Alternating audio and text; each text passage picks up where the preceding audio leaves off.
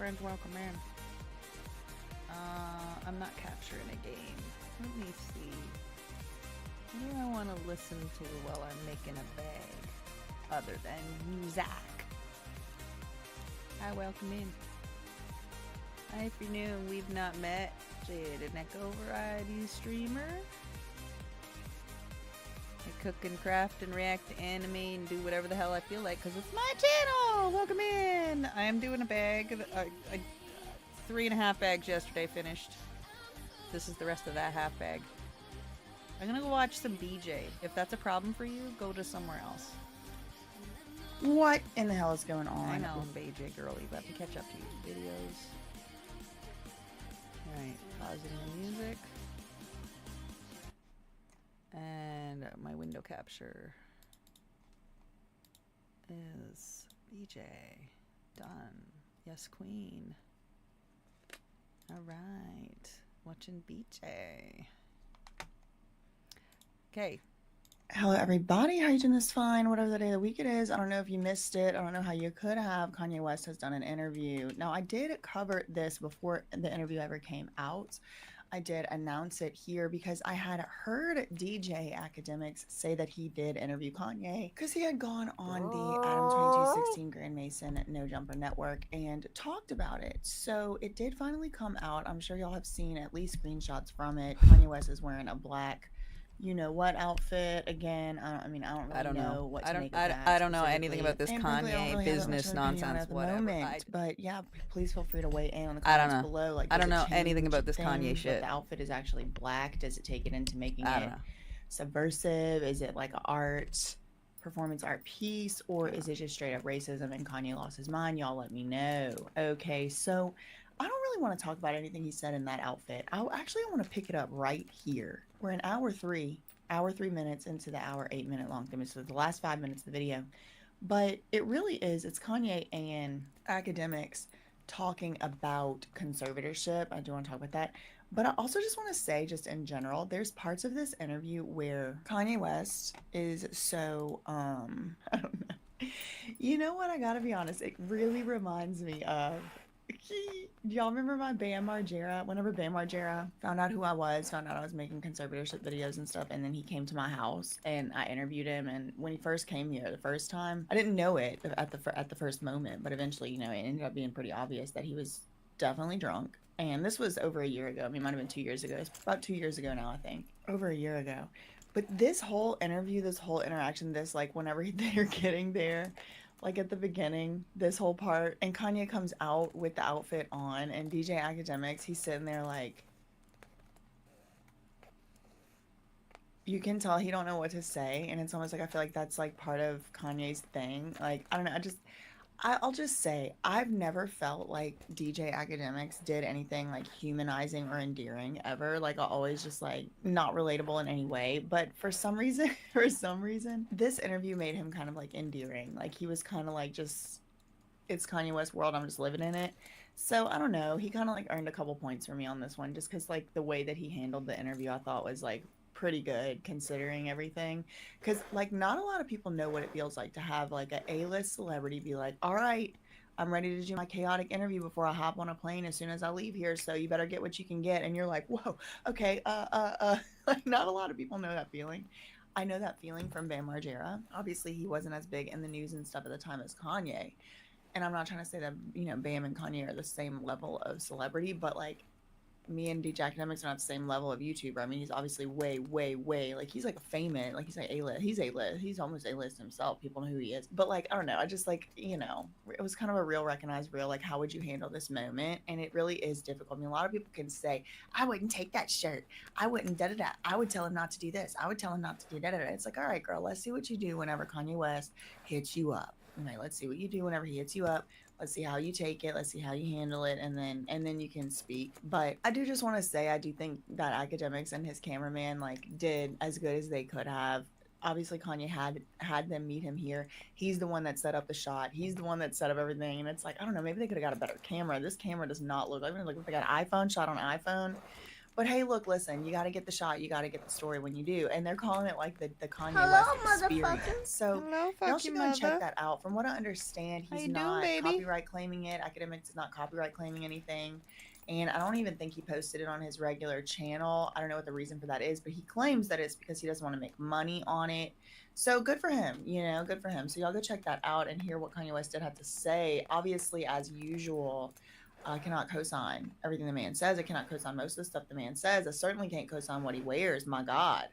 But at the end of the day, I mean, he gets to wear what he wants, Unwell. and especially Kanye. I mean, how am I sitting here and tell I'm not a going to man he sugarcoat can't things wear anymore. outfit? I mean, really, I'm like, going to can you just imagine? I certainly am not worry about anybody I'll put else's it this way, I'm not the ego, police. because I'm it not the doesn't seem to outfit matter police my for whether well-being. Kanye gets to So wear it yeah, or not, we you know had a what I mean? second round with Anyway, speed okay. bumps So on I the want y'all to weekend. hear what he was saying I'm bleeding. at the end of this whole thing about conservatorships, because he Because literally it's said just today now, a 2 weeks hospital post threat hysterectomy. is worse Just than a today is now threat. 2 weeks. And that's what I've been saying. Full Give me hysterectomy liberty and or cervix give me removal. death. For a lot of Round people, 2 it ends up being Round way worse 2 to be locked up against their with will speed than if bumps. they would just be I left to am their own bleeding. devices. And I don't think that we should have people running amok. Certainly don't think we should have people putting other people in danger and stuff like that. But listen what Kanye himself had to say. Okay, so he's about to say, it's Think worse of it than like a death threat, like a hospital threat. spotting. You know, Like finding I'm there? like What's worse than a death threat? A hospital threat. spotting, Yeah, a hospital threat is way worse. but I almost feel like at some point they're gonna try to like do the Wendy not quite Williams thing flow. where they're like, listen, Spotting, like, not you take quite this phone, flow. You can't communicate. Y'all saw him, he said. But getting there. He knows Spotting, what's up with not Wendy quite Williams. flow. As another Watch woman, his I know face you when understand what I'm accidentally saying. says Wendy Williams, he goes, If you do not have a vagina, ask somebody that does. I almost feel like at some point they're gonna try to like And do the say, Wendy she Williams said thing where they're like, spotting, listen, but not you quite take this flow. phone, you can't communicate. Like, He's making that is a sign specific, language outside the they window. know. They have a vagina. They understand what you just said. They They can explain it maybe to you with Like, it's called conservatorship. with ketchup. that's something that he keeps saying. He said it also in the outfit. I don't want to show the outfit here on my channel, but he said it also. I had inside stopped the room. He bleeding. said, I "The was not bleeding. hospital By the time talking. Are you hearing arsenic me? left, They want to put me in the hospital. I had no blood, for no issues, talking. I was just Why would reasonably I need to go to uncomfortable. The hospital. And then I for was back at my talking. house. And a lot of y'all in my comments from time to time, I think you don't At truly the house, understand pardon me, where I'm coming for about from, 3 and you're days. like, And then I went to buy more Gatorade I'm not even and trying to stuff. convince you not to believe this. I'm just telling you what I believe. A lot of y'all. I had to go buy some stuff at the store, and I needed to do Amazon returns. So I went up the road to Whole Foods, and I did my Amazon returns. While I was there was a sale on pasta sauce and shit. And I needed to get some sauces for my lentils that I'm able to swallow, because the sauce was just meh. So I needed some sauce. So I ended up needing like 3-4 jars of things. And that made my bag heavier than what I could handle without causing myself pain. So I called to get them to bring the car, because I followed the rules. I'm not carrying the bag 3 blocks home and hurting myself. Hi, fam. So he came up with the car. I put the bag in the car. I said, you can leave if you want to. But I need to still go to CVS. I promised Alice we'd go to CVS, and I still need to go to CVS. CVS is a pharmacy, friends. If you don't know what a CVS is, it's a pharmacy. It's a pharmacy with stuff. It has other stuff there, but mostly it's a pharmacy. Okay? We're all on the same team? All on the same board? Cool. He says, no, I'll wait for you. I was like, okay, cool, great, thank you then. You don't have to, but if you will, cool. Took Alice to CVS. CVS has a sale on Gatorade. I'm dehydrated. I just had surgery. So I was like, cool, he's got the car. I can buy a couple extra bottles of Gatorade. Fantastic. Bought a couple extra bottles of Gatorade, brought them to the car, put the bag in the car. Everything was fine. Everything was good. We get out, we turn out the parking lot, and we go to the right. And we're driving. And there's a turn. We don't take that turn. I stop. And I turned and I looked at him. And sure enough, he went all the way to the end to the speed bump road. I waited to see what he was going to do. Ka-thud! Nope. No, pull over. Pull over now. And I made him pull over. And I got out of the car and I started walking. I was just like, don't worry about it. Go ahead and drive. I can't do speed bumps again. I can't be doing this again. Oh, no, I'm going to turn around the corner in the next... Like, are you, though? Like, are you, though? Are you, though? Yeah, I promise it'll be fine. All right. Got back in the car. We go around the corner. And then it's... I can't make the roads all smooth. Like, there's speed bumps over here, and or not speed bumps. There's all these bumps in the road and all these holes and things, and I can't make the roads perfect. So you're just gonna have to deal with. I'm like, you are nitpicking now, and I need you to just stop. There is a difference between bumps in the road and a full ass speed bump. Just stop. You're an adult. You're a grown ass adult, and I should not need to repeatedly tell you. Surgery plus speed bumps equals bad. Ow. Like bad. You're a full-ass adult. Get your shit together. What the hell? We just had lawyers involved in everything. What the fuck? Like, if you don't want to drive with me, just say so. But this is getting ridiculous. Oh, that's not even...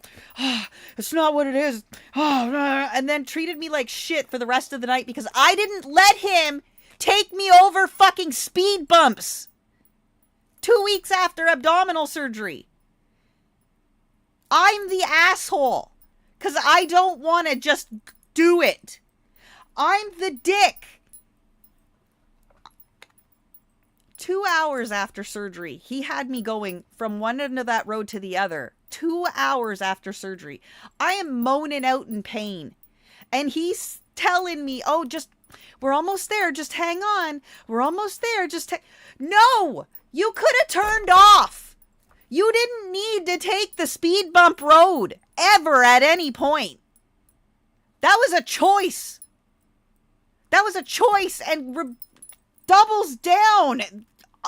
Well, you're fine. Your surgery's done. You're fine now, right? Like, you're fine. It's been 2 weeks. You're fine, right? Like, you're fine. You're fine. It's fine, right? I need people to stop asking me if I'm okay. This is what I'm dealing with. Would you be okay? Would you be okay? I'm trying to not need to have legal intervention, but if so unreasonably oblivious to the damage.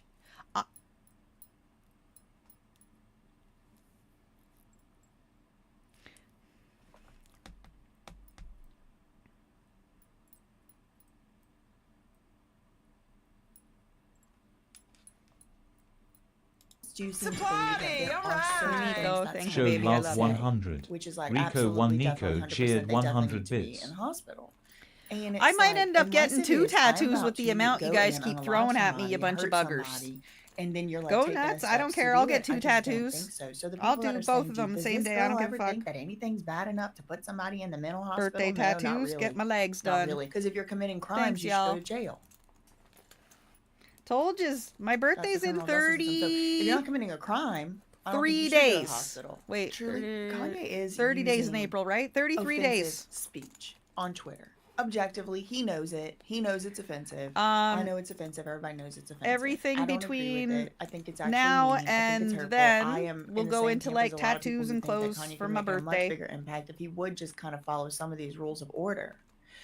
But he don't want to. And just the Hydrate. fact All alone that he right. don't want to is not a reason to put him in a hospital. Not only are they putting you in a hospital, they take Love stuff y'all. from you. They take your phone. They take your access to the outside world. They lock you in there. It is a prison. And they can medicate you against your will. And these medications not are gonna keep- very, very, very, very The strong. doctor They told give you these shots in your butt, like, makes you basically sedated. It's No, stop. tranquilization, essentially. Nope. And Stop. so he's saying for talking, for words, they're going to put me in a hospital and drug me and lock me up and incarcerate. Like it's an asylum situation because I'm talking. And it's like he's really trying to push that point home. It's like, yeah, maybe I'm saying offensive stuff. He would say that it's not false. He says in this interview, it's not true. It's not false. I'm the one telling the truth, though, but it's all true, though. It's not all true. It's not everything he's saying is true. It's just not. And I'm not going to get into like the nitpicking of it all and say, oh, I personally know Jewish people. I personally know such and such people. That It's would, no, mango that's stupid. I'm lemonade, not getting into all Santa that. Cruz. But what I am saying organic is it mango is not lemonade. true What are you saying about large groups of people? But that is not a reason to put somebody in a hospital and take away their constitutional rights. They're about to talk about conservatorships. Listen what they say. My buddies in England, I'm gonna need to send you money, and you're gonna need to go shopping for me. At that, like, they have. I don't know what the fuck the name of that store was. I gotta get a hold of Thomas and find out what the name of that fucking store was that they took me to, where I bought the Hello Kitty sweater from. But I need to send them money so they can go back into that store and buy me more of this unreasonably fucking soft. Yeah, go ahead. You're fine. Just, I mean, no, but yes, but like, if they're, you know the limit. You know the limit. And because of, y'all, if you're in here, you probably know the limit already anyway. If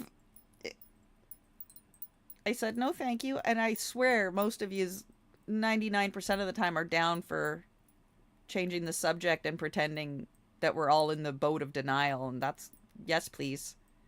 I know all the things you're thinking, all the things that you want to come out of your mouth, all the frustration you're feeling, all the outrage you're feeling, all the rainbow pinwheel you're feeling, all the brain cramp, all the eye twitch. I know. Yep.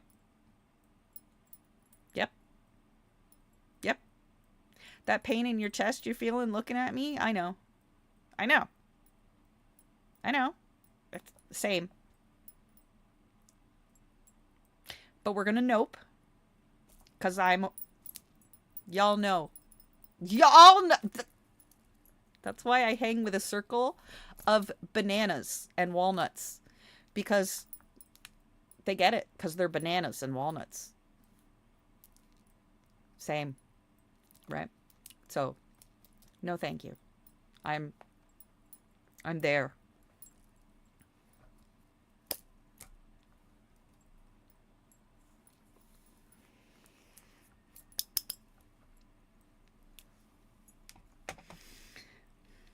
I'm going to turn on the Discord. If you want to jump in and chitter chatter, you're welcome to do so. I am going to just be chilling in there. I've got another hour before I need to go downstairs and get Alice. I'm not sleeping for shit, so it is what it is. Okay, let's see. What is this coming out? It's coming out of my speakers. If I need to put my headphones on, I will. But we're gonna nope.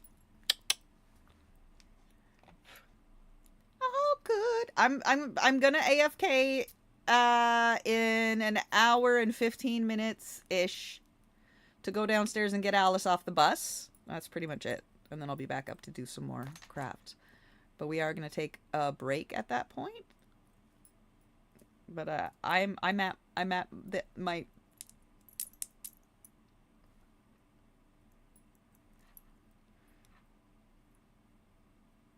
I require assistance in the denial boat, so we're gonna chill in my pajamas with no bra on. We're gonna chill in my pajamas with no bra on, watching YouTube making bags. That's what we're gonna do. I'm gonna hydrate. I'm gonna drink a protein coffee when I go pick up Alice. I may attempt some sort of food at some point. Probably not. Because my stress levels will not allow me to swallow. So. No. Okay?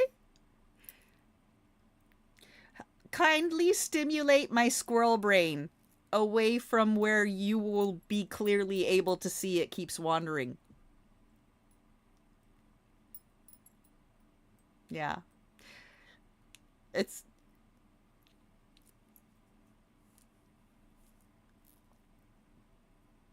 mildly distressing, more than mildly. It is distressing, genuinely, how many of you are fully aware of what is currently in my brain just now, because yours is regularly in the same situation. Like,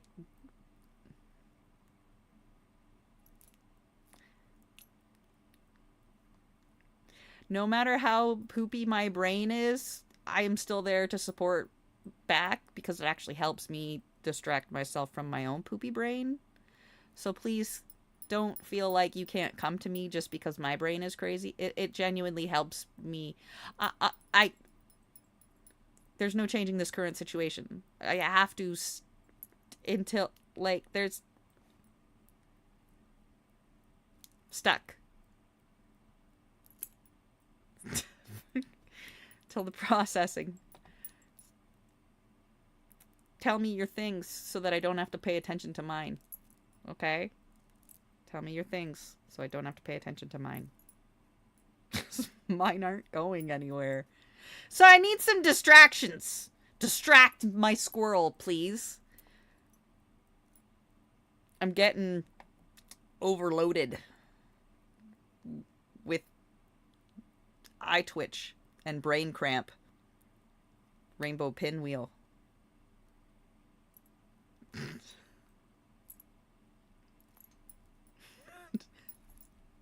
And have to continue enjoying it until the processing.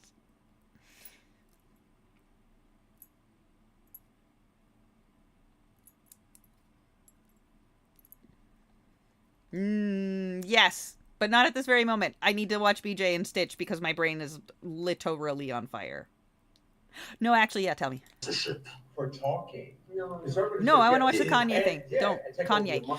Because that's different. I don't know if academics knows the difference, understands the difference. Wendy's in a conservatorship. Brittany was When in a it's getting conservatorship, hot, but some when it's people getting get 51, spicy and I 50, look and they like I'm don't get about put to in a cry conservatorship. again, But even tell me just then. the 3 days or whatever in the hospital where they're them and probably abusing them and stuff like that. Oh I mean, my it would God, all be considered Javi. legal. Sometimes I I'm not do saying that it's illegal. on It's purpose. all up. Sometimes I do that on purpose. Like sometimes my guts will feel backed up and I'll like take a sip from Alice's cup or something because I need the things to get out.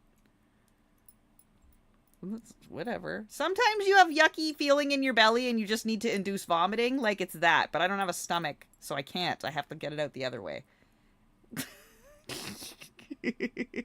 Obviously, a lot of this stuff is opinion on judges. Javi, you disgusting bitch. I love you. She knows times. exactly how to distract me. So, Poop. He's like, yeah, conservatorship's Poop. another one. Immediately distracted. Poop. It's called Squirrel conservatorship. poop. For talking. Glitters. Conservatorship, yes.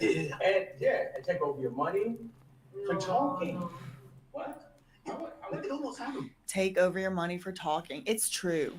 It is true. It is true. That is what they are trying to do, is take over his money for talking. It is true. No. And like, look, listen, can they make it to where he's maybe not able Thank to see his you. kids and stuff like that? I mean, I think that would be pretty inhumane. But yeah, I'm but doing that's it totally a different thing, specific like way taking this over his time whole to life, see taking what it over looks his like money. if I And want to he's make it look right. like a They're trying to take over moo his money straight because up. he talks. And then I'm going to do one with Then different colored stitching. Maybe a cuckoo bananas one. Like one eye up, He one eye tells down.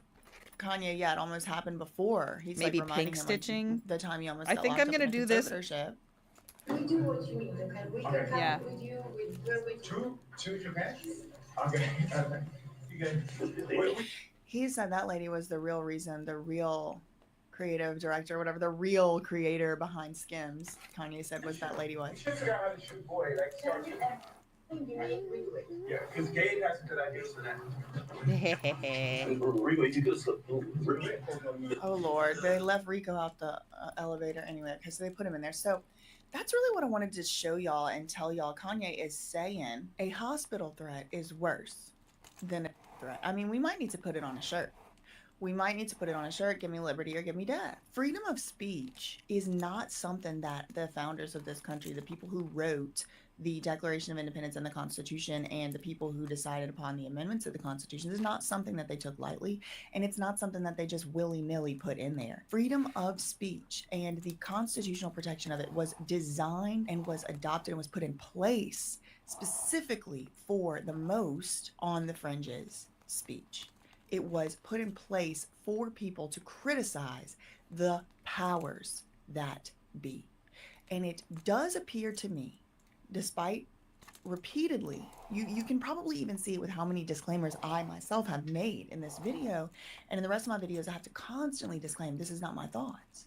His thoughts are not my thoughts. But however, Kanye has a way closer, way better, more intimate understanding of all of this industry than I ever, ever, ever will. I will never enter into even one contract how like what he entered into. I will never sign a 360 deal. I will never sign to a record label. I will not do it. I will never sign a clothing deal with Adidas. I'm not going to do it. So I do think it's important that when we're doing these discussions and we're analyzing this and we're doing these evaluations, we kind of think about the fact that Kanye West knows more than we will ever probably ever know. He knows more firsthand than we will ever know. And so we have to be able to allow people to say stuff, even sometimes, yes, offensive stuff, do stuff, yes, even sometimes offensive stuff, because guess what? If we criminalize all forms of offensive speech, then none of us are going to get to talk. None of us are going to get to criticize the powers that be. You know, the First Amendment was put in place so that we could freely and without going to jail and without losing our freedoms, without having to pay extra taxes, so that we meaning the United States of America, the citizens of the United States of America, could criticize the powers that be, could criticize the people who are taxing us, could criticize the people who are making us enter into contracts, could criticize the people that are restricting some of our freedoms, all of our freedoms, could criticize the people who are putting us in bad position. I mean, this is the First Amendment. It was never intended to be something that only protected just a few things of speech. No. It was meant to protect even offensive speech, even speech which is on the fringes, and even speech that isn't true, isn't provably true. The First Amendment also protects our right to practice a religion. I mean, if you ask the average person on the street, even from the same religion, doesn't believe the same thing from the same religions. The First Amendment is the protection to have ideas, to have thoughts, and to express them. Not all thoughts are good. Not all thoughts are productive, but thoughts are not a reason to go to the hospital. And I know that that seems like such a paradigm shifting, radical idea, because we are so ingrained at this point, it has been shoved down our throats collectively, that yeah, some thoughts actually, yeah, if you have certain thoughts, you should definitely go to the hospital. If you have the thought that you are a spark of the divine being, aka if you say you are God, that is a reason to put somebody into the hospital. If you have the thought that you can communicate with God and God can talk to you, it doesn't matter if it's true or not, you're going to the hospital. So it's like, you know, we do gotta kind of desensitize ourselves. And maybe I'm not gonna pretend to know what Kanye West is trying to do. I mean, the man might be up a tree playing a leprechaun as far as I'm concerned, but maybe he is doing all of this stuff to kind of show, all right, this is the most offensive outfit, this is the most offensive thing I could say, this is the most offensive thing I could do. Is it really bad enough to take my freedoms away, to give me something worse than death because I was talking? People say all kind of shit all day long. Why is Kanye West being put in the hospital for talking?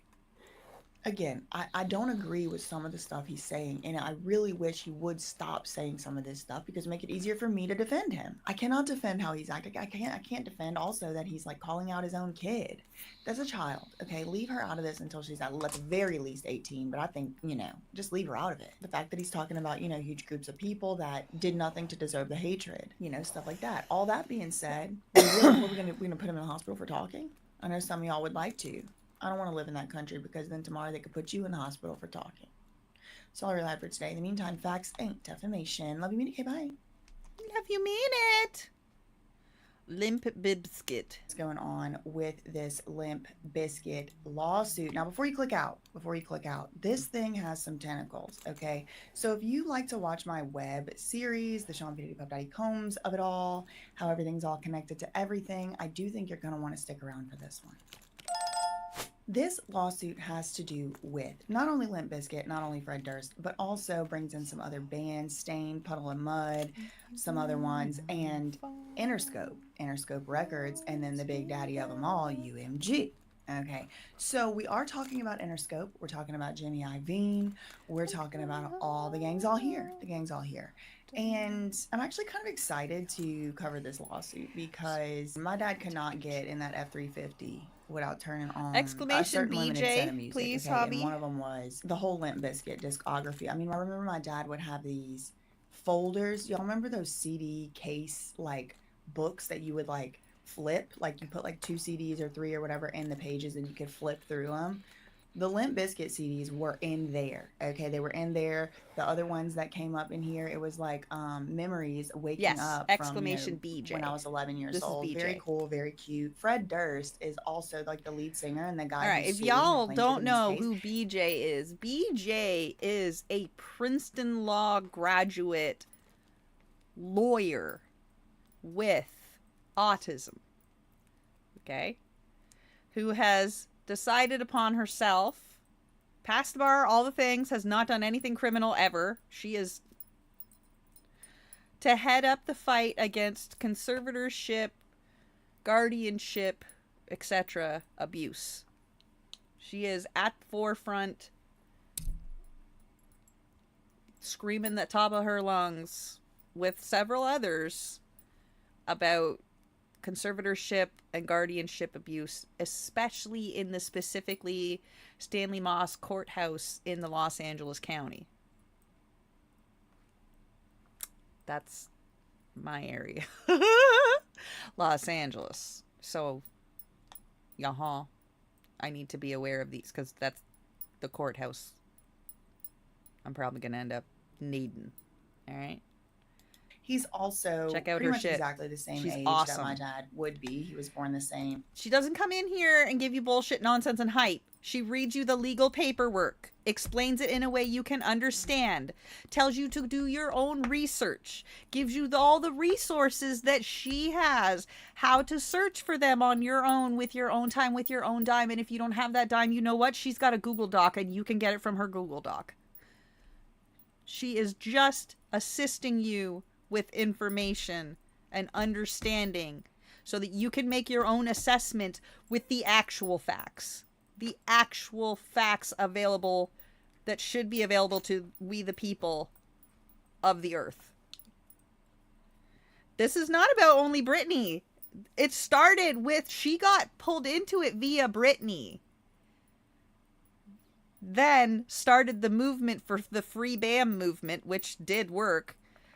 And has now completely readjusted her life to spearhead the fight against conservatorship and guardianship abuse for people that are getting their fundamental rights literally stripped away. Like it is rampant in the US right now. Rampant.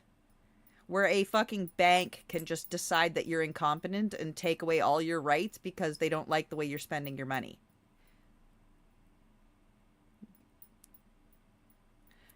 BJ gives you knowledge. Learn your shit and apply it to your own country. If you see shit like this going sketchy in your own country, the same law is probably not that far off. It's probably not that far off. There might be using different words for it. A year before my dad. No, he was born the same year of my dad. I adore her though, and her my dad. And I her just feel her- like there's the camaraderie. There is a, suffice it to say, my dad would be. I'm so distracted. Her humor is very on par with mine. Her logic and comprehension is very on par with mine. I adore BJ. We have mutual actual human friends. I've been following and watching and communicating with her since years, like when she was back just on Instagram only. I'm so genuinely happy that I have the ability to meet her in person and hang out and do things, because she is a genuinely amazing human being. Her vibe is like, dude, her vibe. Some people, man, just got all the Kayla. Life is Kayla. If you ever get a chance, touch her. Touch her in person. Her vibe, oh my god. I love her so much. Dude. Arsenic Gummy Bear, hug her. Touch her. very upset. Some that people Limp have Bizkit did not fucking get their magical money, and vibe. that Fred Durst Touch did not get his them. money, would be very upset. Well, I mean, get their So permission. It is my honor. It is my pride. It is my And they're joy usually jazzed bring the AF public's to give you a attention hug to because this they are lawsuit. such First good things first, vibes. There's been some procedural It's stuff like in the news about the lawsuit got dismissed. It didn't get like a fully wash, dismissed, all that. like a rain The of lawsuit we're going washing to away all the read today filth was on you. just filed Like like a imagine week ago. yourself It was covered in filed on thin March layer of 24th. dust, Again, and this today's April person's 1st. hug So this just was like just filed about car a week washed. ago, and it was filed in the and you end up California feeling State so happy court at and the light Stanley and Moss clean and courthouse. just But there is a whole entire other separate lawsuit that has been initiated in federal court. It was started a couple years the ago, best way I can or explain last year actually, and adore it was the vibe. Originally, this lawsuit in some form was Adore her filed heart. in federal court. A lot of the allegations have been dismissed from the federal court, and the federal court is going to just hear the copyright issues. And then the rest of them, the federal court said you're going to have to bring them in a state court context because, you know, reason. So now this has happened. Fred Durst, Limp Bizkit, has filed this lawsuit in the California state courts. And I just wanted to read through a little bit of it with y'all.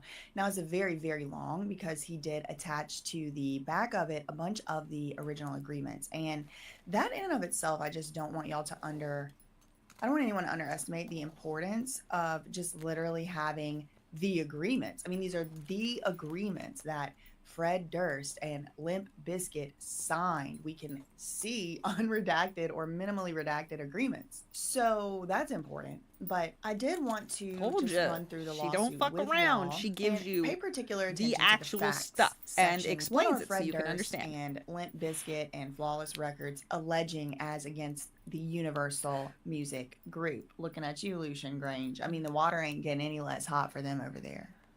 So what's he suing for? Rescission, breach of contract, breach of covenant of good faith and fair dealing, another breach of contract for another agreement, breach of contract for another agreement. So a bunch of breaches of contract and fraud, pretty much. Also some accounting issues.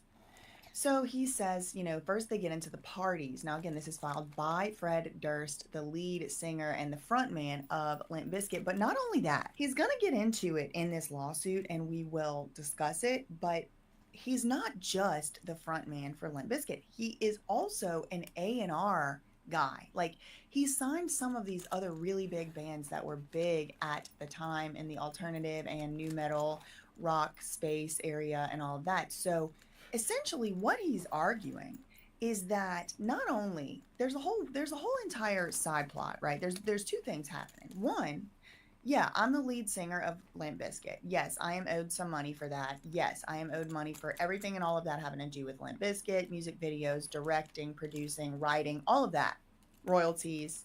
I'm owed money for that. But also, I'm owed money off other bands. There's other bands who I signed, who I was supposed to get money off. I never got my money. I directed their music videos. I never got my money. So it's not just that he never got his money. It's that he didn't know he never got his money because he claims he was being tricked. Now, here's my question. What money has he been paying his bills with? Because if he hasn't been getting any money from Limp Bizkit, hasn't been getting any money from the royalties from any of this music and any of these bands, how has he been paying his money? How has he been paying his bills? How's he pay his bills? That's one thing I'm curious about. But he gets into the parties. So himself, then Limp Bizkit, the band, Flawless Records is a California limited liability company. UMG is a Delaware corporation. Plaintiffs think that UMG is the owner and operator of Interscope. Okay. And then there's some John Does, Jane Does. We get into the jurisdiction. This has already been passed along here, so it better be the right jurisdiction because they already argued about it in federal court, and the federal court said this was the right jurisdiction, so hopefully this is. Okay, so now we're in the facts section. Durst is the lead member of the influential rock band Limp Bizkit. The band was nominated for 3 Grammys and is estimated to have sold in excess of 45 million records and record equivalents. The height of their popularity was in the 1990s and the 2000s. I definitely remember that. Y'all remember that? Rollin', rollin'. Oh my God, I could literally, y'all, my dad must have had these songs like imprinted in his brain. He listened to them so much. Like, all I have to do is just like, even just think about the song and I'm there. I'm back in the truck. I'm in the F-250, the F-350, whatever it was. And he's beating on the steering wheel. It's like, in a good way, you know, like he's like singing along and playing steering wheel drums. Put a 2 in the chat if your dad played steering wheel drums or if you have a Gen X dad. I have a Gen X dad, very, very young dad. I'm 34. My dad was only like 19 or 20 years older than me. He was 20 years older than me. So I was in there rolling. Okay. So anyway. Okay. So it was real popular 1990s, 2000s. But then apparently in recent years, the interest in the band has grown. And they've been just like printing out money over there at that band. In 2023, 2 years ago, there was over 1.3 billion worldwide streams. Maybe everybody's dad died like mine and they listening to the songs because they remind them of their dad. Y'all, you have to joke about stuff. I have to joke about stuff from time to time to keep myself from going crazy. So then last year, 2024, there was over 1.7 billion worldwide streams. So as you can see, there was a significant increase in streams from 2023 to 2024. Indeed, starting in about 2017, interest in the band Limp Bizkit began to increase exponentially. People are liking it. The band went from having a relatively quiet period during the 2010s to exploding in popularity. We had to go party rocking for a little while, but we're back. Limp Bizkit, we are back. Currently, the band is selling out arenas. They're selling out arenas, Limp Bizkit. I didn't know that. Good for them. Shout out to them. Honestly, they have such a special place in my heart. The performance of Limp Bizkit's assets have been in a consistent and substantial upward trend, seeing approximately 68% growth in the last year alone. So they spend a few paragraphs kind of saying, look, this isn't some washed up 90s band, buddy. This is billions of streams in the last few years, and they're selling out arenas, okay? This isn't some old man, washed up old coot trying to come get his money. No, buddy. I'm the lead singer of the band. We're getting billions of streams. Okay, so they spend all that time doing all that. And then he goes, despite this tremendous comeback, the band had still not been paid a single cent.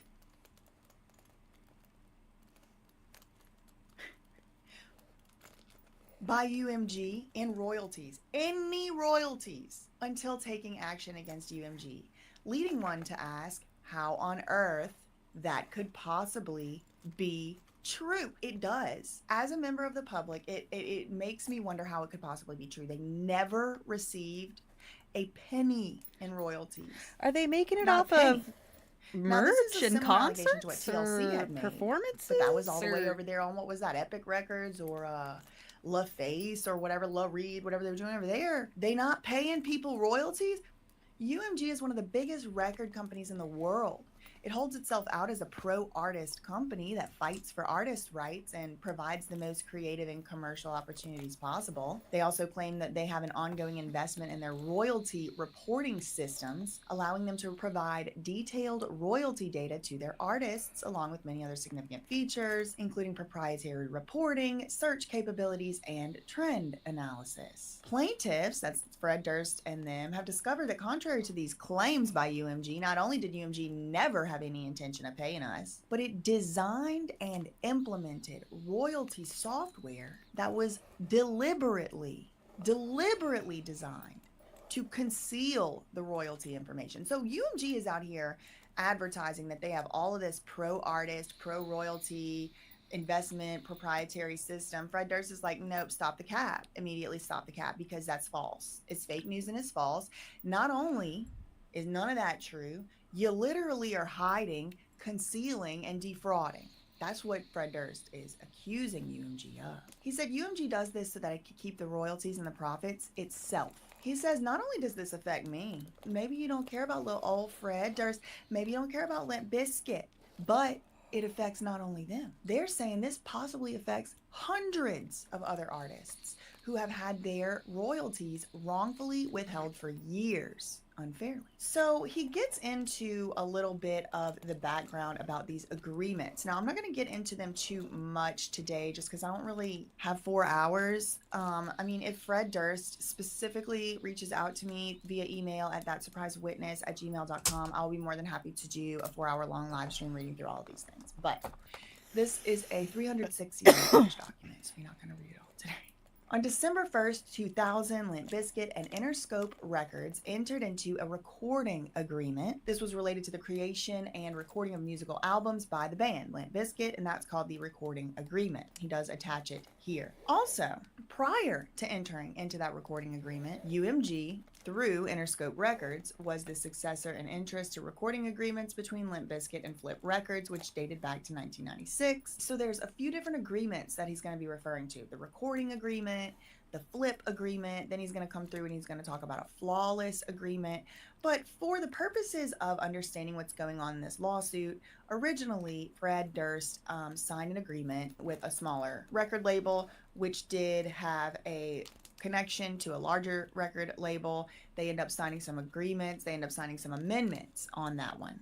Then there's the other job. Remember I told you that Fred kind of has 2 jobs? And the other job, besides the whole Limp Bizkit situation association, is that he ended up being his own. He ended up having kind of like his own little baby recruiting label thing. And I mean, I say baby, but there were, like I said, there were some big bands that he signed. But look how he talks about the very, very beginning. This goes back to 1996. This was like 30 years ago. I remember 1996. Okay. When Limp Bizkit entered into the Flip agreement in 1996, Flip Records was owned and operated by this man, Jordan Scher. Shortly before signing that agreement in 96, Fred Durst first was introduced to this Jordan Scher character via a mutual contact. I'm always curious who's the mutual contact. I'm sure the info is out there somewhere, but you know, it's always these little mutual friends all around. And then I'm starting to wonder, like, do all these guys get a finding fee? Stuff like that. So this Jordan Scher character, who owned at the time a record label called Flip Records, he meets Fred Durst, and Fred is already making music with Limp Bizkit. It already existed. He heard the music and readily agreed to sign the band and utilize the A&R talents by agreeing to create a partnership with Fred Durst and Limp Bizkit. Specifically, Scher expressly told Durst and Limp Bizkit repeatedly before and after the execution of the agreement that all parties were 50-50 partners and joint venturers.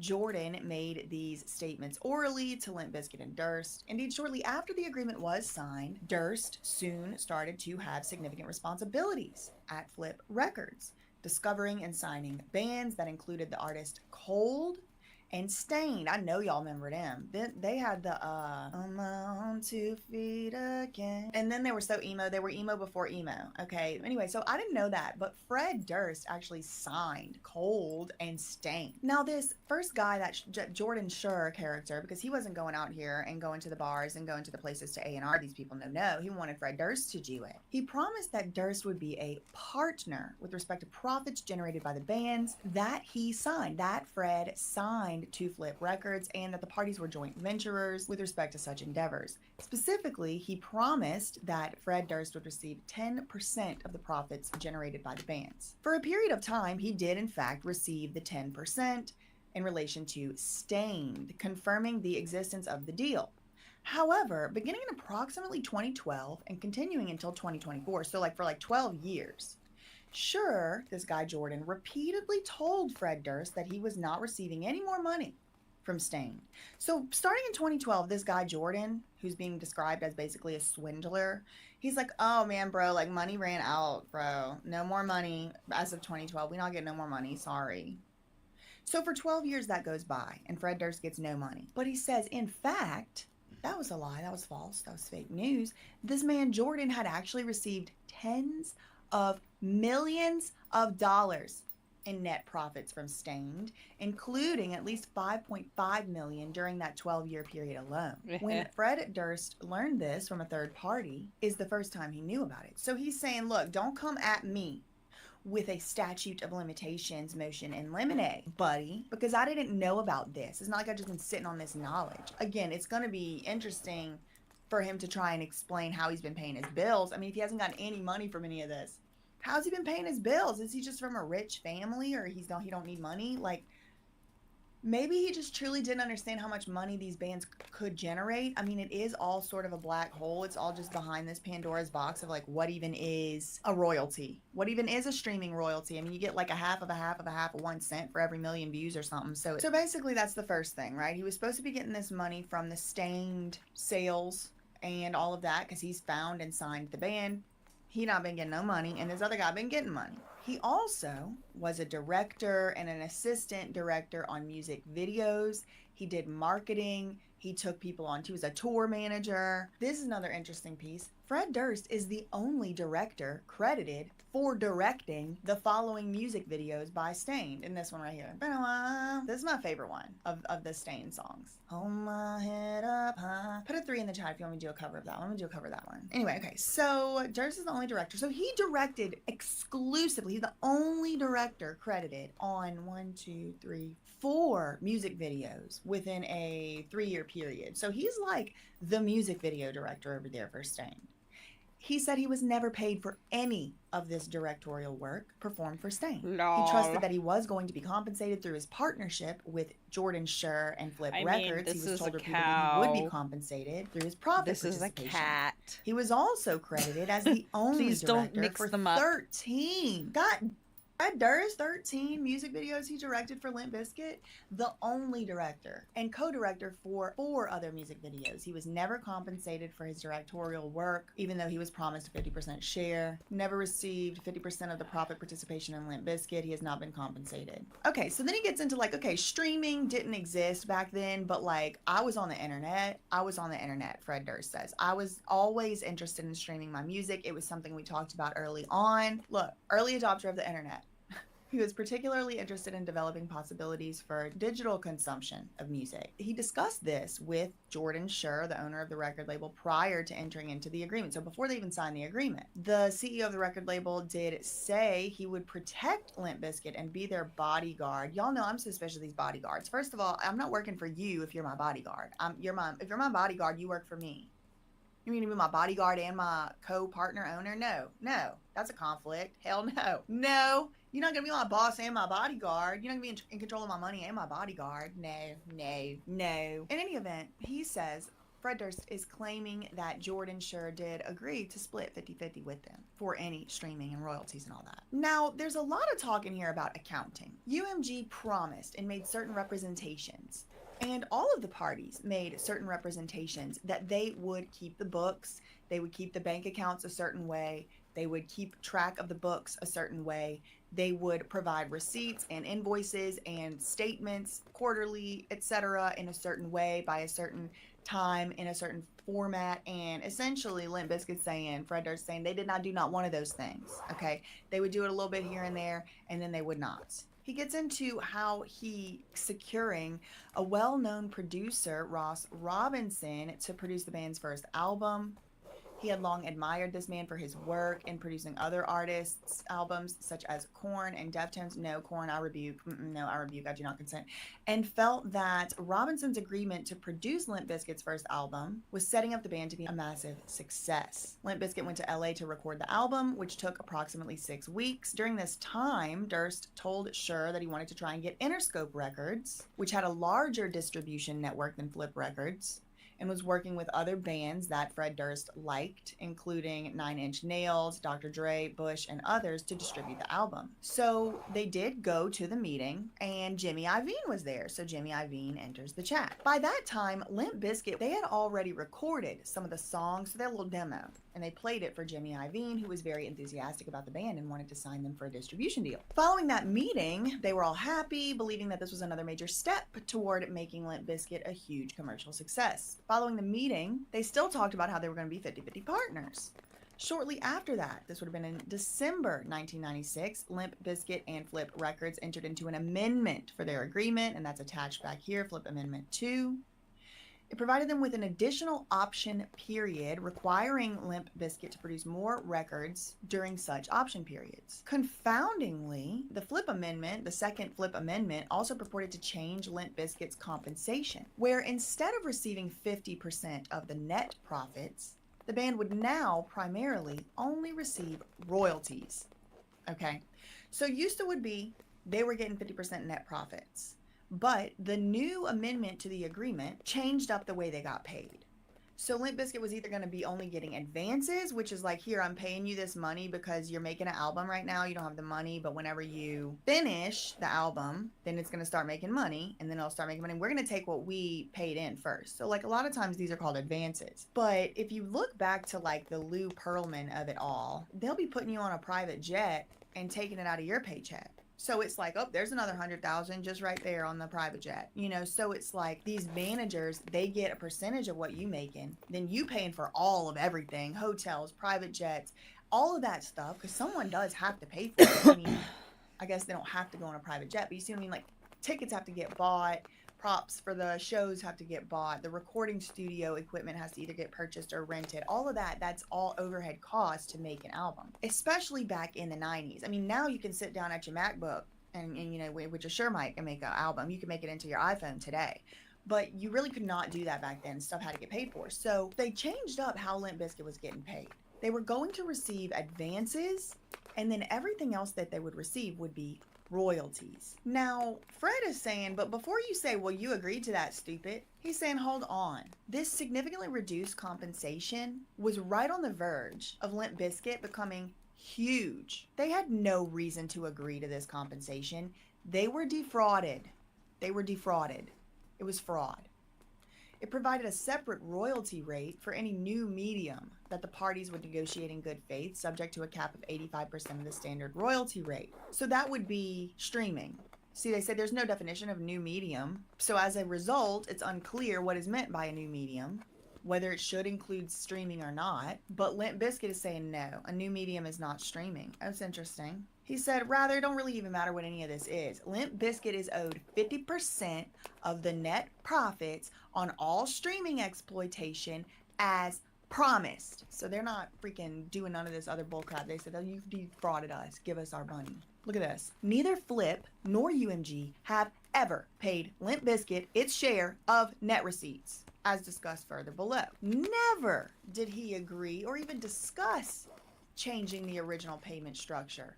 At all relevant times, including before and during and after December 1996, Jordan Shore always told these people repeatedly that they were splitting the band's profits 50-50 partners, joint venturers. These representations were made verbally, and at this time, Jordan Shore also acted as the de facto manager. Aside from the initial meeting with Jimmy Iovine, Jordan Shore prevented the rest of the band members from having direct access to or contact with Interscope or other advisors, positioning himself as a middleman and a manager of the band who would gatekeep them from handling business matters. Okay, so this is if you're wondering why I haven't signed with a manager, if you're wondering why I haven't signed with any of these people that are in my inbox talking about let me help you increase your revenues, increase your streams, increase your reach, no, I don't want it. I don't want it, because this is what happens. It's just like literally unavoidable. You can't avoid it. This is what happens. They start to gatekeep. No, we're not. No, we're not. Now, I'm sure Jordan Shore would have something else to say about it. You know, he might say, this isn't what happened. So, of course, I don't know. Just, this is my opinion. I don't know. I'm choosing to believe this man because I'm biased because my dad liked this band. Okay. And they kind of remind me of my dad, because they're the same age and all that. So I'm biased, but I believe him. So they trusted him, though. They trusted him. I'm sure they know better, but they trusted him and relied on his advice that at this time, the parties were all partners in the business. So they were focusing on finishing their record in the studio whenever this guy comes in like, oh, just sign this. He never told them that their 50-50 net profits were being replaced by the far less lucrative royalty structure, nor did he advise them to carefully review the amendment. So he's saying, because what they're going to say on the other side is you should have got a lawyer to read it. Well, he's saying, no, we were busy. We were focused on finishing our album. We were in the studio. He came in. He's our manager. He's the guy that we trusted in good faith to make sure that our contracts were read through. He was the lawyer. He was the one that was supposed to get the lawyer or whatever. Because what Fred Durst and Limp Bizkit are saying is, we are the talent. We are the art. We are the creation. You can deal with the other I don't want to deal with all of that right now. Oh, you're okay, fine. Here, get out of here. I'm doing a song. They said he misrepresented the nature of this agreement by telling Durst and Limp Bizkit that it was simply an immaterial form document.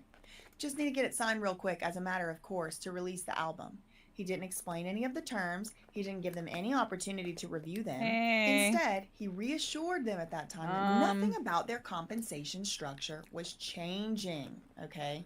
So this is a big issue. They remained 50-50 partners. They were joint ventures, and they would continue to split I hope you're doing good. As to all CDs, et cetera, and turned out to be that was false. That was the lie. That wasn't true. He misrepresented. So basically, he lured them into signing this agreement for his own nefarious and diabolical purposes. That's what's being alleged. They said further, when Limp Bizkit signed with Flip Records, we had already had a record deal with Mojo Records, which was a joint venture with Universal, and had distribution via Universal. Flip Records bought Mojo Records out of the deal in order to sign Limp Bizkit, and it was a material term to Limp Bizkit and Durst.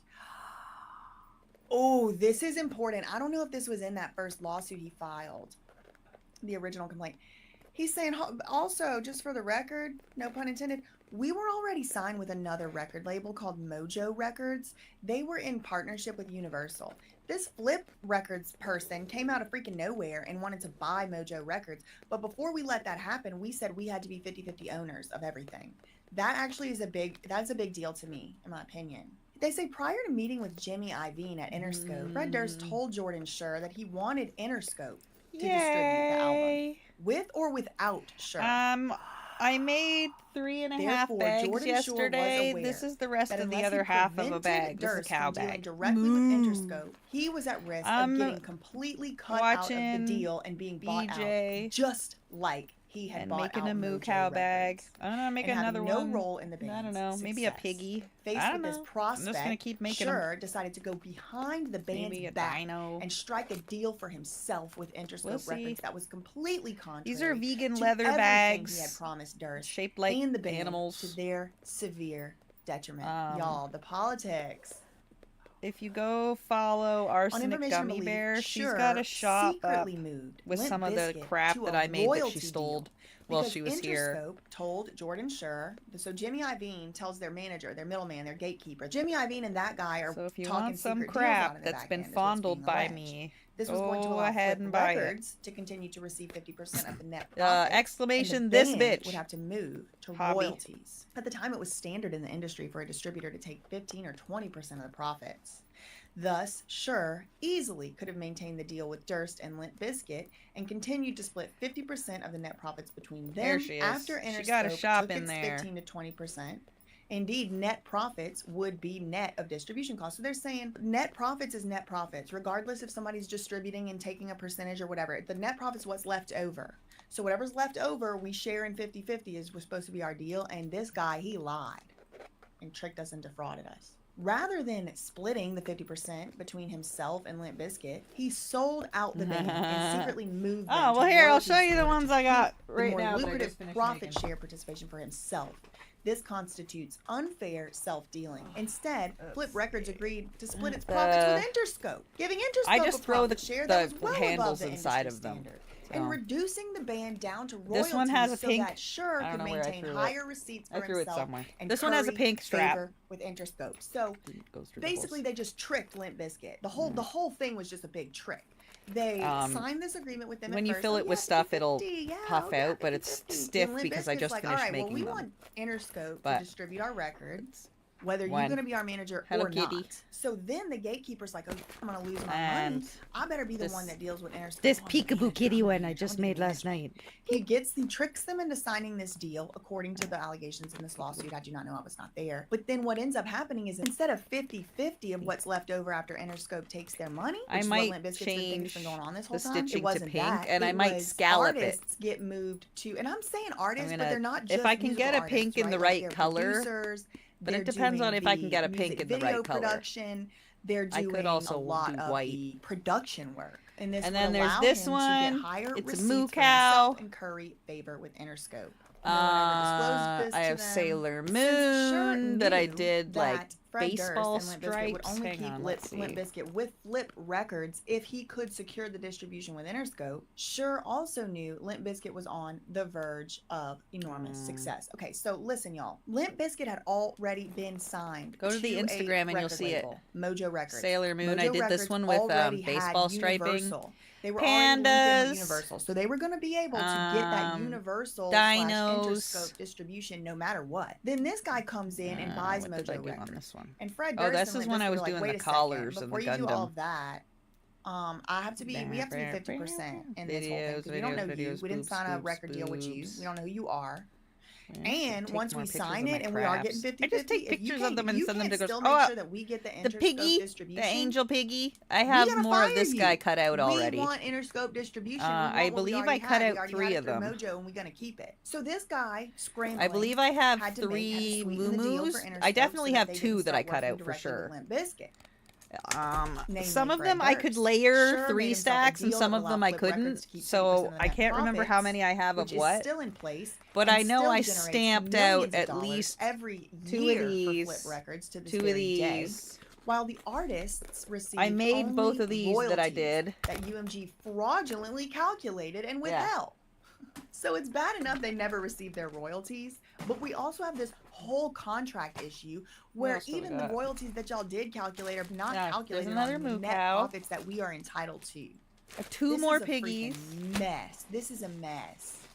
Their first album was their most successful album. It was the thing that allowed Shure and Flip Records to then cut deals with other major labels with respect to other artists. Without see what Durst all I and cut Limp out. Bizkit, Let's see. Flip Records would have never had success. Indeed, Limp Bizkit is still Flip Records' largest success and accounts for the majority of all of its record sales. Damn.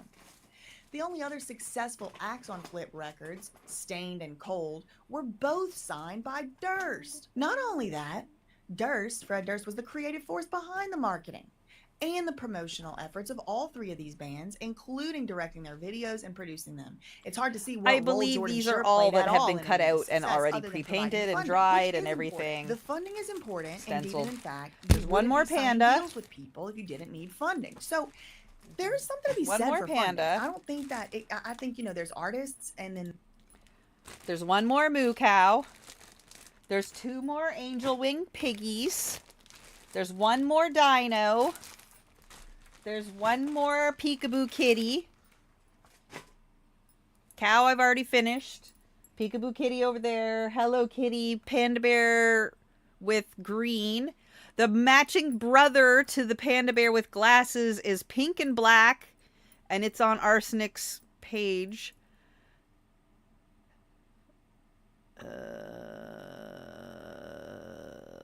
Sailor Moon. I also make wallets.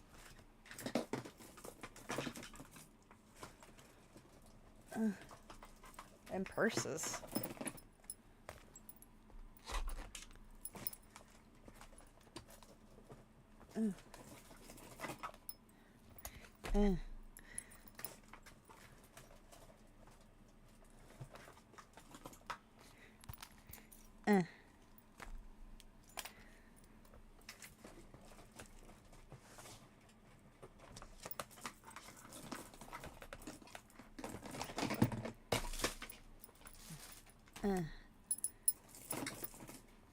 Wait.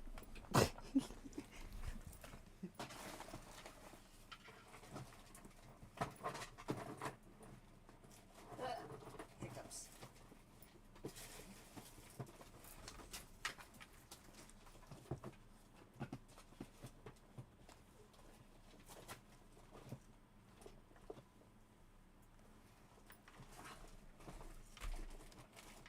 I'm trying to do this by feel. Hang on.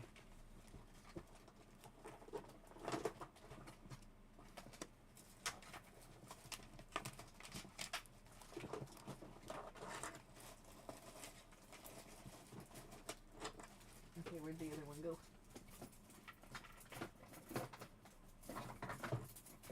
There's my beadboard I was looking for! God damn it!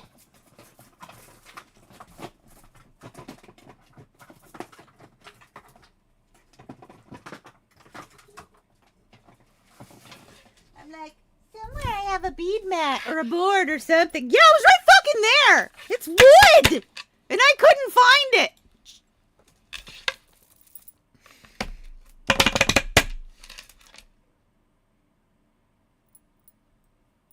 Bruh.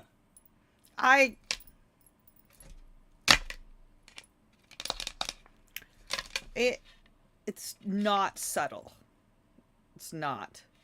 Sometimes you need to be very aware you got ADHD. Hang on, I'm just trying to find another fucking wallet. I don't remember where I stuffed it. Because I show it to people and then I just throw it into the bins. Because I don't actually care. Once they're done, they're, you know, whatever.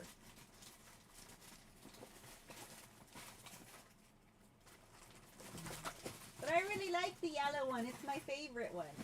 It's my ramen wallet that I made. It makes me giggle. I don't know where I jammed it. Ah! Whatever. Damn it! I don't know where I stuffed it. Oh, wait.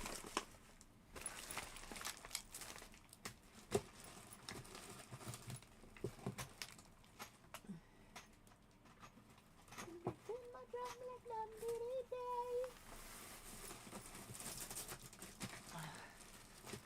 No, it's not in there. Where'd the ramen wallet go?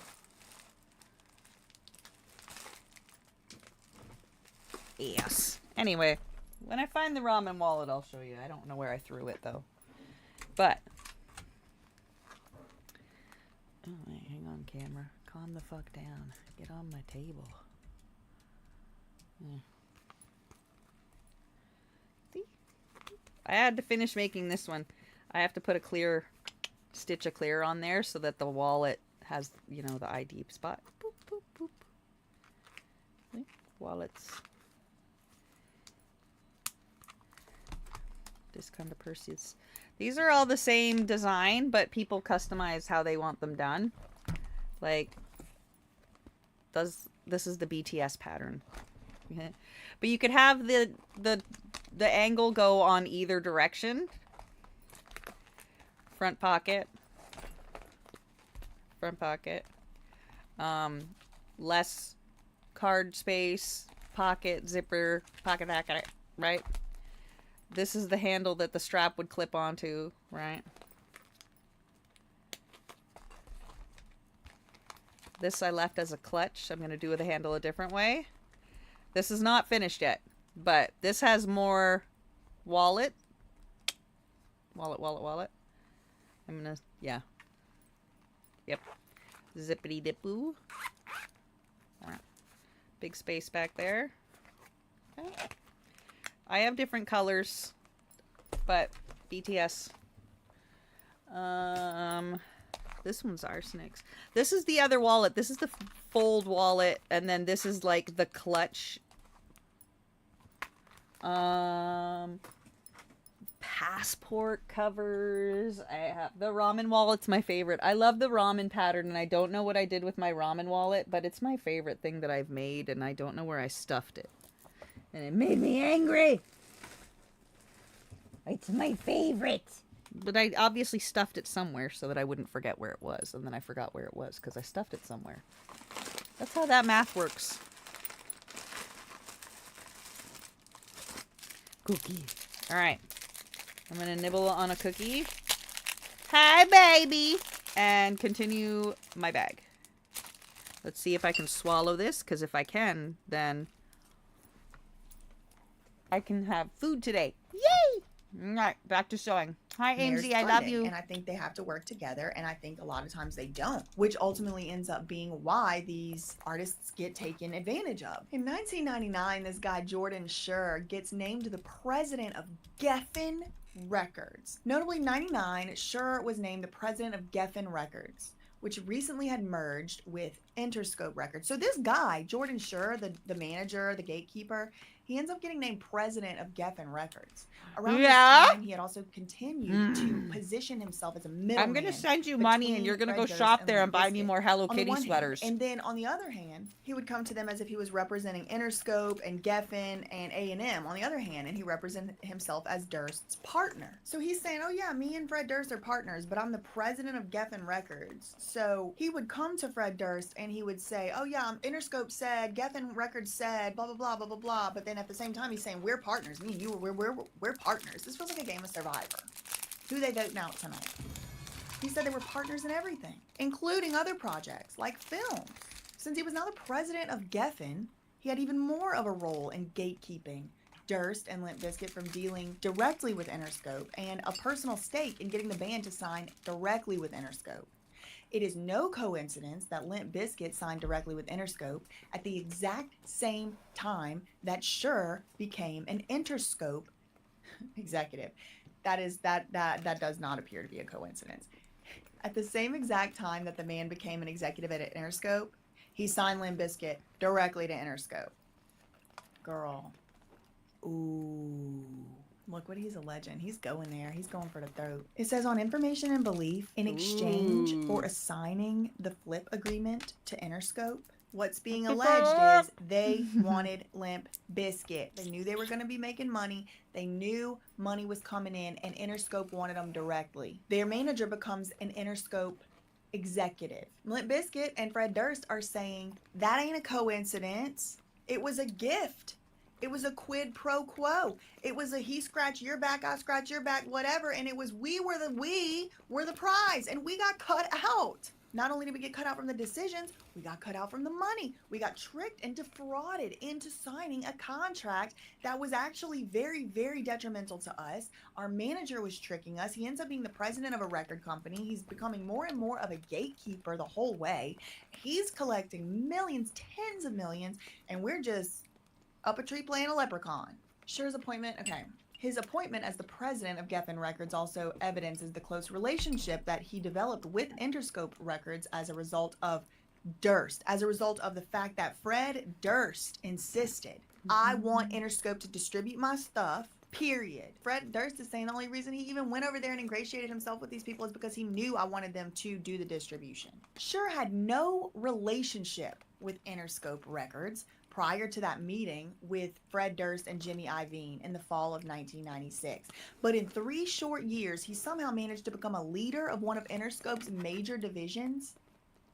And it was built on the success and creativity of Fred Durst and Limp Bizkit. When he moved to Geffen Interscope, he reassured Durst and Limp Bizkit that their 50-50 partnership was still going to continue, and he would still be their bodyguard. So the president of Geffen Interscope is a bodyguard? Who's not a freaking bodyguard? Is it Big U involved somehow? He expressly told Durst and Limp Bizkit that they would continue to receive 50% of net profits as opposed to royalties. He didn't tell them about these royalties. So then the lawsuit goes on to describe how it wasn't until literally last year, April, Fred Durst got new management. New management enters the chat, okay? And when this new management comes on the scene, they do a full financial audit of everything of the band. You know, all their, what's been going on, their royalties, this, that, and the other. Come to find out, they have not been getting their royalties. There was this whole entire, several accounts set up that showed that the band actually was in the negative, that they still years, decades after some of these albums had come out, still had not recuperated those so-called advances from the making of those albums. And Limp Bizkit and Fred Durst are saying that's just impossible. These albums are 20 years old. They've gotten 1 billion streams in the last 10 years or whatever. There's just no way. So sure enough, UMG has their legal team and everything look into it. Come to find out, there was a glitch. There was a glitch. There was a glitch. It was a simple glitch that had made it look like their accounts, like over $1 million in the negative, to actually the fact that they were owed over $1 million to be paid out. So ends up coming out that they did pay them a little bit of the royalties, you know, within a few weeks or whatever. But Fred Durst is saying, no, abso-freaking-lutely not. I might have been born at night. It wasn't last night, baby boy, baby girl. No, you're not about to do that to me. You're not just going to tell me, oh, poof, magic number shows up and this is what you're owed. We're definitely going to need to sort this out in court at this point. Because first of all, where's my 50% net profits? Because that's what I agreed to. It's a mess. This is an absolute mess. Remember I told y'all this is so long? I mean, I've been recording close to an hour and I barely scratched the surface. But I think the biggest accusations here are that he was cut out, he was defrauded, and he hadn't been paid a single penny, not a single penny in royalties for streams, for directing, for any of the creative work, for any of the directorial work. It's like these people didn't get any, none, zero, no royalties. It's insane. Do I believe it? Yep. Yes, I do. That's why I'm not signing one of these deals ever in my life. That's all I really had for today. In the meantime, facts ain't defamation. Love you, minute. Okay, bye. Welcome into my world. You're playing my game. I'll teach you to come up and they're fitting off of my... Justin Baldoni.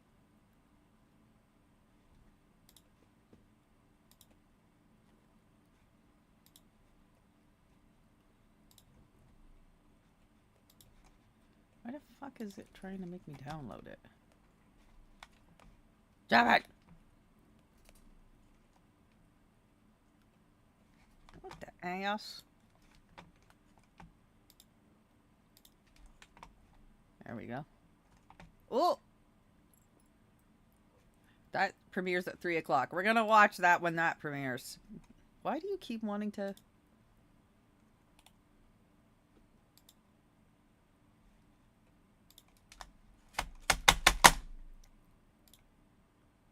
Why are you downloading and not just playing? There's something touching you. Oh. Yep.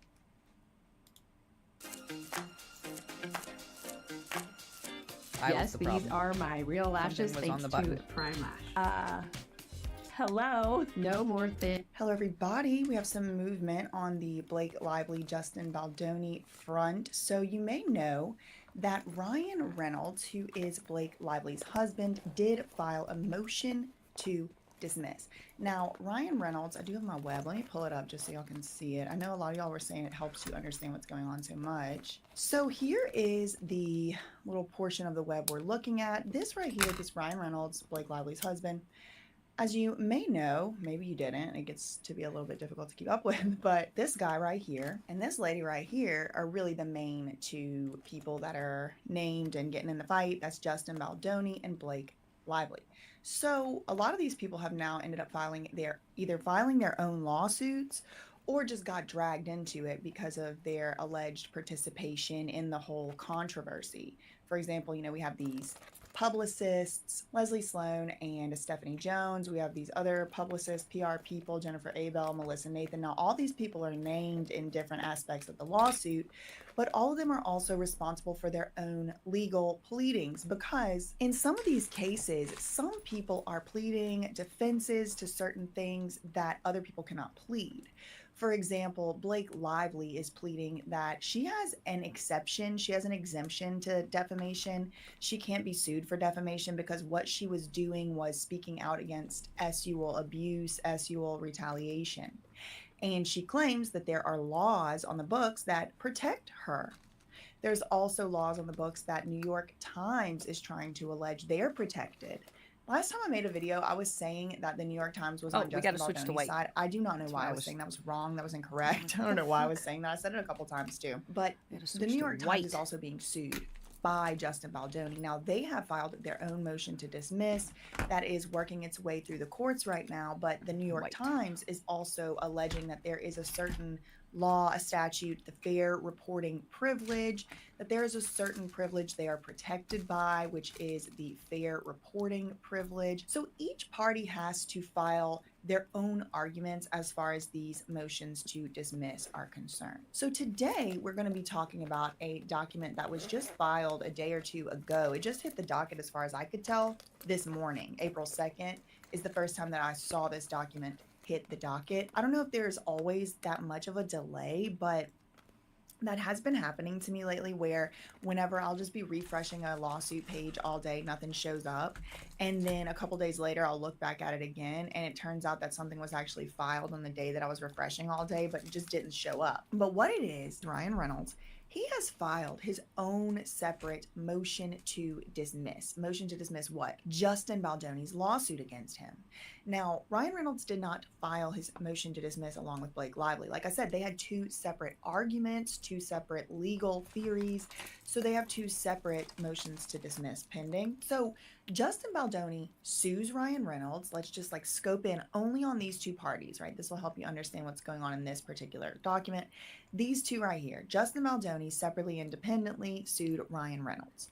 Now, Ryan Reynolds, he filed a motion to dismiss that lawsuit. Like, I'm just the supportive spouse, buddy. I have nothing to do with this. The judge needs to dismiss this lawsuit against me. I didn't do anything at all wrong. Everything I said whenever I called the man a predator, that was opinion. Obviously, that was opinion. And even if it wasn't opinion, Justin Baldoni has admitted to being a predator himself on his own podcast. These are Ryan Reynolds' arguments. Okay, I'm not saying I'm adopting them. I'm just saying this is what Ryan Reynolds had argued. And he's saying, on top of all that, before we even can get to all that, Ryan Reynolds is saying, Justin Baldoni hasn't even adequately pled enough specificity with any of this stuff for me to be on the hook for anything. Basically, Ryan Reynolds is saying Justin Baldoni is just vaguely throwing words out there. None of the things he's saying actually would even make me liable for any of this defamation, extortion, tortious interference. You know, Justin Baldoni is suing Ryan Reynolds specifically because Justin alleges that Ryan interfered with Justin Baldoni's contract with WME, who was his agent.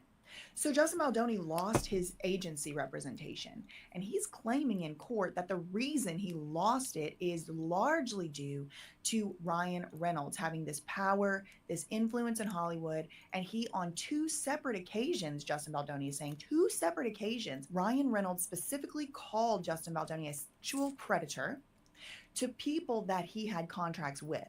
One time, it was allegedly Justin Baldoni's talent manager, Danny Greenberg, and another time was at the Deadpool Wolverine premiere, where Ryan Reynolds allegedly approached another executive at WME saying Justin Baldoni is a sexual predator and nobody wants anything to do with him, and you should stop working with this sexual predator. Okay, so that's what Justin Baldoni alleges.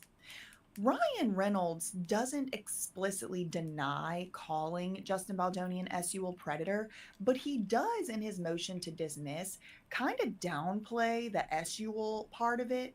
There's all these arguments that and I thought they were strong arguments. If you go back and watch my coverage on this, you will hear me saying, you know, this is actually a pretty strong argument from Ryan Reynolds, is that he's saying calling someone a predator because it is not a predator, only predator. Calling someone a predator is not defamation. Reason it's not defamation is because what even is a predator? It's just like hyperbole. It's just vague. Like there's no agreed upon definition of a predator. And then Ryan Reynolds had provided all this case law saying, look, Your Honor, look at all these cases where somebody just simply called someone a predator and it wasn't specific enough to actually constitute defamation. Well, on top of that, Ryan Reynolds also says all this stuff about I'm interfering with his talent agency contract is also bunk, and you just need to dismiss those allegations as well. There's no need to go to court on those. And Ryan says the reason for that is Justin Baldoni hasn't alleged a specific contract with which Ryan Reynolds interfered. And I don't think that's a strong argument. I think that Justin Baldoni has very specifically alleged exactly which contracts Ryan Reynolds interfered with, which were Wayfarer and Justin Baldoni's contracts for management, talent agency representation, etc., and the terms and conditions of that contract. I do think he did specify those allegations just fine. So yesterday or the day before, whatever, Baldoni, Wayfarer, Jamie Heath, all of these folks over here, they went ahead and filed their response to Ryan Reynolds' motion to dismiss. Okay, so you understand what's going on here. The first lawsuit filed, we're just talking about these two parties right here, right? Okay, so first lawsuit filed would have been Justin versus Ryan Reynolds. Ryan Reynolds files a motion to dismiss with arguments that I just laid out to y'all. And then yesterday, these people, Justin Baldoni, Jamie Heath, and all them, responded, opposing Ryan Reynolds' motion to dismiss. So I'm going to pull out my notes here, but I do also want to pull up that document just to show it to y'all. We certainly are not going to go through the whole thing, but I want to show it to y'all. This is docket number 160 on the docket. As you can see, it was filed yesterday. So it was filed yesterday, April 1st, April Fool's Day, but it is not a joke, okay? Consolidated plaintiffs, that's like Justin Baldoni, Wayfarer parties, opposition to Ryan Reynolds' motion to dismiss. Okay, so they're going after Ryan Reynolds' arguments only. There's a lot of other arguments flying around, as I laid out at the beginning of this video, but this is only the one having to do with Ryan Reynolds' motion to dismiss. So as we're looking through this, the gist, the sting of the arguments of Wayfarer, look, these are the people filing this. Okay, so Wayfarer Studios, Justin Baldoni, Jamie Heath. It ends with Us Movie LLC, Melissa Nathan, Jennifer Abel, Steve Sarowitz. They are the ones who are filing this document, and they are opposing Ryan Reynolds' motion to dismiss their complaint. Now, he based his arguments on failure to state a claim. Calm down. Meaning Ryan Reynolds is basically saying, okay, Justin Baldoni just laid out a bunch of, like, basically a burn book, but there's nothing in there that's a law. There's nothing that's in there that's a statute that I violated, right? Like that's Ryan Reynolds' argument. This is interesting. Look how they put this bold italics quote. Remember, this is coming from Justin Baldoni and them, and it's being lodged toward Ryan Reynolds. Look, they quoted Ryan Reynolds. Quote, I've realized that I'm too big to fail at this point. So I just crush my enemies and drink their blood. I mean, I don't think that's literal, but I mean, girl, who even knows? It is very bad to put just right at the beginning. It makes him look bad. But again, y'all, this could have been a joke. They do give a footnote citation. His skincare regime alone would bankrupt you. Ryan Reynolds and Hugh Jackman bring banter and bromance to London. So this was an article in The Guardian last year. So Baldoni says Ryan Reynolds pretends that the Wayfarer party's complaint fails to set forth basis for Ryan Reynolds' liability, and that Ryan just simply acted as a supportive spouse. And then then the lawyers go, not so. The complaint specifically alleges ample facts to support the Wayfarers party's claims against him based on both his direct actions and his liability as a co-conspirator. Because remember, this is a civil conspiracy allegation that these people were engaged in a scheme working all together to harm Wayfarer, Baldoni, their movie, and all that. They say Ryan Reynolds' motion to dismiss fails to show that the Wayfarers fell short of their pleading burden. So we had a certain standard, we met it. Ryan said we didn't meet it, but he fails to actually show we didn't meet it. So therefore, the case has to be allowed to move forward. Now, one thing that could happen is the judge could dismiss some of the claims. Like the judge could say, okay, I'm just pulling one out of the hat here. I don't know which one. I'm just saying, like, let's just pick one. The judge could say, all right, I don't really see enough information, enough allegations here to show that there was extortion. I don't see the extortion claim. I don't believe Justin Baldoni has made the extortion claim, but maybe there's defamation. We'll let that move forward.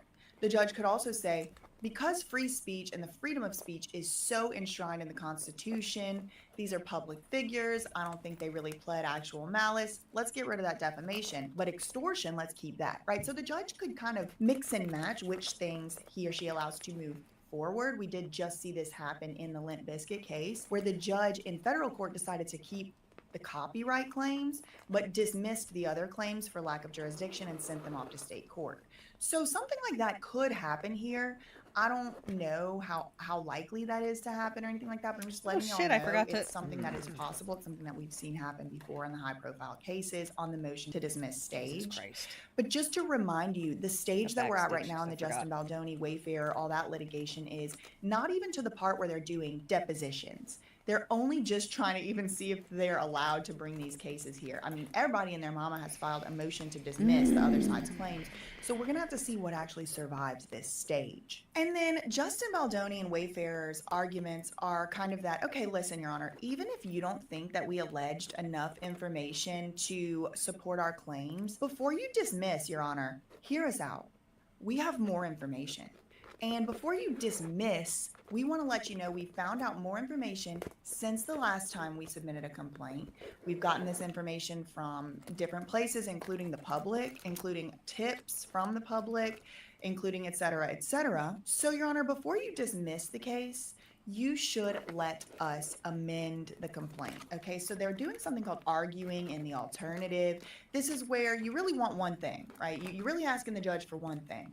You're like, Your Honor, if you're not inclined to give us that, we're going to ask for this other thing. And it kind of argues against itself, but it's called arguing in the alternative. And it is kind of like a backup argument in case the judge just doesn't want to hear it on your first argument, the one that you really want. So basically, the entire 42-page document is Justin Baldoni and the Wayfarer parties are basically saying, Your Honor, we have laid out plenty specific enough facts for you to allow this to move forward, at least to let us go to depositions and get a little discovery. But even if we haven't, we found some more new information, and we should be allowed to amend our complaint so that we can make even stronger, even more evidence-backed arguments. Now, will the judge be inclined to allow this is really the question. If the judge really truly doesn't think that Justin Baldoni and Wayfarer have stated enough information to support their claims to survive the motion to dismiss, is the judge going to say, yeah, you can go and amend this complaint now, what, a second time, a third time? I can tell you what they're going to argue. They're going to say, no, this is another chance. Justin Baldoni and them had 2 chances already to make these arguments. They're doing all these public press statements and everything else. I mean, they've had plenty of time to make their claims. Why are you going to keep dragging us, Ryan Reynolds and Blake Lively and everybody all back up into court whenever they had a chance to make these claims? Too late. Too bad, so sad, you snooze, you lose. But Baldoni would say, well, we didn't have any way to even know that information until we filed. So it'll be interesting to see how it shakes out. Now, I did have another little loose end to tie up. So that's the failure to state a claim arguments. Now, Ryan Reynolds also did argue that it was just his opinion. It was merely his opinion that he was going around spewing and telling people, including the talent agent and everybody else, that Justin Baldoni was an SUL predator. Ryan Reynolds is saying that's just an opinion. Justin Baldoni is saying, no, it is not. First of all, calling someone a predator is not. Now, all these little case law and everything, that's cute. Ryan Reynolds tried to rely on, but there's nothing to do with that. Bus He was alarm. citing stuff that said predator. We're talking about stuff that says sexual. Hey, girl, predator. hey! What's a booger? Hey, that's why I eat boogers all the time. Don't clip that. I like the butts, and I cannot lie. Jars that go out to friends will be colored. So, you know, if you're our friends and you want some kimchi and you're in the area, just come to my house and take jars. If you have jars at your house, bring them back to my house and trade them for full jars. I am the kimchi milkman. Thank you for coming. Yeah.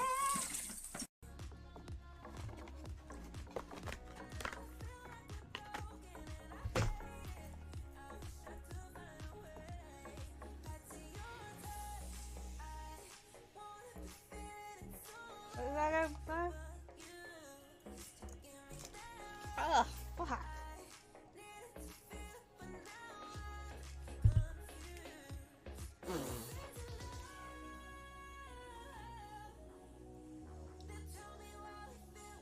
That was lovely.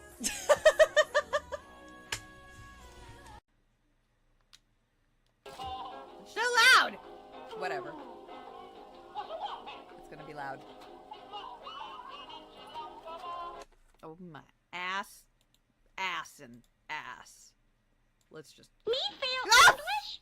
That's impossible.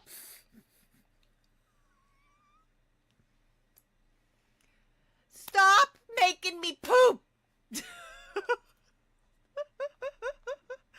Could find a way to get up there and... I can't use the skeleton arm with that.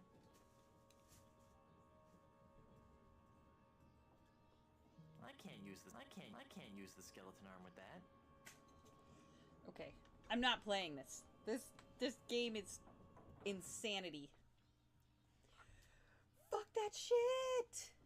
Fuck that. No! Don't touch me. Hello there, friend. Sibling.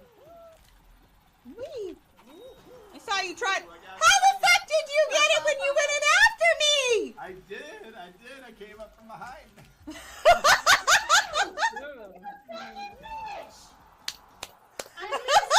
Yeah, Dennis, you showed up late.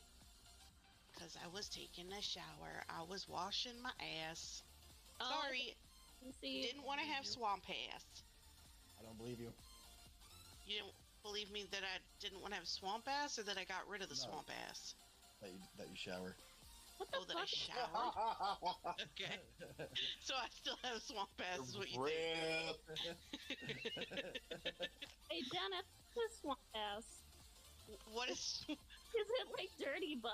Just It's What when is there's wombat? sweat that accumulates and it's a sweaty. very humid environment. oh, It's where you learn to appreciate baby powder. What is swamp ass? You either appreciate baby power or have Please some do fumunda that. cheese. Imagine if you used a bidet but didn't dry off and just got redressed and walked around all day. I'll keep you safe, Elsabeth. I'll keep you safe, girl. Yeah. Yeah, Elsabeth, I'm a ghost. I'm a ghost, Elsabeth. Ooh, Elsabeth.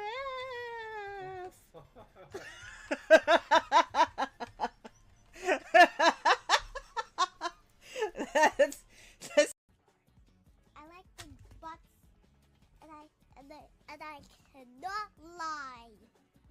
It was fucking just dripping down my chin. Jesus. X.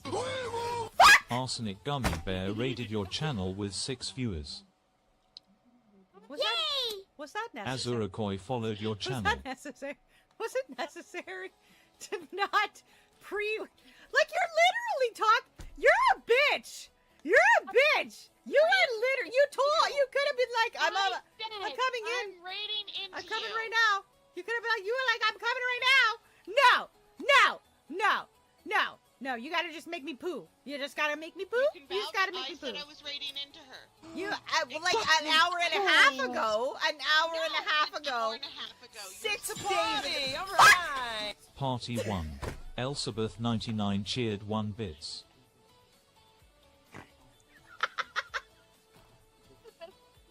Gave her 1 bit and that scared her too. Don't distract me with your monies when I'm angry. I was the both. Hi, Owless. It's not bitch and that bitch, it's bitch and this bitch. My bad. There's also a bird sometimes. Sometimes there's a bird. There is sometimes a bird. Sometimes there's a bird.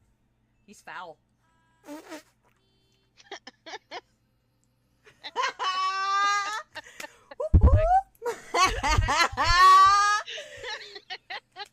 Thank you. I'm here all week. Oh yeah. Come inside my world. It's a party, all right. Uni 1. Arsenic Gummy Bear cheered 1 bits. Grabs the chair arms like that's gonna save anything.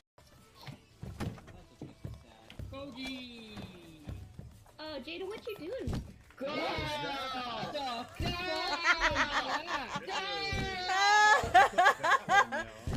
that! Clip that! Oh, damn. Someone needs to clip that. Okay, let's go. I'm running. Jesus. Oh, this is some Ninja Warrior bullshit here. Ninja Warrior. Poops. Hero 0F Hylia raided your channel with 15 viewers. Luminari followed your channel. Oh yeah. Come inside my world. It's a party, all right. Uni 1. Arsenic Gummy Bear cheered 1 bits. Grabs the chair arms like that's gonna save anything. Oh no, it's that dick. Oh no, it's Dick. Oh no, it's Dick.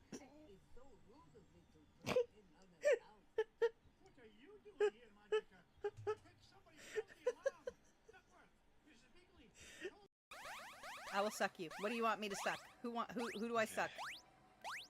Okay, so you guys suck each other. Absolutely. Okay, so Solemn, always be sucking me. I will always be sucking you. Getting more than 2 bounces is oh shit. Eat all the dicks. You just had to get it over, and then we had to teamwork it the rest of the way. All the dicks, girl. Yes. Good job, Javi. You were the best. Keep getting. Oh, it's a very nice Cat, you're an absolute dickhead. Who buys an Alice a white accessory? Cat does. Cat does. Cat, you ass. I know you're gonna be watching this later or possibly right now. Cat, you ass. White. White, girl. White. Hi. Thank you. Can you say hello? Hello. Let's be friends. Let's be friends. Let's be friends. Let's be friends. Let's be friends. I love you. Mwah. I love you. Mwah. I'm so happy just to be with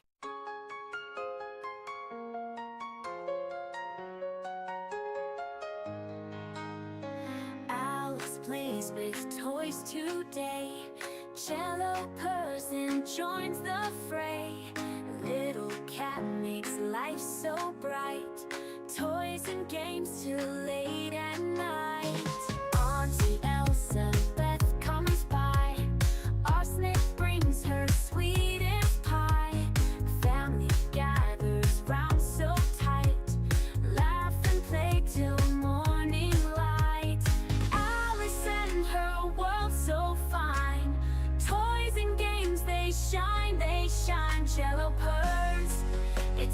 dream. Life with love, a happy theme. Mom and Alice start their games. Beat the levels, know the names. Video games, a cool escape. Bonding time, no need to wait.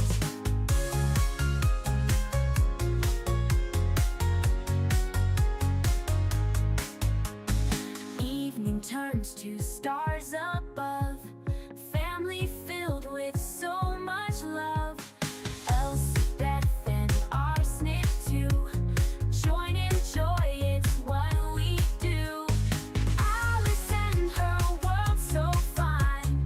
Toys and games, they shine, they shine. Jello-purrs, it's all a dream. Life with love, a happy theme. Mom and Alice start their games. Beat the levels, know the names. Video games, a cool escape. Bonding time, no need to wait.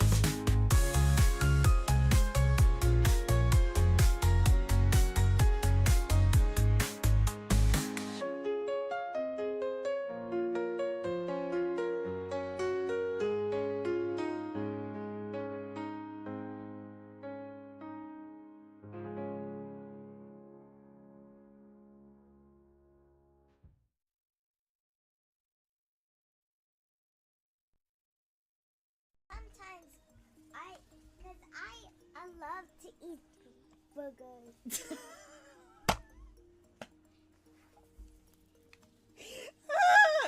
Elizabeth, did you hear that?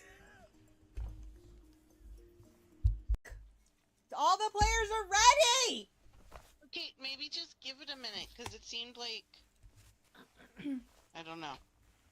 Seems I like don't it's having know. a stroke. It's having a stroke. I can't help that. Hi, TNL. I'm halfway through my drunk. And I ate chicken so that your wife wouldn't complain. His stream wife. You know, the... Come here, eat dogs. I feel a little Yes? very Question crummy mark? today. I'm not a question.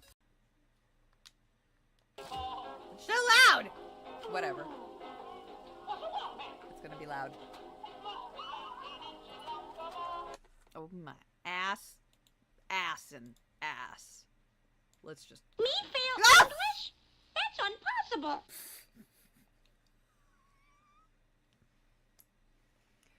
Stop making me poop!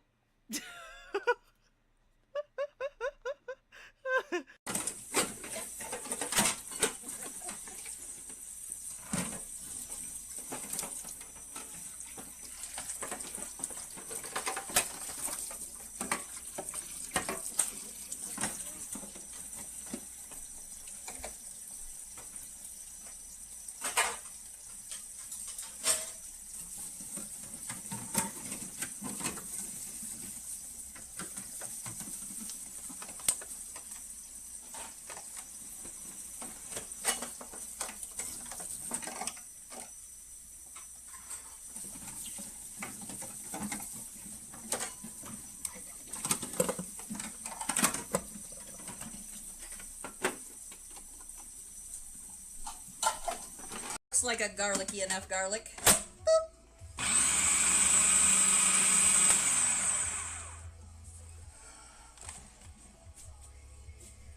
What's wrong?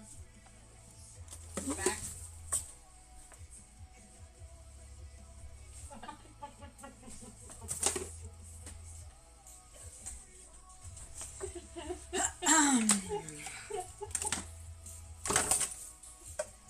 You gonna chop that with magical powers there, sweetheart?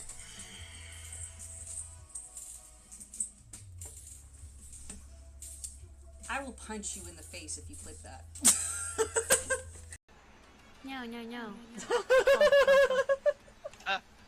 We're all Somebody confused. Clip that. Somebody clip that right now. What? Deciding whether she's saying moo or meow? The meowing Meow, meow, Right. meow. Meow, meow, meow. I can meow for you. Meow, meow, meow. Ow.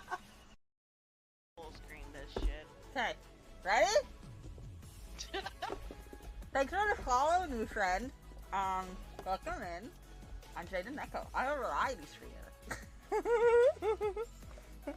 I cook, I craft, I react to anime, and I play video games. Every Saturday's a community night. Everybody's welcome. Who's Okay. cooking this? What the What do fuck? I smell like? You smell like asshole. What was that, man? Asshole. You were in the home. Like, y'all see that, right? Yeah. Also, Beth, clip that. At least half, usually quarter them. Stuff it up its turkey hole. Straight up in there. Cram it in its turkey hole. And then roast it. Or air fry it. Or spatchcock it. Or whatever. Whatever tickles your fancy. You stuff it in the whole hole? Bruh. I half it. I half it just because I want all the flavors to come out, because otherwise they stay raw inside. And come here, let me push you off. Restart. Come here. Restart. Let me push you off for posterity. We're gonna restart, but you need to go die right now. Go in the fuck. Go die right now. Right now. All You three know of us what try you to kill did. Elspeth. Let's try to kill her. We need to kill her. Fuck everything. We're restarting anyway. Get fuck over here. Get the fuck over here. You're going in the drink. Fucking Get in the oven. Get in the oven, bitch. We know you don't have it loaded, Elsabeth. Move your bag, right? Just move it. Just move it and get your shit together. The whole thing that holds it. It's like a burlap sack of downstairs business. It sounds like you're just talking about a vagina. I know what I said. Keep getting. Oh, it's a very nice Cat, you're an absolute dickhead. Who buys an Alice a white accessory? Cat does. Cat does. Cat, you ass. I know you're gonna be watching this later or possibly right now. Cat, you ass. White. White, girl. White. What's a booger? Hey, that's why I eat boogers all the time. Don't clip that. Oh, scissor me, girl. Scissor. Well, you scissors is two. It's Scissor. Scissor. It's broom circle. It's broom circle. It's called broom circle.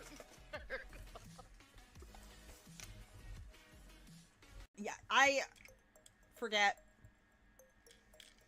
Unless I can remind myself, like I just did, which I will continue to try and do, because I will forget immediately. Yep. ADD. I have math, okay? I have math. Can't help it! Poops are poops.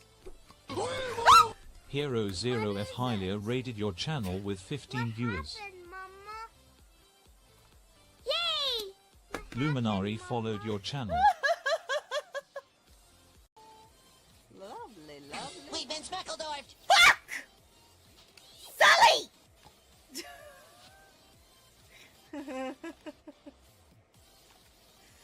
Looks like a garlicky enough garlic.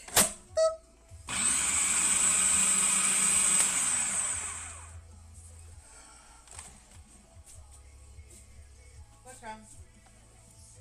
Back.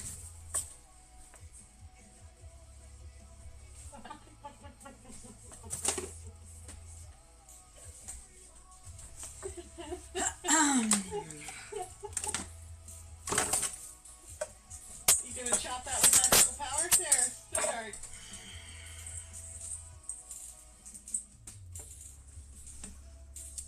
I will punch you in the face if you flip that. Ease up out of the Alice way. We're no straight.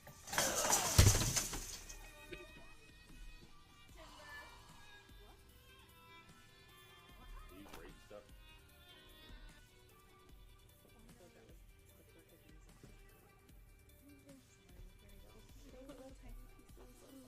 All of them behind my computer. All the bulls. Just.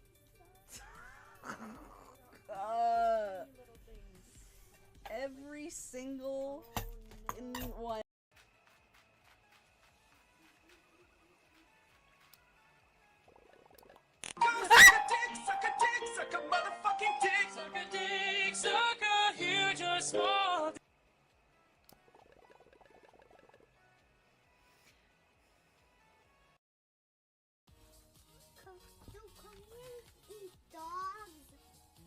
I feel a little Yes? very Question crummy mark? today. Cello! I gotta run really quick, so I might end up with a bunch of extra cards. I gotta go run something with my spouse. Be right back. Chicken the baby. See the cat getting mad at me for mad at her. Cello, stop it!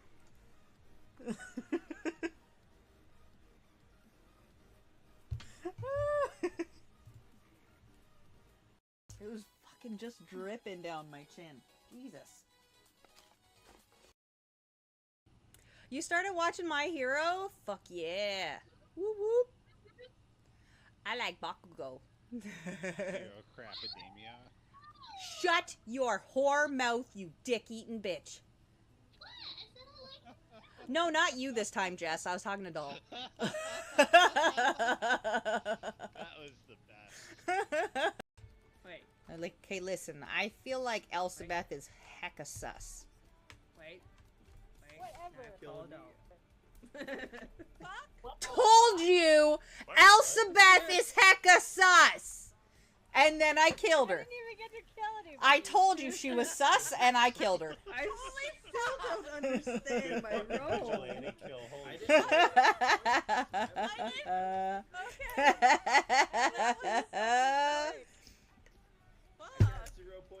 She was sus. I'm not sorry. She was sus.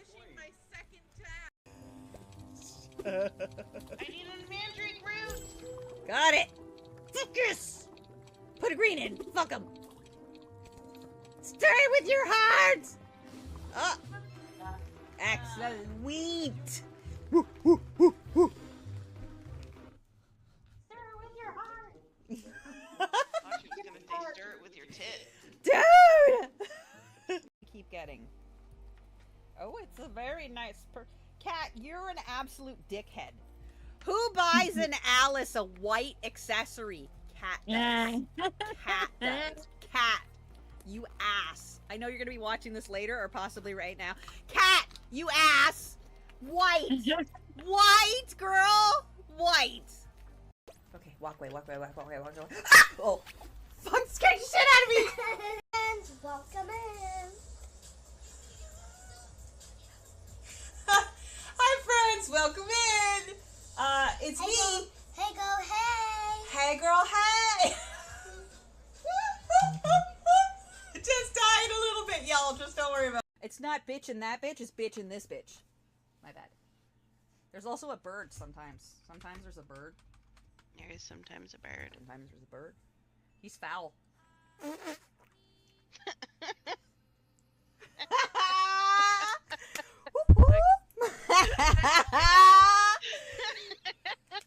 Thank you, I'm here all week. Holy shit. Holy shit. Oh fuck. Okay. Lovely, lovely. We've been speckledorfed. Fuck! Sully!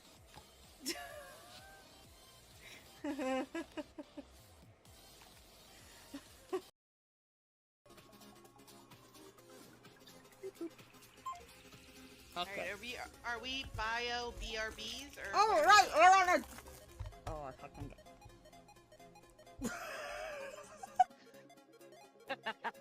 Okay, walk away, walk away, walk away, walk away. Ah! Oh, fuck, scared the shit out of me. You will address me by my Christian name, stank ass ho. We're not close like that. I'm married. Who are you married to? Some guy. What guy? Mm.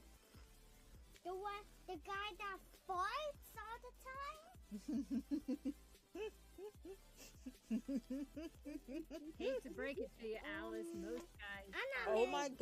Elsabeth, did you hear all of that? I Can you don't know clip it, for please? that. Holy shit.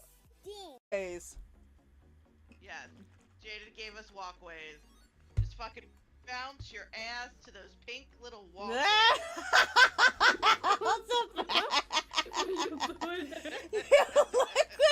Your grandma struggling in one of them trampoline parks, just dying, flopping all over the place like traumatized to fish, just like boop, boop, boop.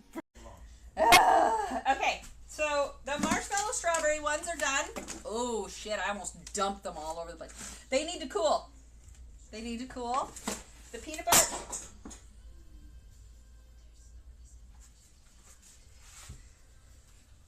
I just dumped the whole bowl of pasta into the dishwasher.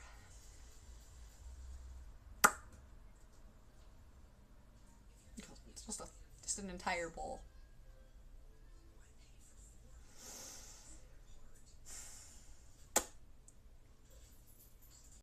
Well, I had a little chicken. She couldn't lay the egg. Then you had some hot chocolate. She drank it to the drinks. The little chicken hollow. She balanced on one leg. My silly little chicken laid an Easter egg. An Easter egg. An Easter egg. My silly little chicken made an Easter egg. Wait.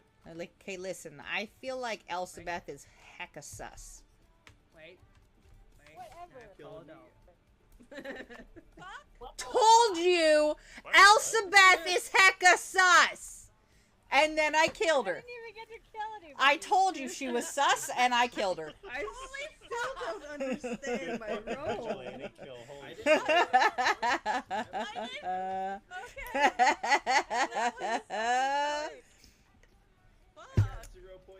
She was sus. I'm not sorry. She was sus. Oh, thither me, girl, thither. Well, you said there's a two. Thither! Thither! It's broom circle. It's broom circle. It's called broom circle. At least half, usually quarter them. Stuff it up its turkey hole. Straight up in there. Cram it in its turkey hole. And then roast it. Or air fry it. Or spatchcock it. Or whatever. Whatever tickles your fancy.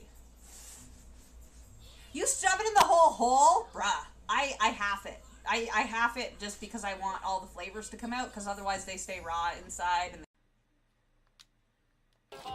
So loud! Whatever. It's gonna be loud. Oh my ass. Ass and ass. Let's just... Me fail Ah! English? That's impossible.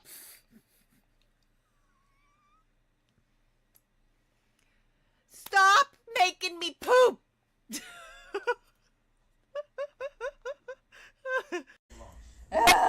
Okay, so the marshmallow strawberry ones are done. Oh shit, I almost dumped them all over the place. They need to cool. They need to cool. The peanut butter...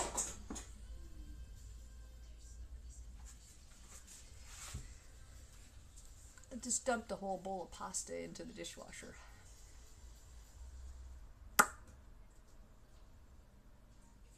It's just an entire bowl.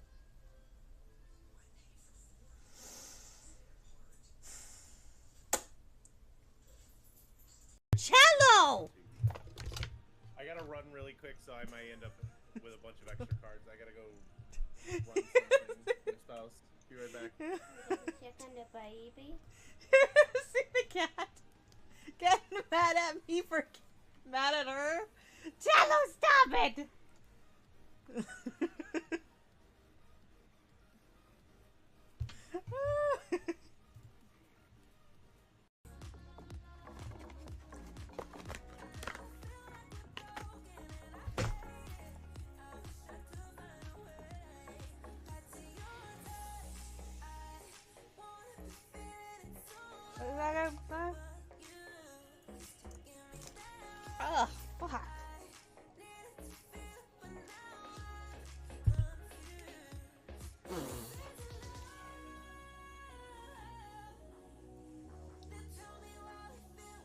That was lovely.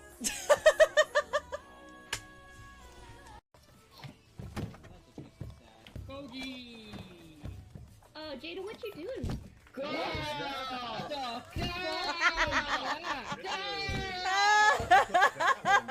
Clip that! Clip that! Oh, damn. Someone needs to clip that! Okay, let's go. I'm running. Jesus. Oh, this is some Ninja Warrior bullshit here. Ninja War. Hi, I was the bone. Hi, Owlette. Yeah, Dennis, you showed up late. Because I was taking a shower. I was washing my ass. Oh, Sorry. see. Didn't want to have swamp ass. I don't believe you. You don't believe me that I didn't want to have swamp ass, or that I got rid of the No. swamp ass? That you shower. Oh, that I showered? Okay. So I still have swamp ass is what you think. Hey, Dennis, this swamp ass. What is... Is it like dirty butt? Just... It's What when is there's swamp sweat that accumulates and it's a sweaty. very humid environment. Oh. It's where you learn to appreciate baby powder. What is swamp ass? You either appreciate baby power or have some Famunda cheese. Imagine if you used a bidet but didn't dry off and just got redressed and walked around all day. What am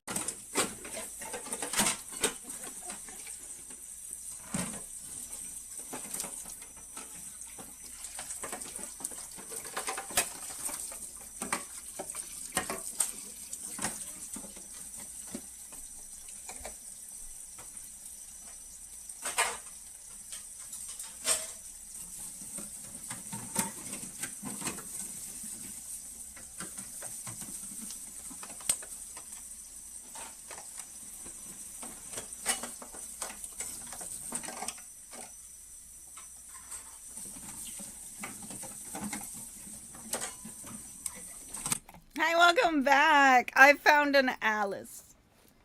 It won't leave. Hi, welcome back. I'm making stuff. My belly hurts. I'm bleeding. Ouch. Ouch. Making a bag. This is the one I half made last night. I'm finishing making it. I had to go get coffee. I badly needed more coffee. I've only had a couple hours sleep. I'm in a decent amount of pain. I can't sleep.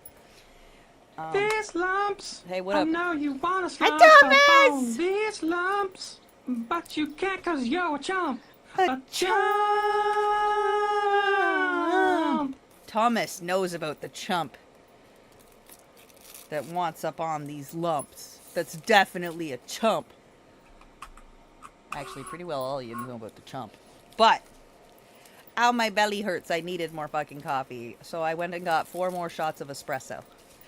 Becky, can you grab me a protein? Whatever flavor you feel like, but make sure it's a black one. Oh, did you get the mail?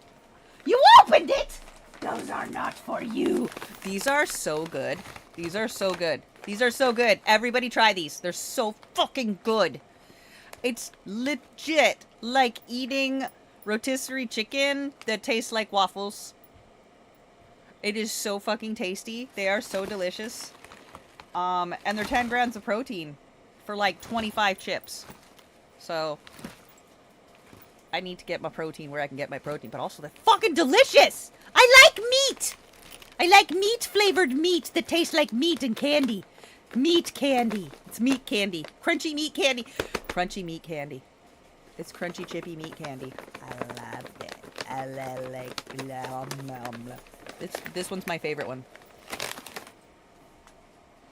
When I'm able to swallow, legitimately, that is a problem. I have a hernia in my esophagus. When I'm able to swallow, I have to get every protein I can. So if I'm going to eat chips, it's got to be something I can get protein out of, because otherwise it's a waste.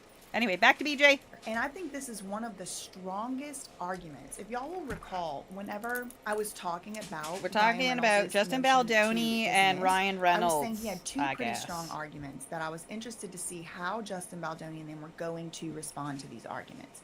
One of them was all of the case law that says that you can call someone a predator and it's not defamation. Ryan Reynolds did provide a lot of that. The other argument I found to be very compelling was that Ryan Reynolds and his lawyers said, okay, well, Justin Baldoni, he wants to mention his podcast so much. More pain medicine! So Justin Baldoni says it. He's the one who brings it up. Anyone who knows Justin can't open that right would now. know he's This an is yours. upstanding man. Just look at his podcast. Look at his this. More look at pajamas. that. And on his podcast, he did say some stuff that looked like admissions. Like, I got them extra big so that I can Racism. sleep in them nice and comfy and you nothing shouldn't is say stuff like that, like, constricting on my very painful specifically. A lot belly. of y'all were in the comments. They're gonna like, be that doesn't mean huge. he's a I'm gonna predator. swim in Agreed. them and I It doesn't love mean it. he's a predator. It doesn't mean he admitted to being a predator. But I did still Where's find my it to be skizzers? compelling because you cannot get stuff in. If you go run those tapes back, I said this is a smart way to get something in because at a motion to dismiss phase, you're really limited at what evidence you could bring before the court. If it's not already presented in that complaint, you can't bring it in. It's called extrinsic evidence. But if the person in the complaint brought it up first, namely in this situation would be Justin Baldoni, Wayfarer, etc., if they brought something up first, it's fair game, no pun intended, because I know we're venturing close to the Scientologists over here. But I was very impressed that they were able to bring it in because, in my opinion, they could bring it in because Justin Baldoni opened the door to talk about anyone who knows his podcasts knows he's this, that, and the other. And then Ryan Reynolds is like, yeah, okay, actually, let's look at the podcast. And then pulled up some questionable statements, perhaps out of context. Don't look at So me those that were the way. two big Good stiff arguments that cardboard I is good thought for Ryan Reynolds reinforcements in made your that were crafts. fairly I do a strong lot of that crafts. would Don't need to look at be me that addressed way. by Justin Just Baldoni. because I like If to you save remember, my I fiber. also Look at all my said Tylenol. The Oh, predator yes. versus SUL predator is going to be Tylenol what and I want to see if the oxycodone. judge cares about because just Get general me some predator sleep. seems different than calling someone an SUL predator. Marianne? Well, indeed, I did accurately still got one box to anticipate go. that Justin Hey, Baldoni and the don't Wayfarer open that parties last box. would Give it to me. hone in on that. They, in response to Ryan And here, Reynolds here's the garbage. showing all of these predator case law lawsuits where you can call someone a predator, it's not defamation. They do distinguish Justin Baldoni and Wayfarer, and So, they do distinguish. inspired They by said- my he didn't awesome just say last predator, day in he said London SUL with our buddy predator. And you have to Thomas, look at the context. Alice and her friends are going to have fancy that lady Ryan tea shows, for none Easter. of those really address They're gonna the dress context. like Ryan fancy Reynolds, ass a very ladies powerful person in Hollywood who is indisputably a huge fancy actor, ass and he lady owns a tea. marketing company, and he owns all those Oh, other no, this is businesses, that et cetera, stupid et fridge. cetera. Ryan Reynolds said Alice, to a this is talent your agent, stupid not only fridge. a You want talent it? agent, but an agent at the agency where Ryan Reynolds, Blake Lively are represented. So this is the context, Your Honor, that you need to look at. On top of the fact, he didn't It's just either a simply mouse, offhandedly a say mousy that, marshmallow Justin Baldoni's a predator. No, s'more, he went to a these bow people, wow approached these people berry for the donut, a purpose of squeaky harming Swiss Justin roll. Baldoni, That might be a for hamster. the purpose of It's a interfering with sausage. Justin Baldoni's Curry business, eclair, management, banana business kitty, relationships, cream network, cake, etc. and a in fact and bunny indeed, the man rune did biscuit. get let go. There's from two the agency and sausages. There's said it two worked. sausage So options. that's Yes, Justin Baldoni that's true. and Wayfarer's response right. to Ryan Reynolds saying that thing about the predator. You know, you can say predator. Do you- They're like, you do didn't you just need say to do predator, this buddy.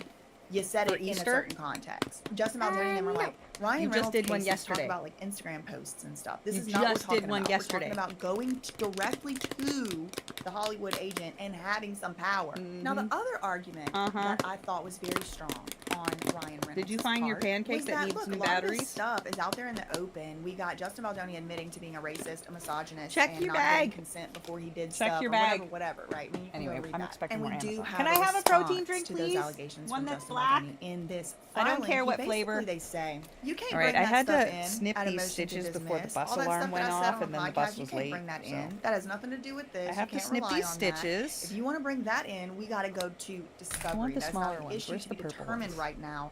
The factual basis orange of ones, I whether mean. or not Justin blue Baldoni ones is can go back in in the cup. fact an SUL predator. This is an issue of fact. This is for a jury to decide, and you cannot bring in this extrinsic evidence. So remember how I was like, oh, it's pretty cool they were able to get this in at the motion to dismiss phase. Justin Baldoni and Wayfarer's lawyers are saying, no, you can't. You can't get this in at this stage. No, you cannot. You can bring that up just as soon as we get to discovery, buddy. So they're basically saying that, you know, Your Honor, you're not even allowed to consider this. Now, what is the truth? I don't know. I'm have to see what the judge says.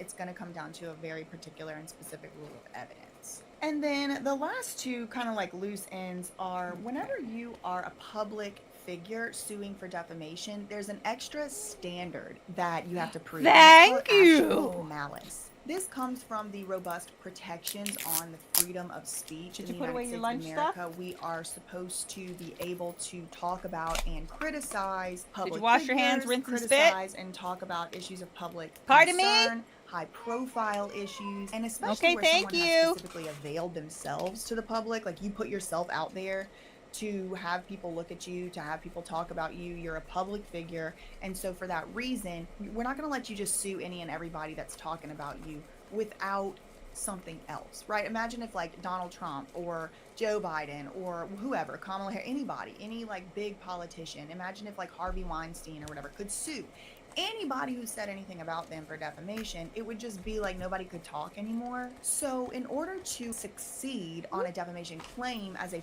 public figure, you have to show that the person who made the claims, not only did they make a false statement of fact that was presented as if it was true to another person, which caused harm. You have to prove all of that stuff, but you also stirring have my to prove drink. that the person who said the statement actually knew that what they were saying was false, and they just bold-faced lied about you publicly to harm you, and it harmed you. Or alternatively, you could try to prove that they avoided learning I need my the protein truth. cup They could have learned the truth. so that I can add They more protein ignored to my the cup. truth, Hang but on. They really should have Technical known the truth, difficulties. and they Alice, just can kind you of come went out of chat their way with not our to learn buddies the for a truth, minute? and then they still just said this defamatory thing about you. So when Ryan filed his motion to dismiss Baldoni's lawsuit, he said he really believed the stuff he was saying. So for that reason, there's no actual malice. But Justin Baldoni is saying, no, he did not really believe that stuff. He knew that it wasn't true.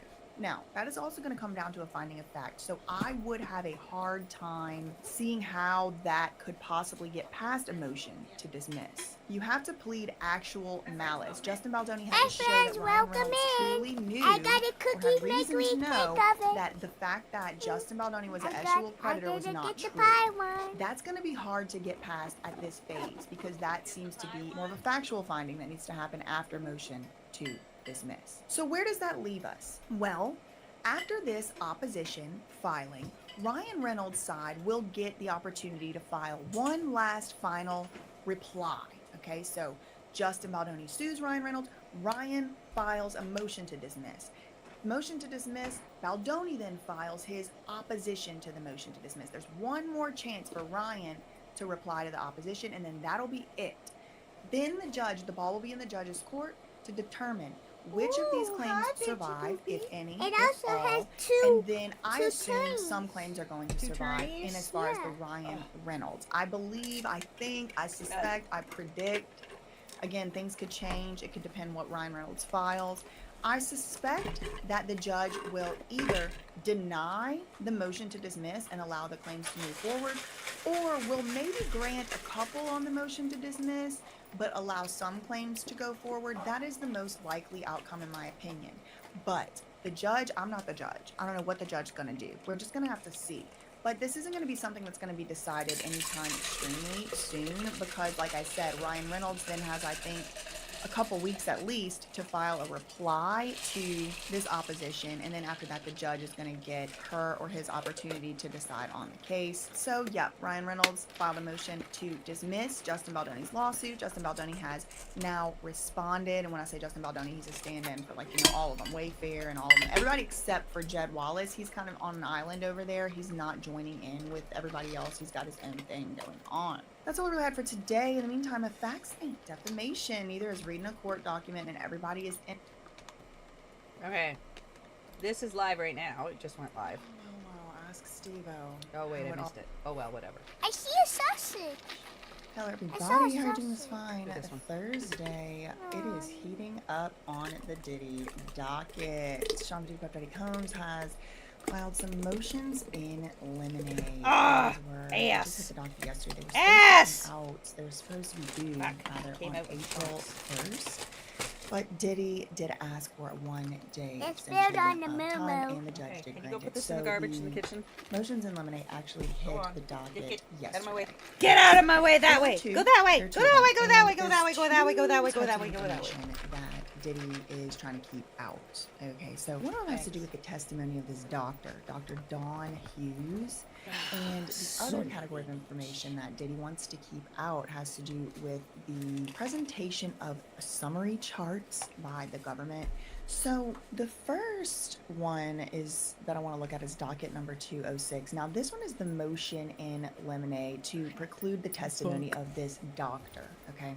Now there has been some discussion of doctors and expert testimonies having to do with like pharmacological experts, stuff like that. This is not that, okay? This is not the pharmacy or the pharmacological expert. This is the behavioral expert, okay? This is the one that the government, the feds, are going to try to call in to testify generally. She hasn't observed any of the patients in this case. She's coming in as a blind witness, and what that is a person who comes in and hasn't, like I said, examined any of the specific facts of the case or the specific patients of the case, but she's going to come in and she's going to, or what they would like, what the feds are trying to get her to do is to come in and talk about typical behavior patterns. You know, this would be the expert that sits on the stand and says things like, it is common for a victim of abuse to stay with their abuser, or it is common for an abuser to gaslight and slowly start to implement coercive control,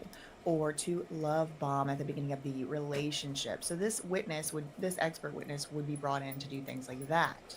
So as you can see, this was filed yesterday. Watch out for I'm those. definitely not going to read it all, but it is Diddy motion in limine to preclude this woman's testimony. So it isn't that he wants her to be called to the stand and then I object to everything she says. No.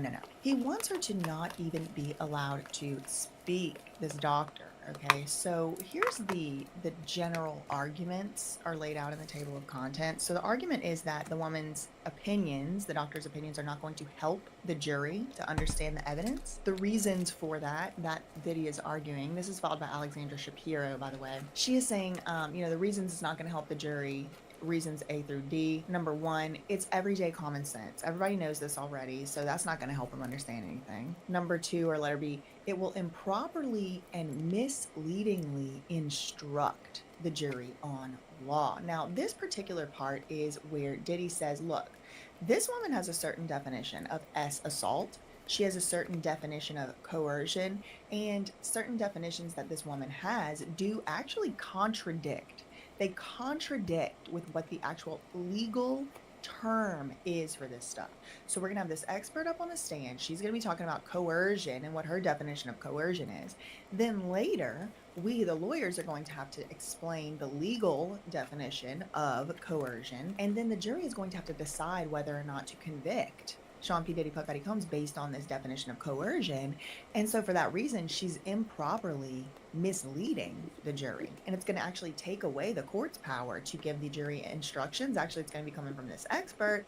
We can't have that. The other reason why Diddy and his lawyers are arguing that this testimony should not even be allowed in, Dr. Hughes should not even be allowed to speak, is because Dr. Hughes is going to rely on, and this is all just like You really want to do it, also, huh? like, I guess maybe they know about this Dr. Dawn Hughes or whatever already, and maybe they know what she does, but it is kind of interesting to me that they are, I mean, Diddy is talking and his lawyers are talking about this as if they definitely already know, like they are psychics or something, but that is what they're trying to say. Her testimony, they're saying, is going to rely on broad generalizations about typical fact patterns, and this is going to improperly mirror the testimony of the alleged victims, and it's going to bolster their credibility. And to this one, I'm like, well, no shit. Like, aren't all the experts on all the sides supposed to bolster the credibility of the person that they're trying to bolster? Like, I thought that was what the whole point is, so I don't understand what the big deal is about that. And then the other reason that this isn't going to help the jury understand the evidence has to do with the fact that Diddy and his lawyers speculate she will improperly speculate on the motivations of alleged perpetrators of sexual coercion. So she's going to improperly, they're saying that she's going to opine and give opinions and speculate on what the reasons abusers have to abuse. And that's going to improperly prejudice Diddy. That's what his lawyers are arguing. Another reason why her testimony should be excluded or precluded, it shouldn't be allowed, is that her opinions are not reliable application of scientific principles to the facts of this case. Her opinions are not supported by the literature she purports to rely on, and she has not applied her methods to this case. So they're saying, again, kind of it's just a little bit too general, but also it's not reliable. Her testimony is not reliable because we cannot apply it to specific cases and watch it work. Instead, she's extrapolated out and said what things could typically or generally happen as opposed to what actually did happen in this case. And then they finally make the last argument that the doctor's testimony should be precluded under Rule 403. Now, I do see where Diddy is coming from and stuff, like I really do, I can't lie, I do, but I gotta be honest, when I was reading this introduction, it just kind of read like, I'm scared. Like, this woman is gonna clock me. This woman's gonna expose me. Like, that is what it read like to me. Again, it's just my opinion. But look, the prosecution seeks to call Dr. Dawn Hughes as an expert witness to offer opinions about typical behaviors among perpetrators and victims of abuse and sexual violence. Dr. Hughes has not reviewed or evaluated any of the evidence in this case. While purporting to offer only background information, her opinions are skewed to advance the government's themes, and her testimony will mirror that of the government's witnesses. Diddy and them say her testimony's only real purpose is to support an inference that because the accusers in this case behaved in typical ways, that they must be telling the truth. Her testimony, though, should not be admitted. It addresses no technical matters requiring elucidation by an expert. So this isn't a case where we need somebody to come in and testify about the motor of a private jet.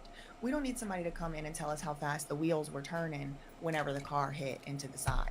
We don't need somebody a ballistics expert in this case, telling us which way the projectile came from. No, this is just a woman talking about typical victim behaviors. And so for that reason, there's no technical thing that really the jury needs explanation on, so she doesn't need to be allowed.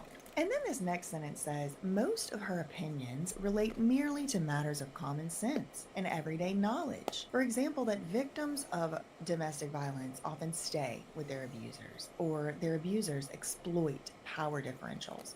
So you can see I put my little note right here. So what's the harm in letting her say them? If it's everyday knowledge, it's like, okay, yeah, some accusers stay with the perpetrators afterward, or, you know, some of them go back, or whatever. I mean, if this is common knowledge, then what's the harm in letting somebody say it?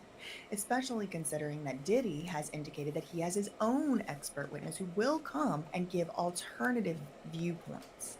Again, what's the harm in letting her say it? If she's so crazy and she so don't know what she's talking about, it should be easy to just tear down her testimony. They say the heart of her testimony is a broad definition of the word coercion, but her definition conflicts with the legal definition of coercion that the jury will have to apply. Now, like I said, Diddy did state the name of the doctor that he may be calling, Dr. Alexander Sasha Bardi. If he is called by the defense to testify, then he would explain that, quote, generalizations and vague psychological profiles are of little to no value in evaluating the facts and circumstances of a given case because there's no typical response to trauma. So if they're going to have an expert that they're going to call up and he is going to say there is no typical victim, every single person is different. Different people respond differently in different circumstances depending on different life experiences, different psychological histories, different educational and cultural backgrounds. Okay, so if they're going to have a doctor who's going to say those things, I truly don't see the harm in allowing a doctor to say X percent of victims do go back as reported by LMNOP or whatever, right? So I actually think the jury should be allowed to hear both sides, especially if they're going to have Dr. Alexander Sasha Bardi saying the other side. Then I think that it is only fair to allow the government to come in and say, but look how victims do normally act. Even though this Dr. Alexander Sasha is saying there's no typical response to trauma, there might be. And I do think that will help the jury in understanding what happened in this particular case. But it will come down to the judge. Now, one thing that they do is they refer to this as junk science. And they do say that the rule about admitting expert testimony was just amended 2 years ago in 2023 in response to court decisions admitting expert testimony too liberally. So it may be the case that because of these new and recent rules, which were updated just 2 years ago, it might make a difference in this case, and it might keep this doctor's testimony out. I mean, we don't know. I don't know. We're going to have to see. It was just filed yesterday. I'm sure the government is going to file a response and say the reasons why the doctor's testimony should be allowed. I'm sure they're going to say things like she is a doctor, she's a clinical psychologist who has worked with XYZ LMNO PQRSTUV patients, and this is her experience, and that is technical knowledge. So I don't know. I mean, personally, I do think that the testimony should be allowed in, especially if the other doctor's testimony is going to come in saying the opposite thing, and especially where these alleged victims are going to be absolutely picked apart. They're going to be completely annihilated by Diddy's lawyers. They're going to be asked questions. They're going to be asked very intimate questions. They're going to be asked questions that are going to be seeming offensive. They're going to be absolutely raked over the coals. All of their history, medical, SUL, pictures, I mean, text message, everything's going to come up. So their credibility is going to be definitely not going to be looking great to the jury. So the fact that they're saying, Diddy is saying that this is going to improperly bolster the victim's credibility, it's like, if it's good for the goose, it's good for the gander. If you can tear apart their credibility, why can't someone come and bolster it? I'm sure his lawyers would have arguments. You know, I'm sure one of the Media Matters lawyer bots will be writing a paragraph this long in the comments just 5 minutes after I put this video out. I know, I see y'all. So we'll see. We'll see. Now, the other motion in limine, it's not so open and shut. It's interesting, and it does rely on a rule change that just happened last year. It has to do with the presentation, something kind of technical, the presentation of what are being described as summary charts. So let me pull that document up. It's Diddy's other motion that was filed yesterday. It's to preclude summary charts evidence and for timely disclosure. Mr. Combs moves in limine. So what is a motion in limine? I mean, I guess I could address that. A motion in limine is where the judge is going to decide on a certain piece of evidence and a certain issue before the trial, so that it doesn't have to be decided at the trial. And sometimes you can make a motion in limine during trial, but this was the deadline, like I said 2 days ago. So he is trying to exclude evidence from trial before the trial starts. And now we already know about Dr. Don Hughes' testimony he's trying to exclude, but he's also trying to preclude the government from offering into evidence any demonstratives, summary exhibits, or PowerPoint-like presentations that merely seek to organize or summarize the evidence for the jury. Any exhibits would not constitute proper summaries to prove content, and so they are inadmissible.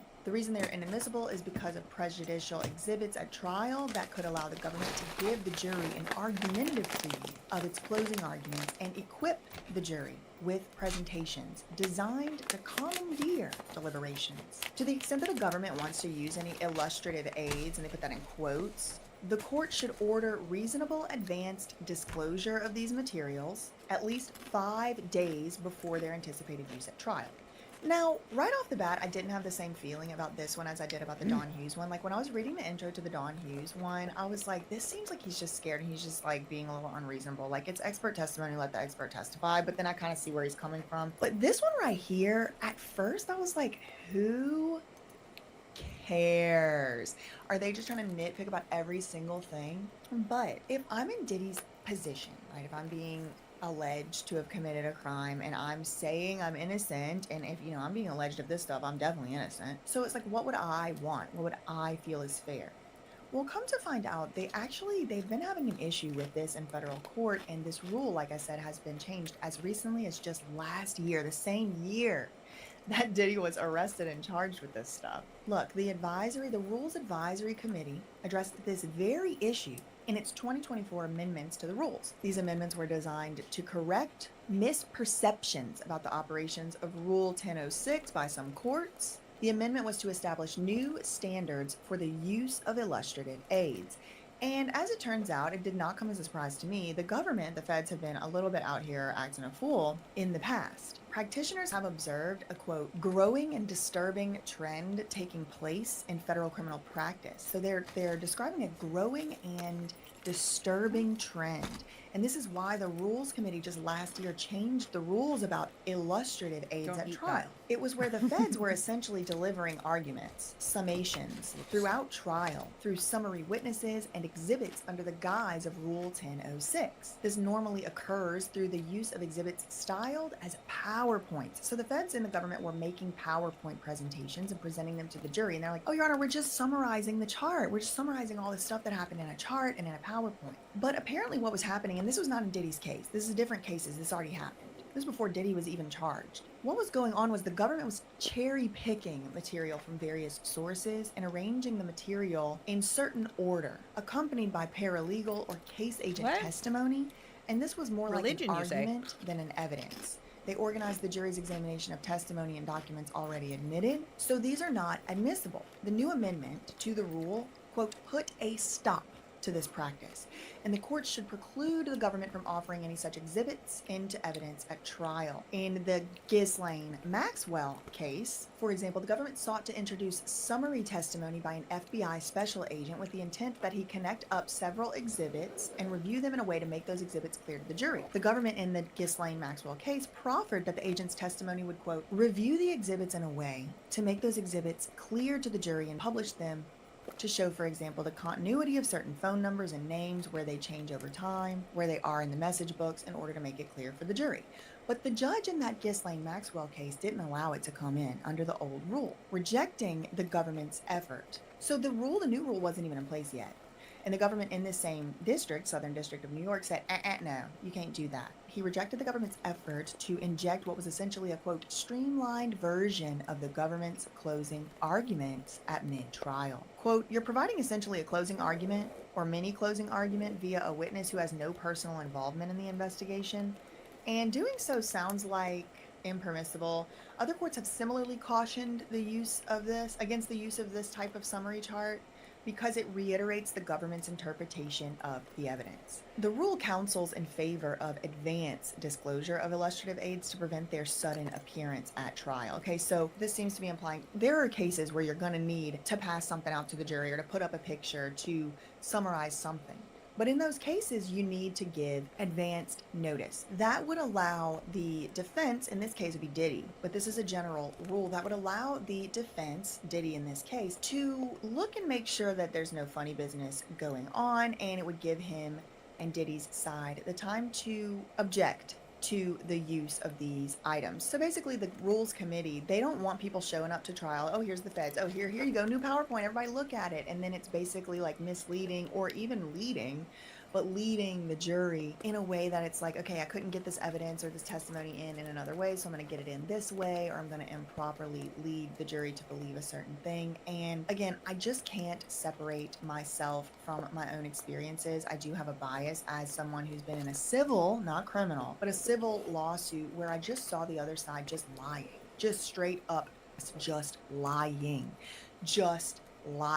And so it's like, I know from a first hand that people can lie on your name.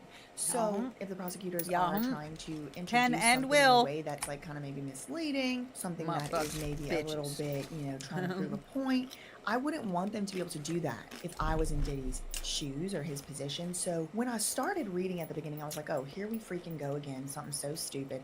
But then as I kept reading and I took away the lens of like, this is just Diddy, and I looked at the broader lens of this could be any of us being charged with a crime by the government. I mean, people do absolutely get charged with crimes that they did not commit. So I'm not saying that's the case with Diddy. I don't know. I wasn't there. It could be. I don't know. Only thing I know for sure about Diddy is he apologized for his behaviors in the tape, in the CNN tape. That's all I know for sure. So we're going to have to see more evidence as it comes out at trial. Look at what they say. The government routinely waits until midnight, the day before the relevant trial testimony, to disclose the accompanying exhibits, but more time is needed to competently assess the exhibit rules, which imposes a Rule 403 balancing test. The government should disclose any of these exhibits they want to use at least 5 days before they're going to use them, except opening statements and closing arguments. And then they're like, okay, so to the extent that the government is going to use anything, they need to give us a 5-day notice. They need to definitely give us a 5-day notice to make sure that we have sufficient time to check the records being summarized and make sure that it's all accurate and it's all true. So these, again, like I said, were just now filed yesterday.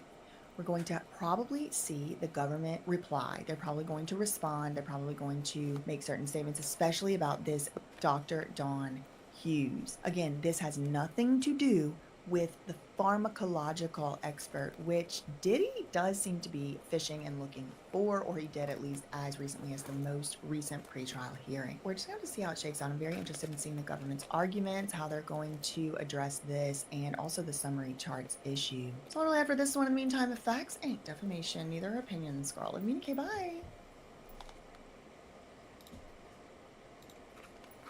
Okay, dude. So how it all turned out when he tried to use my name for clout, because girl, Adam 16 Grand Mason, every person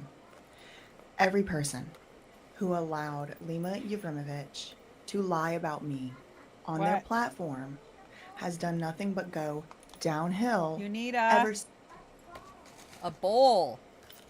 Okay. Just a second.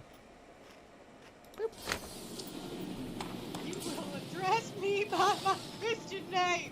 Stank ass hoe. Lovely, lovely. We've been speckledorfed. Fuck! Sully!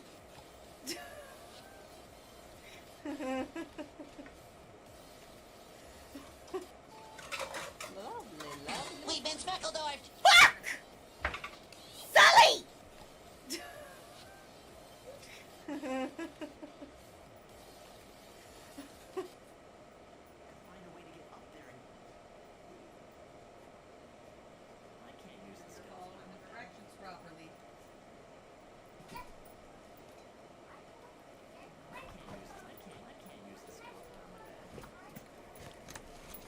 I'm not playing this. This game is insanity. Fuck that shit. No. Since that exact very moment, and yet again we have sorry. another announcement to make. Another announcement to make over here. Adam 1622 of Nashua Grand Mason has been sued. Yes, he has. He has been sued by former employees, plural, more than one, for sexual harassment. I do have the lawsuit right here, and I do want to go over it briefly with y'all, but you know, I just can't help but remember 2 short years ago, where Adam 1622 Grand Mason allowed someone to go onto his platform who had filed a frivolous, malicious lawsuit full of lies on his podcast. Do you remember that? And he was talking about the Lyft driver's family and all of that. Remember all of that? Yeah. And then I was like, wait, that's not fair. I mean, I didn't know Adam Grand Mason 16 from Adam, no pun intended. I didn't know him. I'd never heard of this podcast Can't hear either you. until he put my ops on. He was talking about, oh, I'll f- with the devil. He was talking about women like me you should add be it to the locked bowl already, up. or That's no? what he said. Women like me should be locked up. That's what he said. Where That's is what he it? said. So, you The know, bowl is on the either floor. he did sexually harass these people or he didn't. If he did, good for him getting It's sued. just water. Drink If he some of it. didn't, isn't Go. that karma? Isn't that Yeah, you karma? gotta do a full Because cup. at the time, I did not know this man from Adam. I did not know him. But whenever I saw that he had millions of subscribers and he let Lima Yevrimovich go on there and lie about me and talk about there's a lawsuit pending and all of that, he allowed lies about me to be spread on his platform. And I reached out to him, believe it or not. Yes, I did. And I said, wait a second, if you're going to let her, like, if you care about this drama so much, if you're going to let her come on there and lie, then you should let me come on there and correct the record. Do you know what he told me? No. He said, I don't take you seriously. I'm going to let somebody come on my platform with millions of subscribers and lie about you. And I'm going to allow them to boost their fake, fraudulent, full of lies lawsuit. I'm going to say that people like you should be locked up.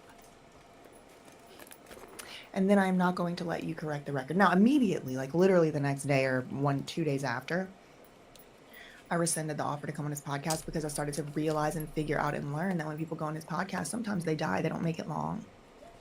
So I didn't want to go around there. Good choice on my part. Ask Adam 22 how it all turned out. Ask Adam 22 how it all turned out, because not only has he been sued, he put out a video yesterday. The title of the video is No Jumper is Going Broke. Now, obviously, I'm such a trendsetter. I mean, how many years ago did I do this camouflage hoodie merch? Now everybody and their mama got camouflage hoodies on. How long ago did I do that? Really, seriously, how long ago did I do that? It was a long time ago. If you were one of the people who got that merch, good for you, because we're not making it no more. I mean, all my merch is limited edition. We do have another one dropping soon. Anyway, Adam 2216 Grand Mason's going broke. And before we get into this lawsuit, I did just want to kind of give my thoughts on that real quick. I do think he's going broke in some sense, but I don't think he's going broke in other senses. Once you start hiring talent, renting buildings,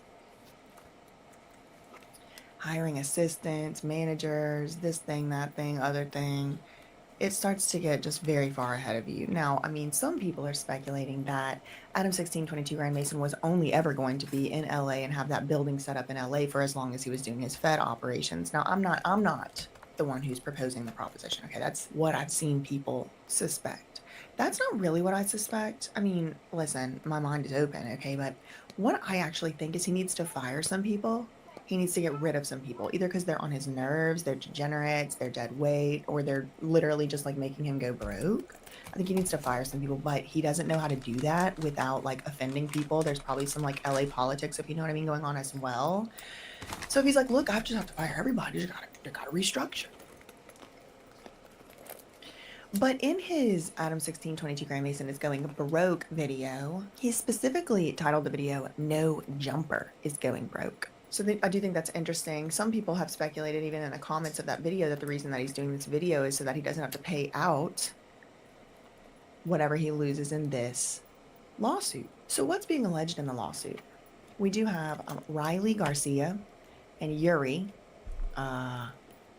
Elimbayan. I don't know. I don't know these people. I know y'all know these people. I don't watch the Degenerate show. Okay, the only time I hear about any of this stuff is whenever there's a lawsuit, there's something going on in the media, there's something going on viral, he's doing something crazy. I mean, I cannot watch the show. I cannot even stand to look at some of these people on the show for very long. Okay. But anyway, this guy Yuri suing No Jumper, Adam Grand Mason. A lot of y'all seem to think I just made that name up. That is his real last name. I'm not just saying it for fun. I mean, it is kind of fun because I mean, how appropriate, but like, that is his name. Look at it. Grand Mason. That's what it says right there. The grandest of the Masons. Okay, anyway. So Riley Garcia. Okay, so look, it's, what does it say? Complaint for damages for sexual harassment. That's what it says on the lawsuit right there. Look at that. Also suing Josh Mannheim, Nicholas Hyams, and Doe's 1 through 50. Okay, so a lot of defendants. So the first one is just like, okay, what is No Jumper? Owns and operates YouTube channels, podcasts. Adam Grand Mason is in California. You need to use your allergy he was medicine. employed by No Jumper. So No Jumper employs Adam Grand Mason. Josh Mannheim and Nicholas Hyams also are employees. So they're just kind of laying out what the grounds for the claim are. Defendants had supervisory authority, so they were kind of like supervisors. They are liable not only individually but as agents of the employer. Plaintiffs are unaware of the true names of the Does. Okay, so the first cause of action is a breach Get a of Chewy contract, allergy and pill, that is please. the employment And eat it. contract.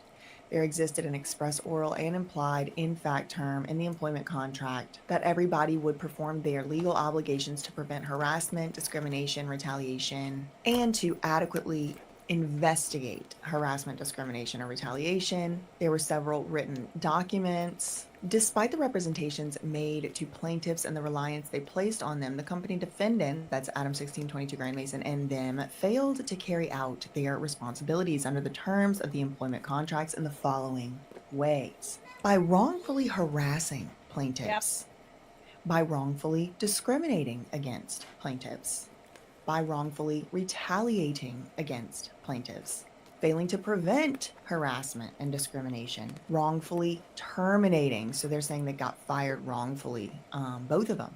But even though Yuri, he is actually the one who left, there is this legal designation called constructive termination, which is where the employer makes the working environment just so hellish and so horrible and so just terrible for the person. They just have to quit. They just have to. Everybody in that situation would have quit or whatever type of thing, right? So that's what Yuri is saying. But then Garcia is saying she got wrongfully fired, like straight up fired. Riley Garcia. So they're saying the contracts were breached because they got fired. Then there is the breach of implied covenant of good faith.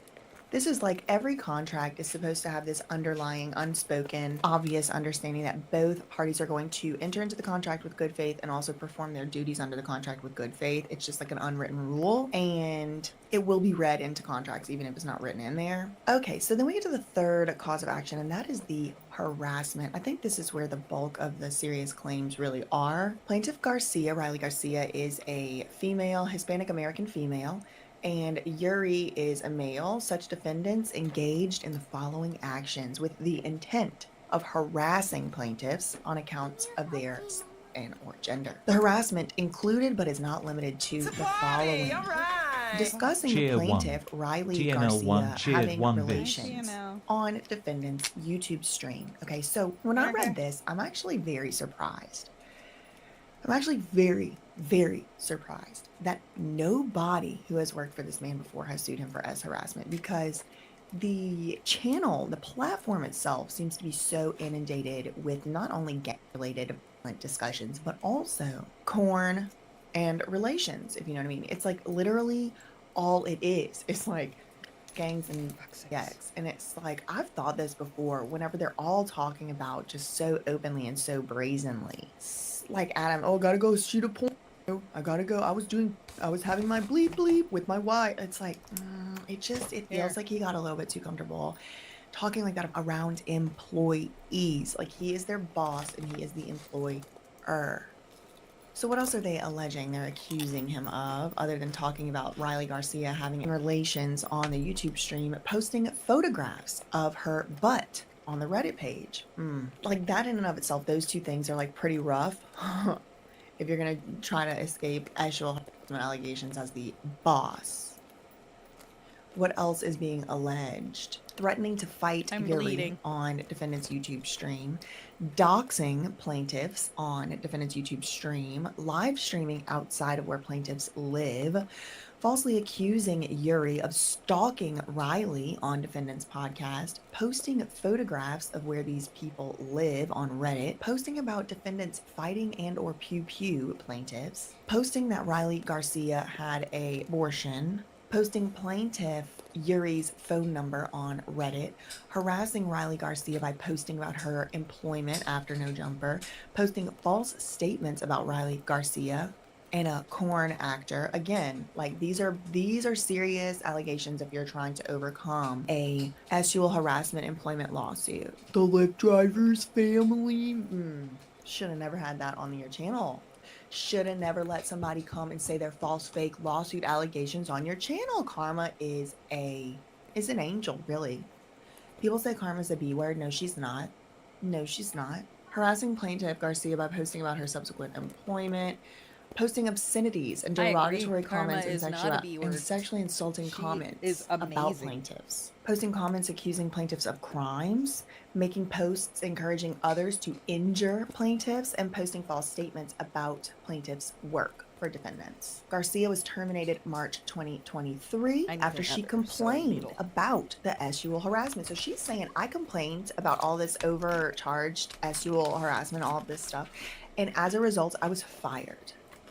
Then it says Yuri could no longer tolerate the harassment, discrimination, and retaliation, and he had to quit. And he did that a few months later. So she quit last year, March 2023, or she was fired, excuse me. She was fired last year, March 2023, and she says it was in retaliation out of the sexual harassment. But also, Yuri then, a few months later, 4 months later, then he quit. There's another harassment claim as the fourth cause of action. And then they just lay out the rest of their causes of action here and each and every law and statute that they believe was broken, and then slander. Look at this. A year ago, plaintiffs enjoyed good reputations, both generally and in their occupations. From at least March 2023 to present, defendants, that's Adam 2216, Grand Mason, and all of them, made false statements to others in person and on podcasts. See, I know firsthand that Adam 1622 Grand Mason will allow this to happen because he did it to me. Yes, he does. And then whenever I tried to correct the record, he said no, because I don't take you seriously. Again, y'all, I would never go on that podcast. I would never go to that building. I have no desire. I don't want to. But apparently, according to this lawsuit, the defendants made false statements to others in person and on podcasts and on YouTube. accusing Yuri of stalking Riley on Defendant's podcast, posted false statements about Riley and a corn actor, posted comments accusing plaintiffs of crimes, posted false statements about her work. The cited above are libelous on their face. It clearly exposes plaintiffs to hatred, contempt, ridicule, and obloquy. They were injured in their business or trade, and now they are shamed and they have hurt feelings and mortification. So these are the two that they are really honing in on. So this comes from September 2024, and this is where they're saying, look, it's defamation or libel or slander, whatever, per se, because of these two things. The accusation of stalking, because that's accusing someone of a crime, and the accusation that Riley engaged in SUL activity with a corn actor. So these are, it's being argued that this is defamation per se. I did not see this, so it's going to make a big difference what was actually said. Because if somebody said, Yuri stalked her, yes, he did, that is a statement as if it is a fact.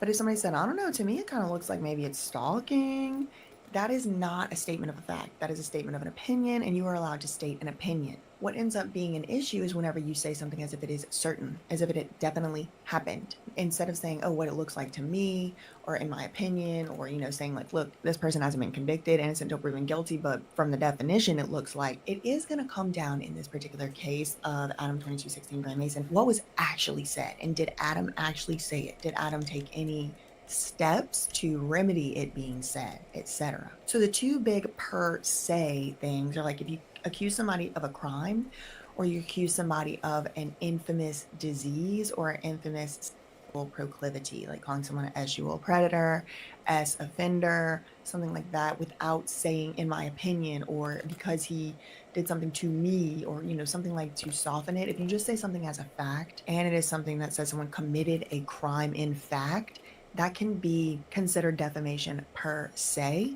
Defamation per se, you don't have to prove specific damages, but you still have to prove actual malice. I don't know if these people would count as public figures. I mean, all these questions are going to come up. But yeah, these two highlighted parts are the parts that they're saying are the defamation per se. They are false, they're defamatory, they're understood in a way that hurt and harmed the plaintiffs, defamed them. This was not a privileged communication. So this is not something that's protected by the First Amendment freedom of speech, because the defendants published it with personal animosity, hatred, and ill will. Okay, here's the thing. Personal animosity, hatred, and ill will, it doesn't matter. You can hate someone and say something hateful about them. That doesn't matter. What matters is this next part. Knowledge it was false, without any reasonable grounds to believe it was true. They're going to have to prove that. And I gotta be honest, as much as I want to be on their side, I gotta be honest, it's really hard, really difficult to win a defamation case in the state of California. Very difficult. Actually, indeed, these people could be on the hook for Adam 1622 Grand Mason's legal fees. If he were to file back, I think the deadline may have passed already for him to file back, but if he were to file back an anti-slap motion, which I'm shocked he didn't, I mean, these people could be on the hook for his attorney fees. Okay, so it's very difficult to win a defamation or a libel suit in California, but this isn't just a defamation or a libel suit. This is also an employment suit, which deals with SUL harassment. So this is different probably than a lot of typical anti-slap, freedom of speech type things. They're also suing for invasion of privacy by public disclosure of private facts. This is also going to be very difficult for them to win. The invasion of privacy by public disclosure of private facts is only going to be able to be successful if there were indeed private facts that Adam 2216 Grand Mason had in the capacity of being their employer and then using that information to invade their privacy. They don't even say what it is. So in this section, I don't think this is even pled specifically enough for them to get past like a motion to dismiss, because there's no, how can it be a disclosure of a private fact if it is defamatory? So like, for example, what I mean is, let's take that corn example, right? Oh, Riley had relations with a corn actor. That's the so-called defamatory statement, right? Because it's not true. Well, if it's not true, how could it be a private fact? Or Yuri stalked her. That's the other allegation, right? They're saying Yuri stalked Riley. Someone said that, and that was false, so that therefore it's defamatory. Well, how could it be a fact if it's not true? Maybe they're talking about addresses, but look, in here they don't say it. Look. knowingly and without their consent, invaded their right to privacy by the facts alleged above, informed to believe there were public disclosures to a number of people. Private facts were publicly disclosed. Which facts? They didn't even say, like, oh, it was my address. It was my kid's school or whatever. I mean, they said stuff up there, but under this cause of action, they don't give anything specific. So I think that if I'm Adam 1622 Gray Mason, I would file a motion to dismiss the whole thing on anti-SLAPP grounds. Then I would also file a motion to strike on anti-SLAPP grounds. But then I also, if that didn't work, I would file a motion to dismiss on the fact that this is not specifically pled.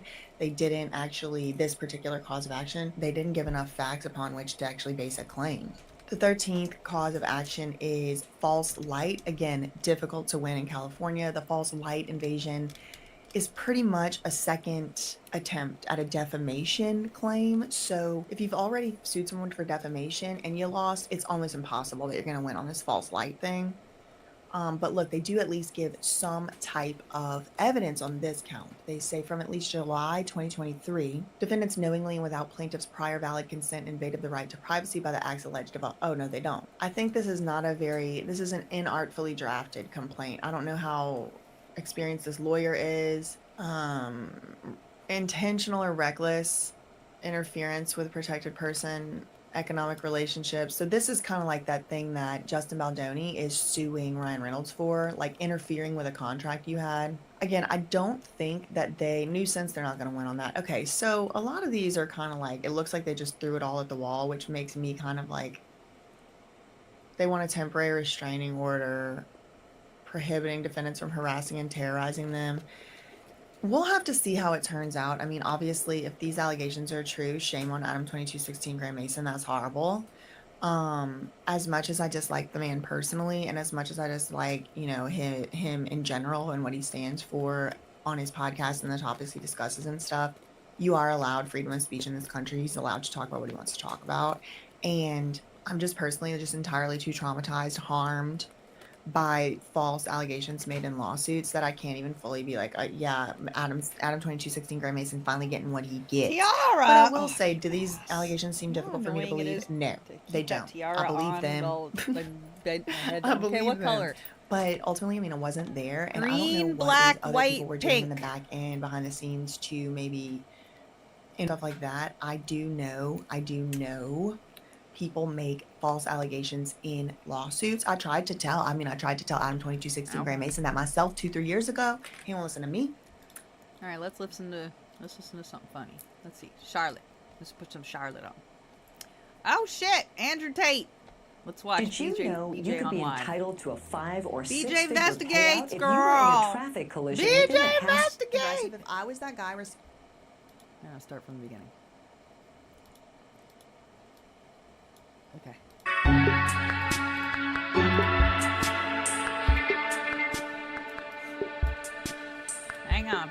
Hang on. Let me show you.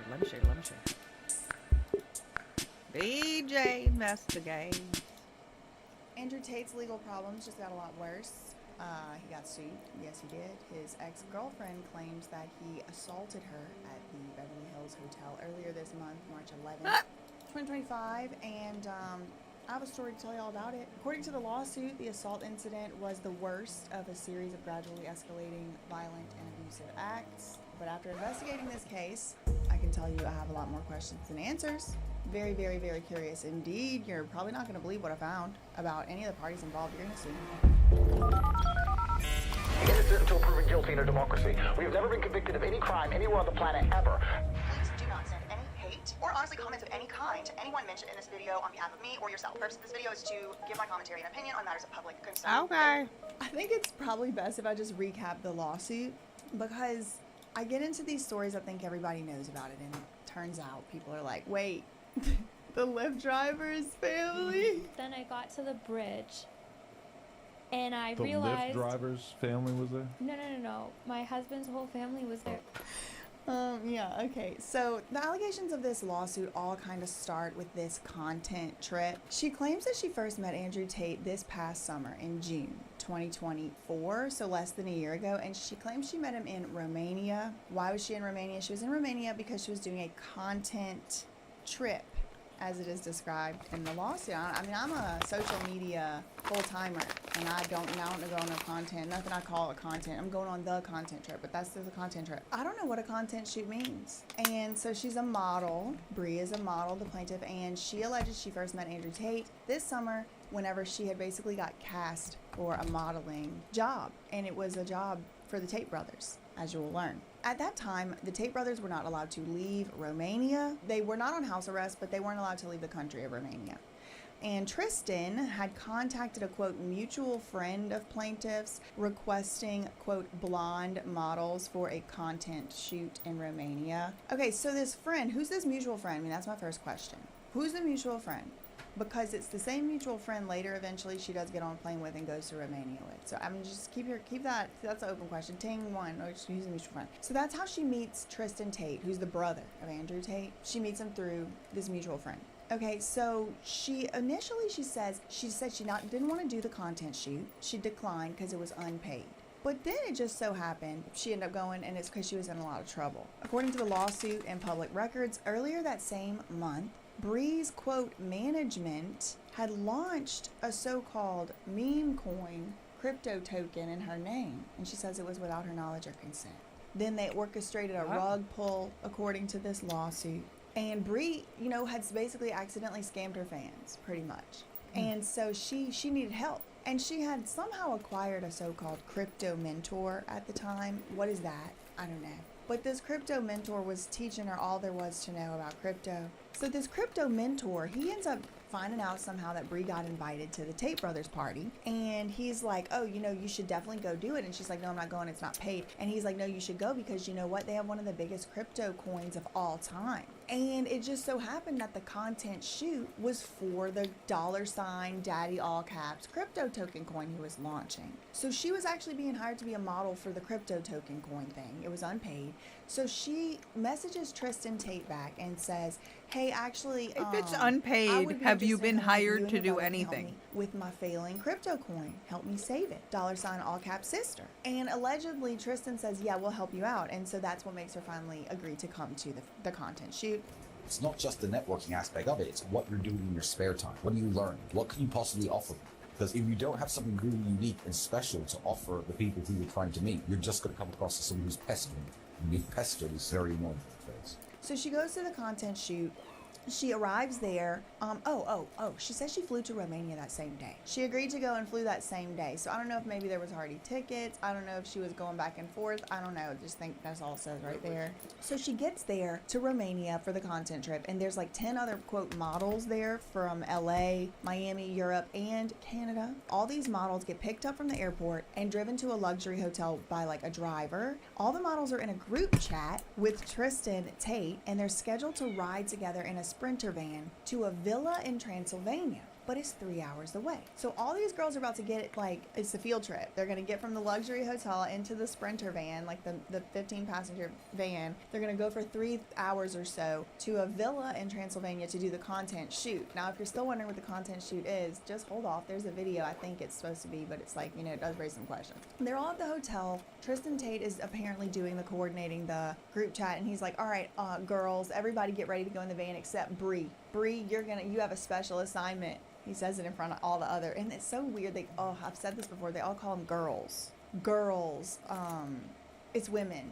You know what I mean? Like by virtue of it's not girls. I say girl, please, or whatever, but it's just in this context, there's something weird about it. Anyway, so Bree's special assignment is to ride with Andrew Tate in his car for the 3-hour trip, or almost 3 hours, which she does do. And there are Instagram stories of this on her highlights, and you can see her in the car with Andrew Tate in the end of June 2024 last year. So they do the content shoot, they do a promo video. So this is where you'll see the content shoot video here. Bree is featured prominently here right next to Andrew Tate. But what I find to be very interesting is, remember earlier whenever she had responded to something for an ad about blonde models? She's the only one or one of 2 blonde models in the whole thing. It's all brunette models. So I'm like, well, maybe it's because they already had all these brunettes and they needed some blondes. That's probably what it was. I bet you that's what it was. Like, we need some bonds. But it's interesting because she is with him in the video as, like, you know, the girlfriend prop or whatever. Yeah. But then at the end, he walks out of they're like having like a gambling game and they're betting with his meme token or whatever. I don't know. It's interesting. It's very Romanian. Like, whatever. It's cute. Whatever. I don't care. I'm not mad at the commercial or whatever. But, like, they all leave out. Like, his brother put the money in the bag. They leave out. Bree stays inside. She don't leave. He left her there. And he walks out with all the other girls that he wasn't paying attention to when he got there. Because that happens. Look, roll the clip, roll the tapes. But according to the lawsuit, it was on this content trip that Bree and Andrew had their first intimate encounter of sorts. Once this Transylvania Of sorts. villa She gave him photo shoot BJ's. ended, that's when Andrew Tate arranges for a hotel near his home, you know, because they had to drive far to get into the middle of nowhere, Transylvania, for this. I don't know what they were doing over there at that villa. This is apparently this content sheet. But he arranges for Bree to stay in a hotel close to his home for the next day or two that she's going to be in Romania, and then she's going back. So they do stay together. They have relations. Whatever else happens, there's pictures of her in Romania from around this time. There's definitely those videos. So also around this time, Bree publicly thanked Andrew for his help with her sister coin. She called him like a real man for his help, and she shamed this other micro influencer for not helping her, which I found to be like an interesting move. She kind of was like, real man, Cobra Tate is helping me with my hashtag $ all cap sister, because he's a real man. And these micro, like the use of the word micro, you know what I mean? Like, it just feels someone's mad, you know, I don't know. She was like trying to bully him into helping her with her failing coin, like he had nothing to do with. Like, anyway, okay, so I can't say I blame him for trying to help her, but we'll get more into that later. So then Bree describes the relationship. She says that after she left Romania, she stayed in constant contact with Andrew, and they were in a committed relationship, and she had to be monogamous to him, but he did not have to be monogamous to her. But in exchange, it appears he would finance her lifestyle. And she appeared to have a nice, expensive lifestyle. She was, Sugar baby. You know, seems like she was living in a real nice building, real nice apartment, and Oh, all that. oh, And then you she were a would fly sugar back and forth baby? to Romania because, again, he couldn't leave. So then they were apparently planning on having a house and a kids together and all kind of stuff and all that. And he ends up coming Sure you actually were. to the States in February. He gets permission, you know, the travel restrictions get lifted on him. Okay, so she said before he came back, he had become mean and controlling. He began to isolate her. He demanded her social media passwords, required her to download and use a thorough GPS tracking app, and forbid her from going to any social events or gatherings with the opposite sex. I mean, it does sound kind of restrictive, but, like, I mean, how nice a building you want to live in. I mean, it seems like that's kind of what it seems like to me. But Yeah. nevertheless, she did continue to date him, and she says she loves him, and she would fly back and forth, like I said. So a month and a half after the content trip, Andrew Tate goes back on house arrest, so he can't leave his house at all. So now when she's visiting him at the compound. And it's, you know, they're all trapped. And she said she started to notice some red flags during their intimate Oh, now encounters, you know where red he flags. seemingly Now. could not complete his mission without calling her degrading names and saying hateful things to her. And then eventually she says that these degrading, hateful names and verbal words ended up eventually turning into physical violence, and so, you know, it escalated into physical violence. But nevertheless, she did stay with him, and she did love him, and she, you know, just thought maybe he had a strange fetish or something, and I guess it seems like she was putting up with it for a while. But she says that all came to a screeching halt whenever the greatest event of all happened, and that was the one at the Beverly Hill Hotel. And she says that basically, a consensual encounter had begun, and he began to become very physically, violent or whatever, and she was begging and pleading and crying to stop. He would not stop until he, completed his mission. He completes the mission and goes to sleep. That's what she said. And then she goes straight into the bathroom straight away to take some pictures. And we do see these pictures eventually. In the lawsuit, they come up. Some of the other stuff that she shows in the lawsuit are text messages that do purport to show Andrew Tate saying, "You need to be hit. Why wouldn't I be able to hit you? You are my property. I really love hitting you. It's relaxing. It's good for me." She also says that at one point she was required to make a video denouncing herself as a victim because the Romanian authorities would put her on the list of victims, so she had to specifically make a video, and he would instruct her to say nice things about him, and she said she would say it. Jesus! So it's like, all right, well, she went along with all of that, like knowing that somebody was trying to keep her from being a victim. She's like, all right, I'll make a video lying. The way she described it is before she could visit him on house arrest, certain like things had to be made sure of, like for example that she's not a victim of trafficking there against her will. I think probably what it was actually required. And is it necessarily bad that he wanted to have that, like given the circumstances of everything going on? I mean, as far as I'm concerned, he has not been convicted of anything, and I'm gonna treat him as innocent until he's proven guilty. But like there's certainly behaviors and things he's said that's like, I don't know, you know. Also, she's claiming he threatened her, that if you ever betray me, you will regret it or whatever, I will unalive you or whatever.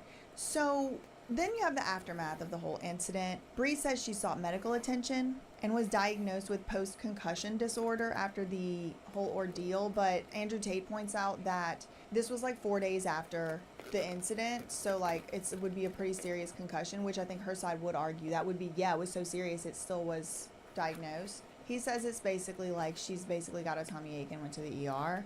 You know, they just disagree. So, but she does have this paper. So that was March 11th that the alleged incident happens. Then March 13th, she posts these pictures right here. So like 2 days later, which those pictures could have been taken any time.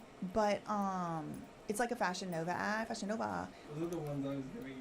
So maybe it's AI. I mean, the bruising was definitely like didn't look bad enough that she couldn't have covered it, and like, you know, with some spray tan and some makeup. You know, not to make light of it, I'm just saying these pictures could be from then. And then 2 days later, she goes to the hospital, gets this diagnosis, or urgent care. I don't even think it was the hospital. And then a few days later, somebody sees Andrew Tate in New York, and Bree assumes that this is like a stalking incident. Like, he must have been there to see her. So then he leaves at some point to go back to Romania to deal with his criminal charges. And it's March 22nd, the news reports that they left. And then she filed a police report with the Beverly Hills Police Department, but only after Tate left the U.S. And then March 27th, about, 5 days later, the lawsuit was filed. At that point, Tony Busby and Bree post on their social medias, and so does Woah Vicky. But we'll get to that in a minute.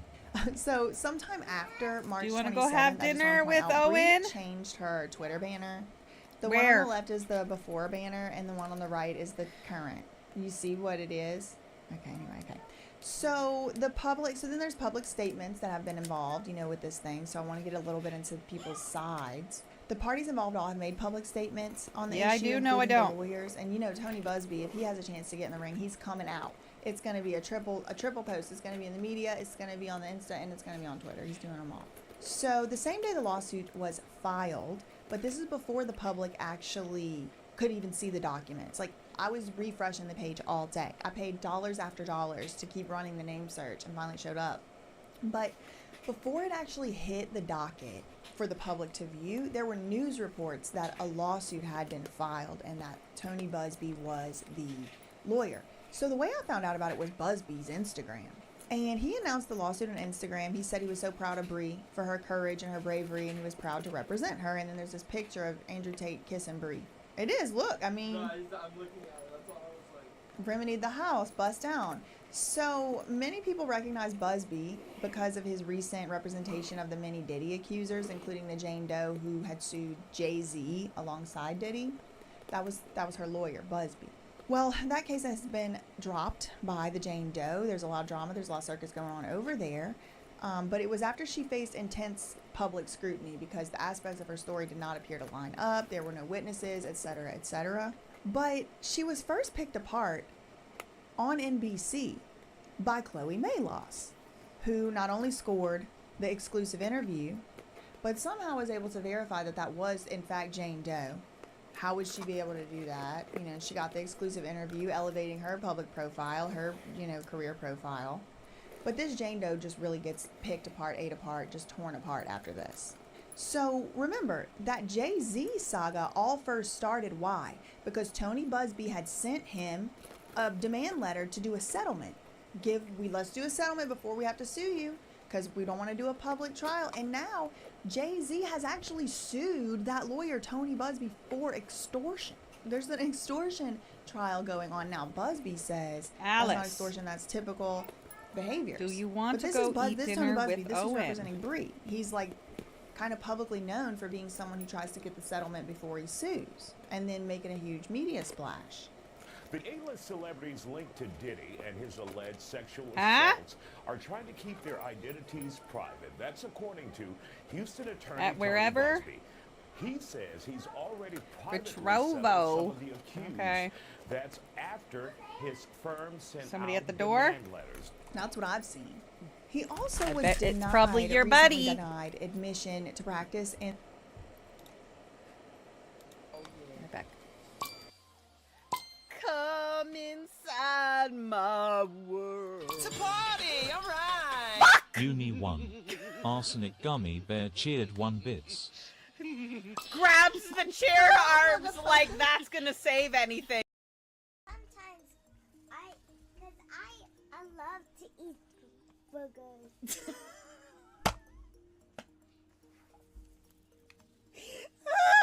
Elizabeth, did you hear that?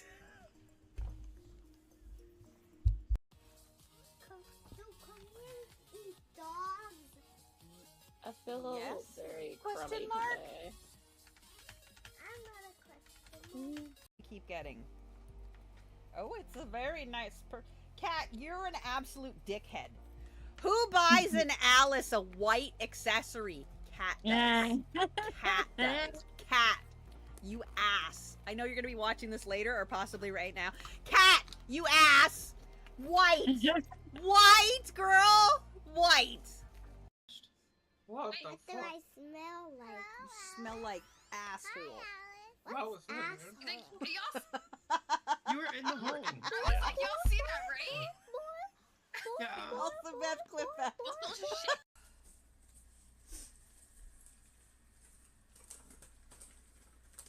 I like these ones better. They're for butt stuff. Wink, wink. Why do you keep them in the kitchen? Because that's where you do butt stuff. Duh. The hell? How else are you gonna wash up? I mean, you can do it in the bathroom, but there's no oil in the bathroom. What's wrong with you? That's right. You're the problem. I'm totally normal. And welcome in. Hi, friends. Welcome in. It's Hey, me. girl. Hey, girl. Hey. Hey, girl. Hey. Just dying a little bit, y'all. Just don't worry about it. I'll keep you safe, Elizabeth. I'll keep you safe, girl. Yeah. Yeah, Elizabeth, I'm a ghost. I'm a ghost, Elizabeth. Ooh, Elizabeth.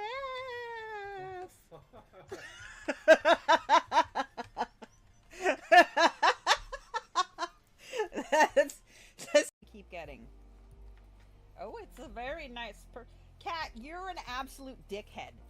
Who buys an Alice a white accessory? Cat does. Cat does. Cat, you ass. I know you're gonna be watching this later or possibly right now. Cat, you ass. White. White, girl. White.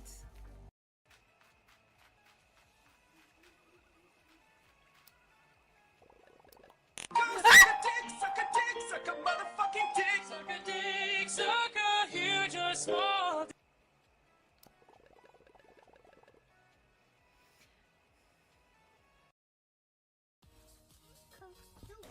All right. I The feel a little Alice very- has been disposed of. In the Actually, she Southern went to go have District of dinner New York, with her bestie. for some type of lawyerly Owie. misconduct in a separate They'll be back in, case. like, now an hour. This, I'm he gonna and get his do drugs. co-counsel are both seemingly facing discipline up to a sanctions hearing, and I believe perhaps some grievance committee involvement has happened already.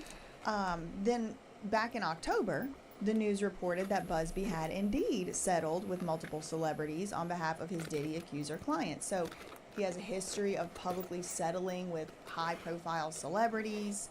So with all that going on, it's easy to forget that Busby was also the lawyer who filed and settled the Astroworld lawsuit. Remember with Travis Scott, and it was like a demon soul harvest ritual or whatever they were calling it, but like people died, you know, who knows how many, they reported different numbers.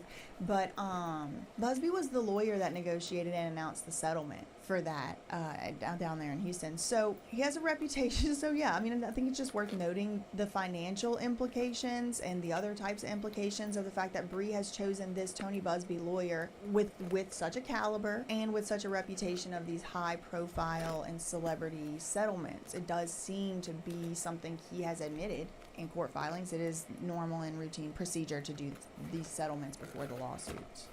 So Busby wasn't the only one posting that day. Again, before Bree's lawsuit officially appeared on the public docket, her and Tony Busby already posted about it online. She herself posted this Twitter thread PR statement with evidence of what she claims are bruises and injuries from the alleged incident. And then there's more receipts in the Twitter thread after showing the previously, you know, these text messages would have been private text messages if they are real. Now, Andrew Tate said they were fake. So I don't know. I have no idea if they're real or fake. I'm just looking at what she put in here. If it is real, if it's not, I do not know. But if they're real, she put them out. She shared them, and they were like, you know, previously private, which that happens from time to time in litigation. But she's kind of laying it all out. So Bree said after she did all that, you know, shared the screenshot, shared her side of the story, put it to face, the video, she's crying, the whole thing. She's like, I will not be speaking publicly on my relationship with Andrew Tate. And it's like, well, girl, there's 18 tweets in this thread. Her medical record is in there. I mean, the whole thing. And so she's like, no, I'm not going to speak publicly no more.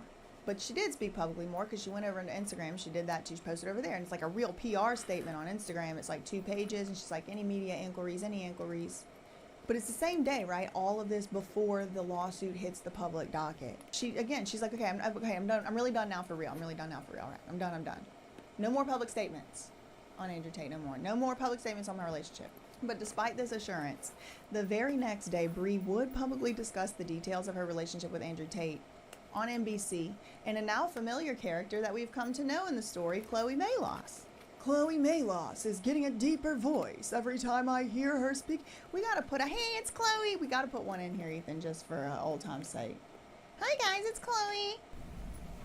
I'm Chloe. Anyway, so she's got the exclusive. You know, Andrew Tate and his brother had been open with their views for over a decade on social media, but she says that she really didn't Google him before she flew to Romania to meet him, that she hadn't been following him on social media, and she really didn't know him before I let him put his dick straight down my throat. It's interesting because on they that last said video, she all of a that sudden he developed paid for the well. first time ever that I've seen. The ability to and vet. then he sent me The ability texts to about vet how a much Django, to punching vet me somebody. relaxes She him, vetted and I was so like, good, oh she my somehow found out god, who it was this behind is the scenes. love. This We need to Django, get married. Really got picked apart by Chloe Malos and the rest of the public, and she should. You know, you shouldn't make false allegations. I don't want this to make it seem like I'm like, oh yeah, like make fake allegations. No, don't do that. But you know, they have their sides of the story. Here's Chloe showing up. Now she seems to have forgotten her newly learned ability to vet a witness, to vet a victim, alleged victim, whatever you call it. She forgot that one now because she did not vet what I found later coming up. Like I said, Andrew Tate and his lawyer are both denying publicly all of these allegations, viciously, adamantly denying all of the allegations. They say they're looking forward to proving Bree's false, fake, lie claims false in court. That's what they're saying. But then Busby bounced back and he said, you know, he claps back any chance. He's coming. Busby said that's the exact type of ignorance he would expect out these people, filthy mouths or something. I mean, here's the quote right here.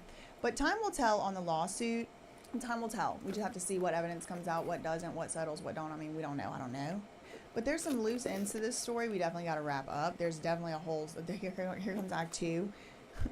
Remember dollar sign? I keep saying hashtag. Remember dollar sign sister? Dollar sign, all capital letters sister. That it was failing. You know, she needed help to save it. That's why she went on this unpaid modeling gig. The unpaid modeling gig that she just needed Andrew Tate to help her Bitcoin, whatever. There's managers involved, as it were. But, so, yeah, she has this failing crypto coin, and she claims this is the whole reason she agreed to go to the content trip in Romania in the first place. Almost immediately after the news of the allegations and the lawsuit drops, the value of the coin, $sister, goes up. And remember in that Twitter thread, she did say $sister. It was like, it did, I gotta be honest, it did kind of make me feel a little bit like some type of way whenever I came across her $sister mentioned in the My name is Bree Stern. I am a resident of California and I have been abused by Andrew. Whatever. It was an interesting choice to me that she put her failing crypto coin sister in there. And then when Woe Vicky retweeted about it, which she's got her own section coming up, but when Woe Vicky tweeted about it, she tweeted something about a crypto or a meme or a new coin or a new this or that, a $ justice for Bree. What? Hold on. And like, so these questions are already kind of in my mind as I'm just like learning about this story. And of course the media hates Andrew Tate. Before I knew anything about Andrew Tate, I knew I better not like him. You know, like, I've seen some behaviors that I just don't like. I gotta be honest. But it's like, I don't know if he's, you know, if that's the same, you know, him doing behaviors I don't like is exactly the same thing as him doing exactly what he's being accused of here. So I'm trying to figure it out. And Sister's going up. It's going to the moon, Sister, to the moon. It's apparently within like a day. Public reports were revealing that her previously failing coin, her token, had swelled by over 290% in the past 24 hours, reaching a market cap of $370,000, had 550 holders. Now, since we're in crypto land, that brings us to the daddy coin, $ all caps daddy. Remember, the content shoot only happened in the first place, requiring models to do a photo shoot at all, because Andrew Tate was having a photo shoot, and it was for the launch of his meme coin, Daddy. So what even is that? Why do these meme and crypto coins keep coming up? Like, what does this have to do with all of this? What in this Hawk Tua just had a meme coin scheme scandal that the SEC is now not going to prosecute? Are they looking into Gary V? I'm just curious. How far now? He wanted to do a meme coin token drop launch. What is that? Y'all can't just like sign an autograph, a sticker, and there's only 50 and everybody got one or something? Like, you got to do all this meme coin drop, pull, bang, boink. I mean, like, seriously. It seems like I don't know enough about it to speak, you know, from an educated perspective. But anyway, so in the marketing leading up to this launch, Andrew Tate predictably used some inflammatory and controversial advertising, including this shocking video, which I probably cannot show all of, certainly cannot. But suffice it to say, it involved whipping a lady with a belt, and it was a viral one, and the lady might be making a reappearance, and he's got the belt, and they're doing a reunion. For the launch of the meme token coin, it wasn't like, oh, he had a scandal going. No, it was like, Daddy's home, and he's whacking with the belt, he's taking the belt off. It's too much, Andrew Tate and fam and co. Too much. Okay, so it's important though, y'all, like, this was the content shoot. She was going there for Daddy coin. That's what I understood the lawsuit to be saying. And she knew he was good at coin, but she wasn't watching the ads for it. Like, he was like whipping a lady with a belt and throwing her all over the room in the advertisement. But she says no. Her and Busby have come out both and said, stop saying she should have known. He lied. He was nice to her. But even in her own lawsuit, she says he was mean and controlling and forced her to download an app and forced her to not go to parties with the opposite sex. And it's like, girl, when I look at the parties they throw in, like her ex-boyfriend, which we'll get to, they seem to have different words for model and party than what you might not think the word party could apply to something like this. But then it's like, well, I guess it's a party, it's a social event technically, but people are literally, woo, I can't even say it. Anyway, so that ad aired before she went. Then there's this other Daddy ad from August, a few weeks before the shoot, has 100 views. Andrew's like, beautiful women don't even know how much things cost anymore. You can be in Mykonos and go to a $10,000 dinner and they don't even know if it costs $10,000 or $200 because they don't even know. And they don't know how the man who made the money and how he's paying for it, and they don't care. Beautiful women don't even know how much things cost. Take it from me. They'll be in Mykonos at dinner that costs $10,000 and they wouldn't even be able to tell you if it cost $10,000, $200. They don't know how the man who paid for it made the money, and they don't care. I was searching for the lie. Who knows? What do you mean? I don't care. What do you mean? I must have paid? Like, that's the thing though. It's like, for me, I wouldn't care because it's like the people I'm around, like, I'm pretty sure it came from like that working a job or whatever. Like, what do you mean I don't even know? Like, do I want to know? I don't even want to carry money. I told somebody the other day, I wish I didn't have to carry money ever. So I could just always say, I don't have any money. Sorry. Not for nefarious purposes, but you know, like sometimes, you know, like especially I learned in India, they'll run up to you and people want to get money from you and stuff, and you're like, I don't have any money, and you can say it and you're telling the truth, and that's it. But then I'm like, Prim, give him some money. Anyway, beep. Okay, so all right, what actually ended up exactly happening with this Daddy $, crypto meme. I don't know. I do not understand how it works. It feels very fake to me. It doesn't seem like a legitimate prospect in any, it's too far removed. I don't get it. Okay, so I'm gonna put some people in here who get it and know what's going on and kind of tell y'all, but there does seem to have been some controversy with the daddy coin beyond the Transylvanian villa.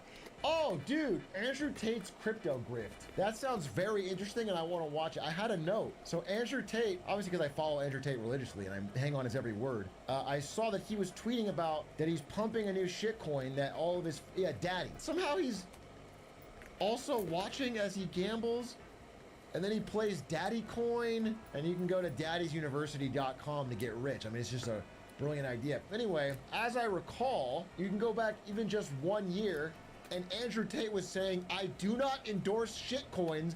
I'm not a scammer like every other influencer. I don't need to rob my fans. I don't have anything to do with crypto. Bro, what is with the hypocrisy? That's, how could you, how do you square that circle if you're an Andrew Tate fan? That's what I don't understand. How do you, like when you see that first post, when you see this post, you're all like, yeah, dude. Yeah, he's different. And you like ride or die and you like shit on other people because of it. And then he does this and you have to, how do you cognitive dissonance that? Imagine you get 10, 15 models international, fly them in from all over, staying them in a luxury hotel, not paying them, according to Brie. And then you get in the van, the driver, driving them over there. Then you got the luxury car, you driving the one special, you picking her up, and you doing all of this, and all of that is for this 3-minute renting, or maybe they own it, a Transylvanian castle villa. This thing is huge. It's a castle, and maybe it's not the one he's walking up to it. Maybe I'm just assuming this is the location because she said it was for that. So I'm assuming if it's in that video, that's that castle. It looks cool. It looks fun. It looks dangerous. It looks like one of those guys at the poker table isn't somebody I would ever want to cross. Oh no. Namaste, well wishes, shanti shanti, and all of that. No, assalamu alaikum, everything, all of it, because they look scary and I wouldn't want to be 3 hours from civilization in this castle with nobody, okay? No. Transylvania, where they got vampires that drinks blood. Y'all are wild going out there for no money. Woo, girl. What's really going on with the crypto? This is why I can't get involved. It seems sketchy, kind of. Like he's putting the crypto in the bag. Like, girl, I don't know. Okay, anyway, so beautiful women don't know how much stuff costs. Kind of true, kind of passes checks. He's talking about you will make money. Okay, so fine, whatever. Daddy coin, daddy token, allegations, who knows? I don't know. But that brings me to looking at this girl, Brie Stern. Who is she? Why is she so special as to get hand selected by the likes of Andrew Tate to be a special Ferrari girlfriend that day or whatever? You know, I mean, I don't know. So I'm looking into her. In the lawsuit, Tony Busby describes Brianna as a young woman building an already successful modeling career. And her career was unfortunately what also made her a target of Andrew Tate. Now that's what they allege. But as it turns out, Andrew Tate isn't the only tumultuous public relationship resulting in serious legal allegations that Brie has had. It's actually not even the first one this year. So earlier this year, January 2025, while she was still dating Andrew Tate, earlier this year, like 2-3 months ago, Brie filed to get a restraining order in Los Angeles against her ex-boyfriend, Ryan. So in the filings, she accuses Ryan of harassing her and sending his social media followers to harass her also. So he's like some type of social media guy. She includes Andrew Tate in the temporary restraining order request as a protected person. And she's like, my ex-boyfriend is messing with my new boyfriend and they're very, very high profile and I need a restraining order because of social media posts. So shortly after she filed for the temporary restraining order, she hired a lawyer. And then shortly after that, the lawyer then filed to dismiss the temporary restraining order. So her own lawyer. So she hires a lawyer, the lawyer comes on, and then the lawyer makes a filing and says, dismiss the case that my client filed. So the hearing date rolls around anyway, and nobody ends up showing up and the case is dismissed. And they do this, they keep the hearing date on calendar until the parties can come and they can make an order. Because, you know, things change. Things get tumultuous, they get, you know, whatever. Okay, so the case is dismissed against this Ryan, this ex-boyfriend. But again, y'all, this is this year. She just tried to get this temporary restraining order and then she dropped it on her own. So who is this ex, this allegedly harassing ex? This is where the story gets even more curious. I could take a whole video on this guy. I had to cut so much stuff out about him. Let's just say this guy is no angel himself. His name's Ryan Pownall, and he is a corn podcaster who swears he doesn't do. But his whole podcast is that, and he runs a podcast called Pillow Talk. So wait, what is it that you actually are doing? Okay, so because I know you do the podcast, and Yeah. you have the conversations, great, right? Yeah. But what are you doing? Like, what's the other business outside of that? So the podcast is the main thing, Pillow Talk, and then, like I said, we do the on it every now and so often, and that's when we get a little freaky deaky. So So Pillow Talk is some OnlyFans thing. No, well, it's supposed to just be a podcast, but I like to keep pushing it. Ouch, So recently we had ouch. a girl in a wheelchair who's paralyzed. It's down, and we had the grandpa Dan Daniels come back on her paralyzed body. What? Yeah, That's bro. crazy. And that's one where I looked at Terry and I was like, man, are we going too far, bro? You want to see? No. It's sponsored by Mate, which he thanked 2 months ago by saying they were the reason he has any money in the world for his podcast. Our Mate, our number one partners and family, the reason we have any money in the world, they're here. So that's interesting. But like this, just so you know, the Andrew Tate criminal allegations have to do with webcam business, where he's allegedly, according to the Romanian officials' allegations, is Andrew Tate is allegedly forcing women to do webcam work and taking the money from them, so like a form of trafficking or whatever. So this Ryan Pownall guy, his podcast Pillow Talk is sponsored by Mate, which is one of those live cam. Could it be a competitor? Could it be somebody that Andrew Tate has worked with or not? I mean, how many live cam players are there in the game? Maybe a lot. Maybe that's the deeper story here. But it's just interesting to me how like this is Bree's ex-boyfriend, and he's sponsored by a live chat cam thing, and the live chat cam thing is what Andrew Tate is being accused of for doing. And allegations are allegations, but if he really did do any of that stuff they're alleging, I mean, it's kind of bad, but we have to see. It seems like whenever Bree was dating this guy, she really did like him, and it does seem like she was affectionate toward him and really appreciated him as like a boyfriend. I think she like really did see him as that. And importantly as well, Bree was not doing OF when she started dating this guy. And even when she started doing OF, she wasn't doing full nudity. She was not even showing stuff. So it was like, she's really not a corn actress from what I could tell. She really is just a model, and she goes on these trips and does modeling on what's going on over there in the Transylvanian villa. But it seemed like really, it was when she started dating this Ryan guy is when she started really kind of getting nudged in that direction, and maybe she chose to go in that direction for sure. Like whatever, it just does seem to have coincidentally incited at the same time. There's actually an episode of them together on the podcast Pillow Talk about 2 years ago, and you can tell she's really not that into the corn stuff at all. There are very many very super uncomfortable, cringy moments because they're like interviewing this adult film star, and this one is like been in the business a very long time. It truly made me feel like kind of sick, like even watching the interview. And like the guy, like I don't even think I could put it in here, but Ryan like turns to Bree, who they're dating at the time, and he's like, have you ever done, and then insert very extreme and explicit sexual act, and she's like, ew, no, what? I wouldn't even know how that would even. No. Baby, have you ever done No offense, but I don't know how that would work for me. How does that work? That's crazy. But it was just, listen, like I said, he has his moments, okay? He also publicly encouraged her to start the OF and even encouraged his own friends to subscribe, even though they were saying they didn't want to. Here's the clip of Something that. Alice in Wonderland. You're my friend, so I don't look at it. I'm gonna get Don't these get weird. It's okay. You know what? Sub to her OnlyFans. mushroom okay, I would. stools. Yeah, at Baby Bree. I get do well all on there? And now yeah, I she need just the started table. 3 weeks ago. Oh, wow. Yeah.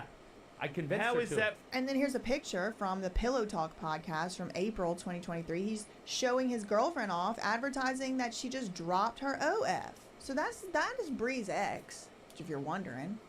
He's also known for his famous mansion parties, and I can't even show you much of the footage from those without violating 15 terms and conditions and probably some laws in some countries even. I mean, really, y'all, they have substances, they have things going on out there. But again, Now this is what makes the party so pretty. The Pillow Talk lettering. Again, the gay guys did this. Gay people so good at decorating. Brother of my favorite artist in the 90s. Beautiful soul, Jesse McCartney, Google it. Legend. And you guys are giving out and weed, right? Yes, we are. We got whatever you guys want. We got it. You guys are adorable. Thank you so much. I just want to squish you. Nobody, you know, is guilty of anything until proven in court and stuff. But suffice it to say, these parties seem to be parties, you know, where they all do stuff. You know, they're stocked with alcohol and various substances sponsored by alcoholic beverage companies, including Happy Dad, which isn't that like a YouTuber beer brand, Happy Dad? So Maybe a they flower sponsored table? it. Also Cocoa Vodka, but I think Ryan himself, the Pillow Talk guy, is a 1% owner of the Cocoa Maybe a Vodka. flower table and it was instead, sponsoring his and mushroom party. stools. So not only are the mansion parties popping with alcohol and substances, but they're also popping with famous people. Like, he name drops Snoop Dogg and Trey Songz at the beginning of this video right here. I mean, I don't know if they really came or not. I didn't see them there, but he did say their names. Pillow Talk No, party I in the didn't Hollywood remember the Hills. It's pink biggest party tiara. year of the decade. But I'll We wear closed it while the I'm list. We got fucking a call. shopping. Snoop Dogg wants to come. All right, we added him. Trey Songz wants to come. Bitch. You fucking bet, baby. Amber Rose is pictured here at the mansion, at the Pillow Talk party, published 4 months ago. Another frequent guest of these parties is Adam, 22, Grand Mason, 16, and his wife Lena the Plug. They A table, go and are though. featured on camera. Lena said, I'm waiting for Adam 22 to get here. So I wanna... No, I never said that. I'm gonna try to f him in the room. Yeah, you did, Selena. You ate my... And some crazy stuff happens at these parties. There's this one corn girl who said she had such an extreme experience that at the like corn convention a few months later or whatever, she still hadn't been able to engage in any like activities with her lower, downstairs genitals, because with her lower parts she could only do stuff with her mouth because she was still recovering from the Halloween party that was at Ryan Pillow Talk mansion party. Your was damaged by whomst. It was because of your at your birthday party. Halloween party. So what happened there? And the titles of these videos are things again. like such and such gets brutal verb in front of 500 people. Like stuff like that's the title of YouTube videos. This video's on YouTube. Creators Inc. And then I'm getting demonetized. Right, I can't even talk about it. Right, they demonetized me. Don't even get me started on what they listen. So anyway, yeah, those are the mansion parties. There's this is Bree's ex before Andrew Tate. This guy, Andrew Tate, they were trying to get a restraining order, so this guy couldn't talk about Andrew Tate. Like they have like previous like beef or whatever. I'm sure there's like a bro code word for like what that is, what that relationship is between like two guys that are. It's probably really like degrading. big ass There was some flower. I don't legal want that drama big. between Ryan and Andrew Tate. There's a clip right here of him talking about receiving multiple cease and desist from Andrew Tate. That's a cute Tate. one. If I could get this one in like Tate, table Tate's my size. boy. Tate's dating my ex, Bree. Andrew Tate. Yeah. Yeah, no, Tate's my boy. He wouldn't. Like I He feel would like not. He don't give a. I really like They that. sent me a cease and desist 2 weeks ago, though. For what? For I made one silly joke about my ex dating Tate, and then I got a cease. On the podcast? And then there's Chloe Moan a lot is one of the names. Wait, did you actually get a cease and desist though? Yeah, I'll show you. What the? For Mr. Tate and Mrs. Stern. So I'm not supposed No, I gotta see this. Yeah, swear to God. There's no way. Yeah, this douchey lawyer from Texas. Look at the terms on the second page. Maybe. So one, they want me to delete all videos about them. I might have to get a hold of a Two, woodworking Bush and friend and Bush, have them Texas just trial literally they make wanted me to post a me retraction video. I will flower on a hill table. before I apologize. to flower Sean. shaped Did you table. get the page back? Yeah. Fucking Oh, table you shaped didn't like a say flower. something. Like Wait, this. So it's just because you mentioned Alice-sized something? table. What'd you say specifically? You know? Remember? Yeah, I said, my ex is dating Andrew Tate, which is crazy because I took his advice to break up with her. Oh, It's kind of funny. yeah. It's kind of funny. But like I said, nobody showed up in court. Nothing ever really came from it. It's got dismissed. It's over the end. Could be the end of the story. It is not. Ooh, Would that's a you good believe one. me if I told you there is another ex-person? I don't know if you're a boyfriend exactly. Hearts and flower shapes. But another ex-lover who Oh. also has been engaged and embroiled gonna in save that in some the Alice list. slander, allegations, fraud, accusations. confused in on what we're public. doing. And it led to a lawsuit. I'm There was moving, also so a- Alice needs to looked me refurnish like her bedroom. AstroTurfing campaign involved, which maybe I'll do a surprise witness on like a body language analysis of that whole thing. But there's another ex-boyfriend. We're gonna call this the XX. Because now Andrew Tate's the ex. So yeah, the ex-boyfriend. Flowers. Anyway, Oh, hell believe it yeah. or not, Andrew Tate and Ryan Paul Anyway, she likes are flowers not and the only gardens people and, you know, Bree girly Stern things. has made high-profile allegations against. So we're gonna There's girl this the shit other out of her ex, room. Anyway, I got Louis distracted. Vanderwoodson. Just kidding. That's not his last name, but it's something like that. Boosin, Booin. And in 2022 federal legal filings, the defendant is Bree Stern, a self-described actress and influencer living in California. So someone is suing her. This time, she's getting sued for a temporary restraining order. In California, This guy's in Pennsylvania. Maybe it was in the Pennsylvania jurisdiction. Restraining order against Bree, this guy's trying to get, but it's in federal court. There's also exhibits, including screenshots of an Instagram account that very much appears to be the same The Bree Stern. So for these public and fully disclosed reasons, I am assuming this is the same Bree Stern, but I guess there could be two Bree Sterns modeling and influencing in Los Angeles who both have The Bree Stern as their Instagram name. Could be. I don't know. I think it's the same one. So then who's suing her? This other ex. This guy, from all appearances, what he says is a golden boy. Seemingly a rich golden boy, too. From a very good and prominent family, and he plays golf in tournaments, and he's up for the Forbes 30 under 30 or something, and he's very handsome. And, importantly, he's in the U.S. on a student-athlete visa. So he's, you know, a little bit conscious about not getting deported. He's on a student-athlete. He's like a University of New Mexico or something, golf team or whatever. This is 2022, so this was 3 years ago. But according to the lawsuit, Bree was working with a mutual acquaintance named Frankie Delgado to effectuate an extortion scheme of sorts. And that's why this guy, Louis Vanderwoodson, had to sue Bree. According to the lawsuit, Bree had an out-of-state modeling shoot during which Louis, this guy, stayed at her apartment one night to watch her dog. And then he's like, well, during this, she begged me to clean her dusty, crusted apartment.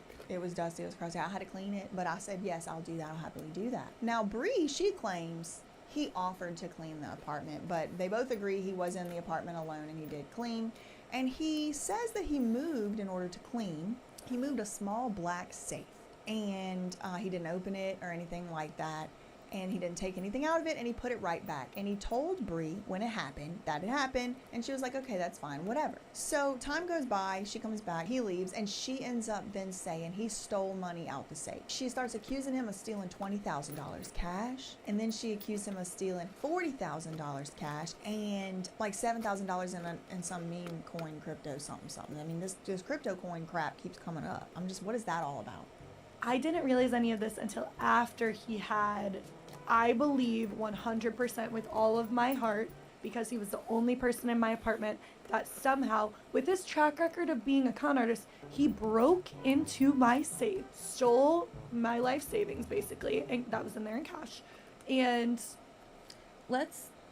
how did you guys meet? fail English? So I had a mutual friend who basically said, come to the Super Bowl with me and my friend. He vouched for him. He said he's a pro golfer. He's an investor. Hi, he's baby. buying the suites. He will be driving us in his Porsche SUV. And I was like, whatever. It didn't end up happening. But at the time, I had followed him because I said, who's the friend? I'd followed him because I thought we were going to the game, and then unfollowed him. So due to me doing that, it made his messages show up in my regular folder on DMs, you know, so I actually saw his messages. Okay. So after that, he continued to message me, and his infamous line was, be my date to the Forbes Gala. I don't know if you know about this, but with all the girls who he seeks out on Instagram, that's what he says. Be my date to a Forbes Gala. So if this guy or any guy messages you saying, be my date to a Forbes Gala, be a little bit wary of that. So yeah, she's accusing him of this stuff, and he I'd be denies like, nah, dog, stealing I'm good. anything from her. She starts saying that she has video of it, and on top of Bree herself accusing him, there's all these other people that this guy. Nah, Lewis, dog, he I'm alleges good. they're all You wanna go conspiring. fishing? They're in a scheme. They're in a conspiracy scheme Let's do that. to frame him and lie about him and accuse him of something just to maybe extort him. So, and he's accusing Bree, the girl that's suing Andrew Tate right now. She's the one that was accused of this stuff in this lawsuit, from what I can tell.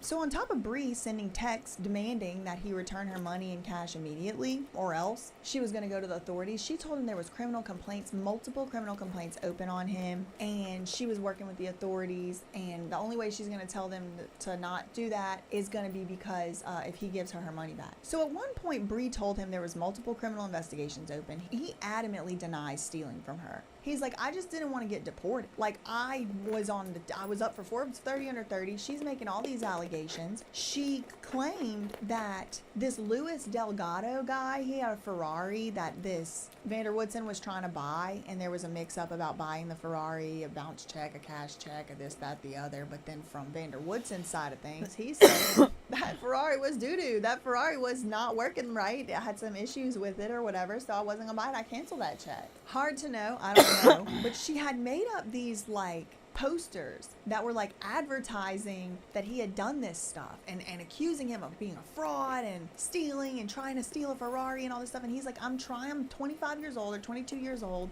I'm trying to make an end. It's my family's name. He's from a rich family that's very prominent in the golf world. And so he's like, I will pay you $30,000, I'll pay you anything you want to stop these people from deporting me. So that's his side of things. Well, there are text messages which we will read, and you know, it's gonna make the video kind of long, but I just have to read these texts to y'all because it's so much of the context. So Frankie, this guy Frankie with the Ferrari, and Bree, then they're doubling down, teaming up on Lewis, saying that he has to pay up $47,000 by that same day, or else they're gonna move forward with criminal charges. Not only that, also she was gonna post it all on social media for the world to see. So you could see the post she threatened to post. She sends these posts to him beforehand. She's like, you don't give me the money by tonight, within an hour. He's like, I'm in Australia or South Africa or wherever in the hell he's from. He's like, I'm in South Africa. I can get someone to drop it off to you at the Trader Joe's. I just like, please call off it's like a whole drop. It's like it felt like a Dahlia and Dia with the police there and trying to convince them not to arrest. You know, it just felt like one of those stories. Just like so much chaos going on. And then Bree, she has also made videos describing this whole thing, calling him the LA swindler. It's crazy. So he reached out to me about it. This whole thing has happened in the span of a little over a month. The entire, my life has been flipped upside down. That's exactly what happened to me. It was like a month from hell. Yeah, so I was kind of on the rebound. I was, you know, mentally like, oh, I'll give this like nerdy little looking guy a chance. Right. And Yeah. well, I'll go out on a limb here. And he claims that she has a drug problem with, and she claims she could do a hair test today. She's never done that one day in her life. It was just an interesting whole saga over there. I mean, they're gonna probably make a docu-series about it one day. It's gonna be a whole episode of it. So there's three different legal disputes now that we've seen this lady Bree Stern involved in. The first one we knew about was the Andrew Tate one, but then come to find out, all the way back in 2022, 3 years ago, she was being sued for extortion scheme. Actually, she was being sued for a temporary restraining order, but there was a lot of weird stuff that went on. Not in even that great. lawsuit, that first one. It was like the lawyer was the lawyer until the Ungood. lawsuit was filed, and then it was like the personal friend. I'm just the in a personal lot of friend. pain. That's how it happens to be a lawyer. There's a lawyer of record, I'm but that bleeding lawyer more, of record, and I Matthew am Fry, he never really participated in anything. And the angry lawyer about friend it. was the one that kind of like helped with seemingly with the settlement, because the lawsuit ended up getting dropped. So he didn't sue her. His lawyer also withdrew from the case after making many arguments to his favor. It appeared that the client was trying to say that Bree all of a sudden wasn't asking for any money and she had a change of heart. But I think that was to create a paper trail to make it look like she didn't get paid because he didn't want to look guilty of something. Maybe that's why that lawyer withdrew.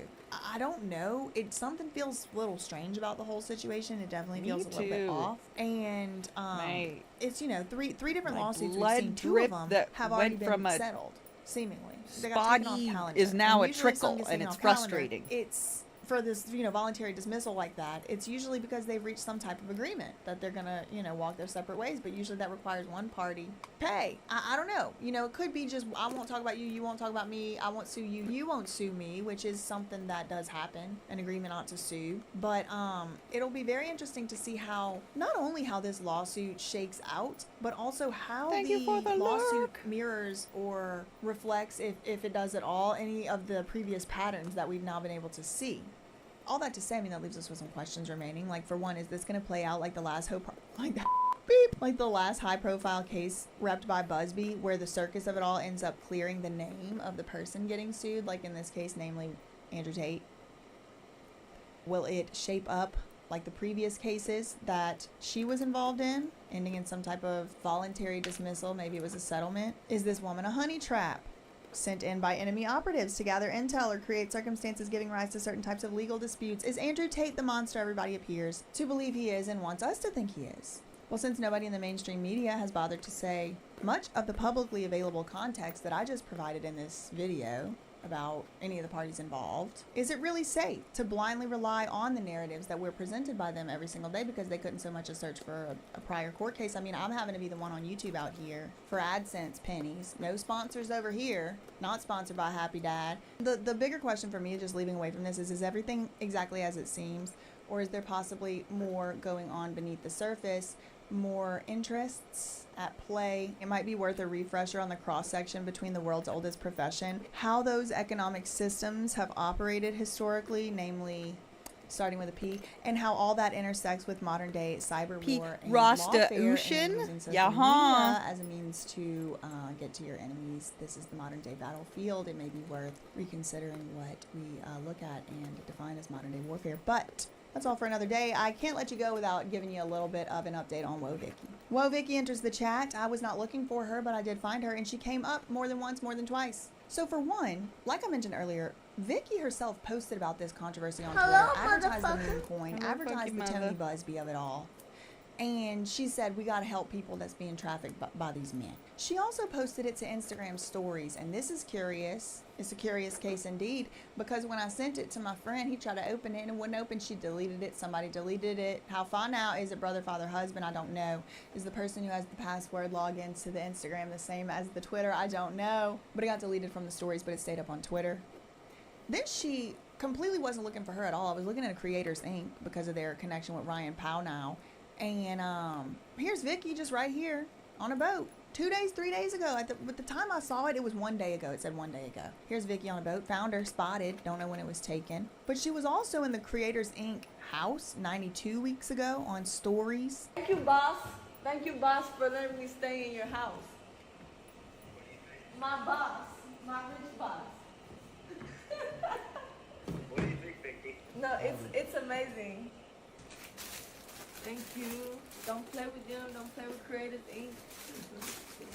And also, somebody reached out to me saying that Vicky also went on a 4-minute live stream on March 28th. This would have been the day after the lawsuit dropped. And she went on the live stream for 4 minutes. It's now deleted, and she was talking about Andrew Tate and saying, look, I'll put the picture up here. Hello, darling. DM. Oh, it's a moo Coming for cow. her when he Vegan attacked leather. women and trafficked them. Moo But cow. that too was Moo cow. reportedly deleted. I Now, couldn't don't know if all sleep this is last true. night, and I'm in a I decent just, amount of this is the pain, so I tip here. can't move around. But there's more So, similarities to the Woe Vicky I situation made 4 to bags. discuss. Fashion This is the Nova. 4th one. Bye-bye, America. Go. How far, guys? I did Legos. This one, they Fashion Nova. I got robbed by arsenic while she was here, Now, and she both took a bunch of them to Victoria sell. Rose, So Woe if you're Vicky, looking for and them, go buy Bree them over where are she Fashion is. Nova ambassadors, with Bree It's a moo posting cow. her only Fashion Nova ad on her Fashion Nova stories about the exact same date as that original temporary restraining order request against Ryan. Owie. And it does remind me of Adam Grandmason doing a Fashion Nova ad recently. It was very awkward. It was very strange. It was very forced. It was very unnatural. Kitty. And I what haven't was his stretched name? them out or Delgado, anything. I Freddie just finished them Delgado, last whatever night his and chucked name them. was. Hello Kitty. I went to his Instagram. He is followed by Diddy. Diddy is one of his followers. And now moo cow. And he was also double team, tag team, texting that guy like, money today. I or got else these we're gonna PJs blah, from blah, Costco. deport If you, you're whatever, looking, go to whatever, like, Costco.com and buy them the yourself. actual text They come in messages Harry under this video Potter, just got Mickey too Mouse, long, and but, like, Hello Kitty. They're so The hoodie scary and is aggressive. from If I was that London. guy I receiving don't the remember text what the messages, store I was would called, be but it was like $10. shocked. It is the softest. Scared. Oh my god. The immobilium. I should have bought a whole bunch of them because situation. they are so this fucking story soft. right here. You see the sponsor Anyway. of this event? She's on some type of That's red what happened. carpet. Babes in Toyland is something like a more of an erotic type of NSFW nature. And they're at this red carpet. It's Babes in Toyland, and one of the sponsors from this 2022 event was Immobilium.io, which is owned by, co-founded by Nenad Matosevic, who is the foreign Serbian head of trade at the Danish embassy in Serbia. Remember him on the board? Meet the team. And the another one of the co-founders is Sasha Paparik, Alexander Sasha Paparik, who is the one that had Lima baptized to the Eastern Orthodox Church. My friend, whatever, and that's what she got so mad about and saying that it was like it was public. He had it publicly posted. So they own Immobilium, and Immobilium is somehow, I guess, sponsoring this event. Look, their name right there, Immobilium.io. That's their company, and it's just all webbing back on top of the web for me. £10. You see what I mean? I didn't take screenshots of all of the text, but like this is just a sample. It's like 13 pounds. So the blue is him Yeah. and the black is allegedly $20 reportedly her. Again, we don't know if this is real or not. He could have faked these. They say soft, he's a though, and I document. love it. A document forgers, so who knows? But this is apparently how she talks to people. Police report has been filed. I have a meeting with the detective on Monday. I will cancel the meeting and retract the statement if you bring back the $30,000 in cash today. What? Like who? What? You took $40K from my safe and $7,500 in fake Axia investments. But I am willing to work with you if you... Why'd she say fake? Then that means they're not worth nothing, right? I'm willing to work with you if you bring back $30,000 today, and she means cash, and I will drop everything. Otherwise, I'm prepared to see this through to the end. He said, what's your Zelle? She sends it. And she's like, okay, but there's a limit on Zelle. And he's like, I'm not in Los Angeles. Also, I'm going to make traceable transactions for my legal purposes. I am a private client. I can do $7,500 a day, meaning that his limit at the bank is to do $7,500 a day, and he wants it to be traceable for legal reasons. She said, that's not how it works. That's not how this works. If you don't give me my cash by today like agreed, then I'll just let the police handle it. If you're not here, figure it out. You missed the 3 p.m. deadline today, so I'm giving you one more chance. She's giving him a chance. This is like pretty like cutthroat, right? The money better start. That's what it felt like to me. Like, doesn't this give that Whoa Vicky twinge of like, do you think I am playing with you? Why would I be playing? This is my money. This is how I make my money. The money better start appearing in my account today, she said. And then he sent her $5,000 and a receipt. She said, go into your account and screen record it since you are so good at making fake documents. I received nothing because the date on both of those documents says April 18th and today is the 16th.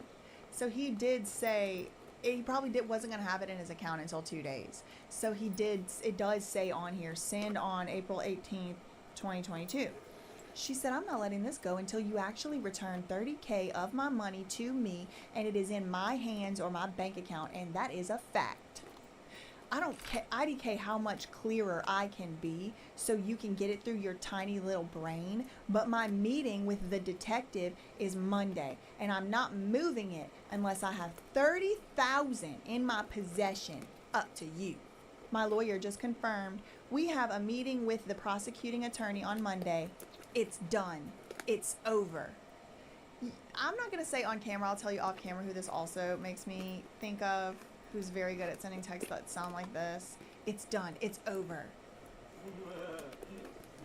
But this is where my red flag started to go off. So, like, let's live in the universe for a second. These are authentic texts, and Brie really said this. If she had a lawyer, the lawyer would be sending these texts. My lawyer just confirmed, we have a meeting with the prosecuting attorney on Monday. It's done. It's over. On Monday is a lot of time. Okay, girl, nobody thinks it's done. It's over. If you can move $30K cash in a day, nothing's done and nothing's over if it hasn't happened yet. Okay, Monday, it's like too far. It's like it's kind of amateurish. It is aggressive, but that makes me wonder, is he just already so heightened? Do they have a tape of him doing something weird at the Super Bowl box? I don't know what's going on here, but it's just like, why are you doing these weird texts if you have a lawyer who's going to meet with you? Maybe not. I mean, we have to pay. I wouldn't pay a lawyer to text this guy. Maybe I would say my lawyer confirmed. But this whole prosecuting attorney on Monday, it's done, it's over. I would be like, you better give my money before Monday because Monday is happening. She's like, no, it's already happened. It's Monday. It's going to happen Monday, but it's already over. Like, it doesn't give anybody time to get the money. But whatever. I mean, I don't interact with people who act like this, behave like this. I've never been in this position. I wish a bitch would. Because we would live stream these text messages live. But again, who knows if it's real? He's saying it is. He says, okay, do you want me to stop the money I sent or continue to do so? Then he says, Brie, I have been asked to leave the country. Please stop. I will do whatever you want. So he's like, kind of like, in distress. I have nothing in South Africa. I will never be able to come back. I will never be able to do anything I've wanted. Please, just stop. I didn't take your stuff, but I'll give you money. Just stop. I don't want to be sent back. I don't know who you spoke to or what you did, but I have been asked to leave without force. Please, Brie, just have them pull it back. Please, Brie, please. I wonder if he was staying in her apartment at this time. Can I get someone to bring you it? No, he He said he wasn't in Los Angeles, but he wasn't necessarily in South Africa either. And he says, can I get someone to bring you cash? She said, I will postpone the detective one day. If you bring me the full $47,500 you stole from me, it keeps going up. Cash, noon, today. And it's got periods between each thing, like a gangster. If not, I speak to detective as they are requesting and I post all over social media. I'm done. Last chance. This sounds so familiar to texts I've seen from a certain somebody I won't name. This guy says, Brie, I didn't effing steal your money. And now I'm being deported. I'm going to have someone I know bring in LA some cash. What time are you at home? Please, just tell whoever you told to hold off. Brie, please, this is everything I've worked hard for in my entire life. And she says, I'm here till 11:45. Let me know when you're on your way. He's like, I'm not in Trader Joe's. Cash. What is this?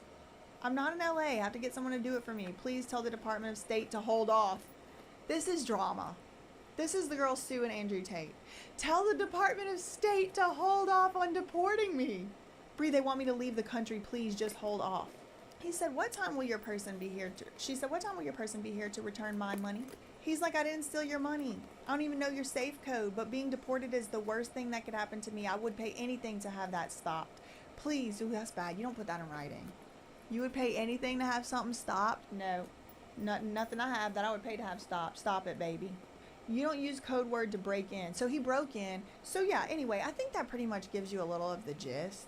My attorney advised that you can't sue for defamation if you don't make yeah, so he's saying, you know, I've had my lawyer step in, I think. I'm going to see if I can get this sorted. I didn't break into your stuff. I know you don't have anything on camera because I know I didn't do it. But I'll pay if you just stop the Department of State to stop the deporting process. Please, Bree. My attorney, she says, also advised you can't sue for defamation if the statements I am making are true and have proof, which I do.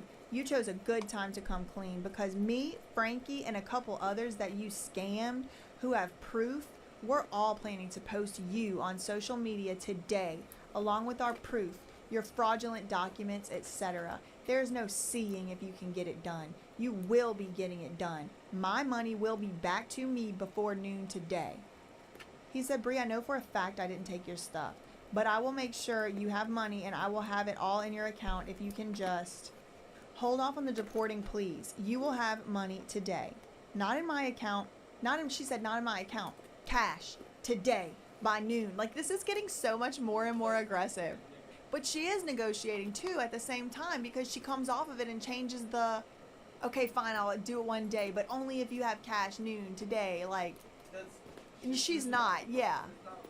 She's extorting a little bit to me. It's mean-hearted. That's what I'm wondering, and it's like whoever is typing these text messages is clearly comfortable saying stuff like this and knows that this guy has access to $30,000 in cash. Not everybody has access to $30,000 cash dollars. Actually, I'd venture to say not most people. It could be that he was a target of an extortion scheme. But they did. I mean, it's convincing. They went on camera. She has her whole own version of things. I mean, it is diametrically opposed. It is exactly opposite from each other. She's never done it a day in her life. To him, he says she's addicted to it. You know, stuff like that. So it's like, who's lying? And they do have a whole group of people. It's 2 people sitting on the podcast, and they're both like, yeah, he scammed me. It's scary. If you're not here, figure it out. He said, I'm figuring it out. Then she messages him, what time will you be here to return my money? He said, I got someone who can drop off $38K tomorrow after his work at 3:30 at Trader Joe's in cash. I'm not in LA, like I said. That is the best I could do and the fastest too. Could you please just have the Department of State person you talk to hold off? She said, this is the last time I am going to discuss this with you. You have until 4 p.m. tomorrow to have $38K returned to me in cash. I will push my meeting with the detective to 4:30 p.m. If I don't have the money by 4, I will finalize the report. What does that even mean? And post you all over social media along with your photos and proof. He said, you will have the full amount of money by that time. And I also wonder, is it like some type of gambling debt situation type, like stuff involved somehow in here too? Like, is there gambling? Like, I'm getting a gambling tingle. Like, I'm definitely extortionist. You ready to hear the crazy and shit he that is, just like, went golden down? boy, and it could be some level of like he called her out for doing, pornographic pictures. What are you in a talking about? I'm on the lawsuit, phone and with he's like, you. I bet you there's some level of like I thought you were she can talking to get just me. as close No, to I these wasn't guys talking as to she you. does. And she probably falls for some of them. He's not unattractive. Yeah, he did. She Well, described normally him as whenever I nerdy. hear you He's say that- very attractive. He's a handsome young man, and he's got everything going for him: the family name, the money, the golf, all of it. And in secret, and for a long time, he likes her, obsessed with her probably. Yeah, he Loves her did. dog, cleans her apartment. But she'll never be Mrs. Do you want to Ninja hear the crazy Woodson. bullshit that just She went knows it. down? He said in the lawsuit, one of the reasons they were incompatible is because he discovered Where pictures are of her you? Why online are you sound that so were far away from your computer? like, that's not for me Alice to know got whether he back. I can had to make let that her in the decision or damn not, but it house. just probably ends up Ow. being the case. Like Ow. Andrew Tate isn't Oh, gonna like Alice, her. lock the door. He hired her Okay, to what be happened? a sexy hot model for a photo shoot. So, it does happen. I'm about to I start my wonder if, period. some I'm level of in this animosity excruciating isn't, pain, and I decided I wanted Five Guys for resentment dinner. about something. Also, So, I'm not above the idea. This ain't her at all. IT's like, okay, we'll Because, order it one on of the Grubhub. allegations So of we this put the fame order cam in. business world is that they hire men and other people to Yeah. write the messages. Guess where for it got people delivered to? on My Telegram house. and OF and all of that. And so Hotel for hiring June. these men to do that, why wouldn't Did they you be call hiring them? five I'm like, how fun now to do this? So, you know, and I don't know. it didn't It's actually even her. end up This there girl's an because he Ethan doctor. called the delivery But she guy is right seemingly, before it was according to supposed to what is get there. presented here, black. Then we had to call I'm going to Grubhub and we post were like, this hey, unless yo, you so give me money. we are in The way that Pennsylvania was and so it got aggressive, delivered in me, 9 hand cash, California. now, today, all of that stuff really So, yeah, freaks me so out. It makes they, me feel like it's possible that Grubhub we're is dealing with awesome. something They a lot canceled the bigger order, and more even though the sinister food was than a already simple made, so the delivery guy just got 5 burgers it and a makes me large wonder, fry. what are the allegations against Andrew Tate And they that they people credited make that us he the always entire taunts and amount says, so I that mean, I we don't could watch him that reorder much. I've it, seen him but talk not about have this to stuff pay before. for He it. says, So where are the victims? Where is a single victim? Y'all brought up that belt Yeah, tape. so- The so-called alleged victim came out and said she Hey, liked girl, that. hey. That's Hey, what girl. we used to would do. Hey She's girl, into hey. it. She came out and said it, defended him, said he was so nice and so great. That's He all. said, I'm "Where's gonna the go now. victims?" Bye, These love you, people are saying bye. they're victims, I love they're you, victims. bye. So where are they? Well, now we have one. Just in time, right before he boarded that plane. Is it possible, he's just into some freaky stuff, some types of things, and maybe she was too? I do not think that is what happened for sure. But I think with everything that I've just seen in these publicly filed documents, it's not adding up with how much they're pushing it. Like, what really happened? If I would have seen a bruise, if I would have seen some fingerprint marks or something, I would have even. But it's like her face looks a little red, but I'm not even sure what I'm supposed to be looking at with that thing. I'm not even sure how much of this girl's own life she's in charge of. Where's that smelly Type baby? of thing. Smelly baby. Anyway, that's all I have for that. Smelly one. Meantime, baby! That's Saint Defamation. Love you, Minnie. Okay, bye.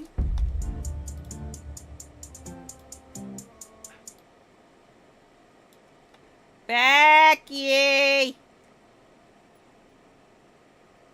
Becky!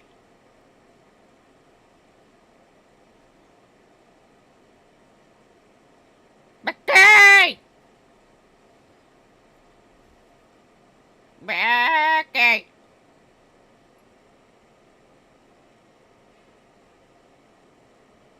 I hear her goes, ma'am. Becky!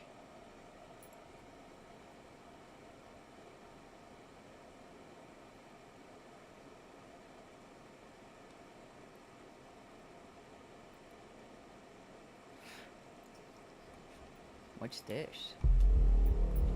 Scaring my wife with a giant spider. You okay? You okay? Of course she isn't! Her toes are doing performative dance right now! This prank sucks! I just don't have the energy for this. I am unsubscribing from this drama. He still has bedhead. How is he this angry so close to dawn? Eat some breakfast! Baby, what's wrong?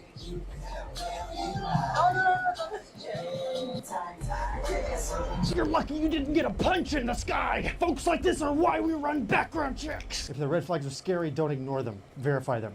Find criminal and traffic records, secret social profiles, location history, and more with TruthFinder. My husband's work wife insinuated that I'm dumb and can only talk about Kim K. And my husband laughed. Now he's freaking out because he's losing me. I'm a beautician. Barf. Becky!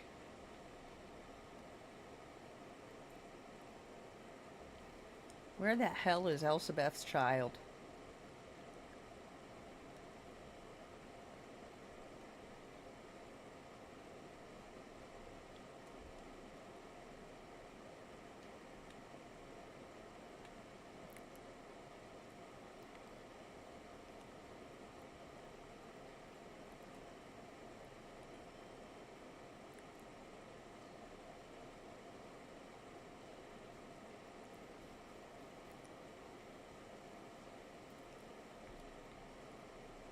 I'm gonna guess she might be pooping. Oh! Becky! There you go. Were you pooping? No. Why were you not coming then? Hi, sausage. Bersha Burf was looking for you, you stinkhole. Put down sausage.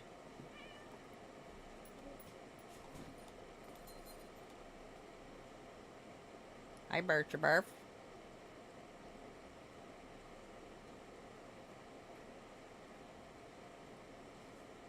Yo. Our lass! Our lass! It's Bersha Burf. Hi, Bashaba. Kitty! Canım niye bağırıyorsunuz? Kaç kişiydiler?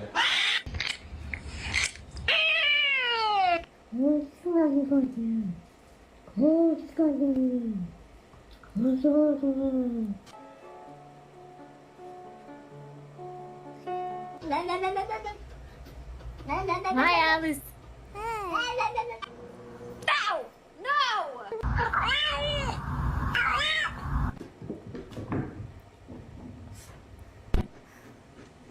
Hey, look, she's playing with my Switch.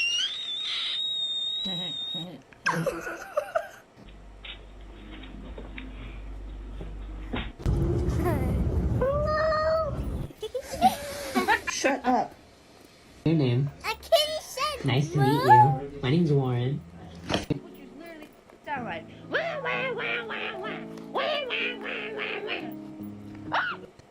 Canım niye bağırıyorsunuz? Kaç kişiydiler? Did you sleep wrong on your ear? That's some hard sleeping, I think. When you wake up with a broken ear, would you like it fixed? Ready? Boop. Walk if you want. You don't see him yet. And then you do. I've always wondered what it looks like underneath.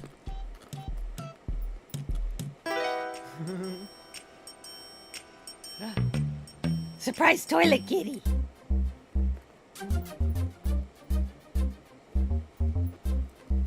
What are you doing? He's got the butt wiggle.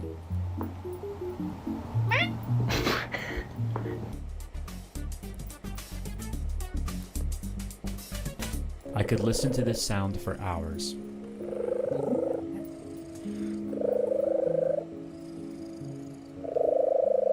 Round 2.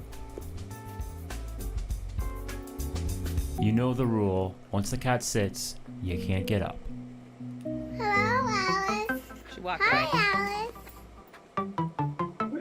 Did you sleep wrong on your ear? That's Good, some now I hard can turn off the sleeping, I damn cat think. When you videos. wake up with a broken ear, would you like it fixed? Ready? Boop.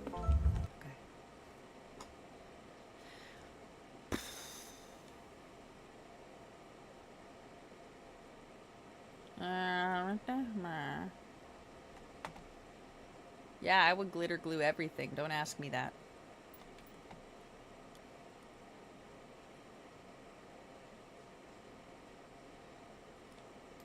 While packing for our family reunion, I overheard my cousin say, "He doesn't know Grandpa left me everything. We just need him to sign the release form like an idiot." I played dumb and signed it with a small change. Yesterday, he got a call from the lawyer, and his screams could be heard through the phone. I wasn't planning to share this, but after what happened yesterday, I just needed somewhere to spill it all. Plus, if you've ever had a shady family member try to screw you over, this might be the satisfying ending you needed too. I, 32M, come from a pretty big, tight-lipped family. My grandfather passed away a few months ago, natural causes, peacefully at home. He was 89 and sharp as ever until the very end. The kind of old school guy who still polished his shoes every morning, always smelled like cedar and Old Spice, and kept everything from warranty receipts to handwritten chili recipes in a locked filing cabinet. He also left behind a decent bit of wealth, nothing insane, but he did well for himself.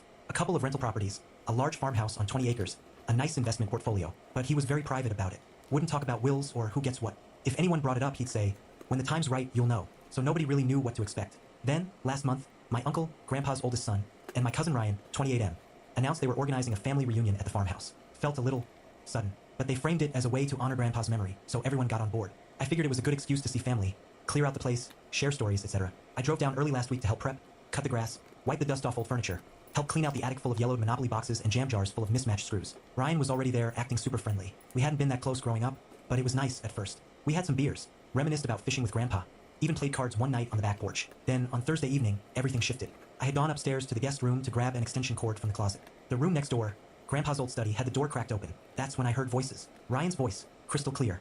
He doesn't know Grandpa left me everything. We just need him to sign the release form like an idiot, and it's all mine. House, land, stocks, everything. My heart stopped. I froze. Then my uncle, his dad, added, he's a nice kid, but too trusting. Just tell him it's paperwork for the reunion or something. He'll go along with it. I backed away, quietly, not letting the door creak. I stood in the hallway stunned. My mind was racing. The thing is, I may not look it, but I went to law school. Didn't end up practicing, but I work in contract compliance now. And if there's one thing I know, it's how to read the fine print. So when Ryan handed me a thick manila envelope the next morning, smiling like nothing happened, and said, hey man, lawyer sent over some paperwork for the reunion stuff. Just need your signature. I didn't blink. I took it. Told him I'd look it over after dinner. That night, I locked myself in the study and went through every single page. And just like I suspected, buried halfway through the dense legalese was a clause essentially forfeiting any claim to Grandpa's estate. It was masked under release of liability and administrative claims, and referenced a primary beneficiary, which turned out to be Ryan. And here's the kicker. The form included a fake signature from Grandpa, dated 2 weeks before he passed. I'd recognize Grandpa's handwriting anywhere. He had a very specific loop in his G's. Ryan had butchered it. I had everything I needed, so I made one small change. I signed the form, sure, but I initialed every page, and on the very last line, I added the following. Signed only for receipt and review purposes. Document contains falsified information and forged signatures. My full name. Then I scanned it, emailed a copy to my lawyer, and gave the original back to Ryan the next morning. Appreciate you, man, he said, grinning. I'll handle the rest. Cool, I replied, playing it cool. Let me know if you need anything else. I didn't sleep well that night, partly because I couldn't stop thinking about Grandpa, and partly because I knew the whole house of cards was about to collapse. Yesterday, the lawyer overseeing Grandpa's estate finally called Ryan. I wasn't in the room, but I heard him. The shouting started about 30 seconds into the call. Doors slammed. I caught a few gems through the hallway. What do you mean it's invalid? He signed it. I have it right here. That wasn't forged. It was a placeholder.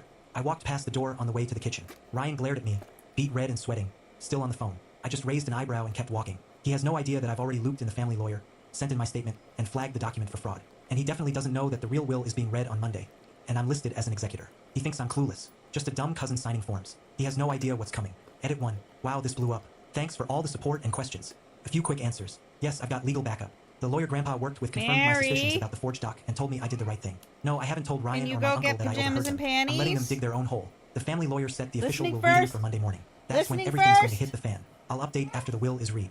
I don't think Ryan's going to take it well. I did Update not 1. tell Hey again, you Reddit. to put them As promised, on. here's what went down Or yesterday. change your The official clothing. reading was scheduled for Monday morning at 10 a.m. sharp at Grandpa's just lawyer's want you to office. go get I got there 10 minutes early. I don't want mostly you to because I didn't want to be change. stuck in a room alone with Ryan and my uncle for any longer than necessary. The I lawyer, don't Mr. want Horowitz, you was an to old friend of change. Grandpa's. I Sharp as a just tack, want super dry you to sense of go humor. get them. When I walked in, he nodded at me and said, Pajamas you and might want to sit near the panties. window. Get stuffy when the liars start sweating. So yeah, I liked the guy instantly. Ryan and his dad showed up right on time. Ryan was wearing a cheap suit he clearly hadn't ironed, and his dad looked like he hadn't slept. I honestly think they were expecting some kind of coronation, like the You make lawyer a would just click, hand click, Ryan a click your golden tongue key on to the the roof of estate your and everyone mouth. else would clap. Spoiler, that's not how it went. My mom came, too. She's Grandpa's daughter.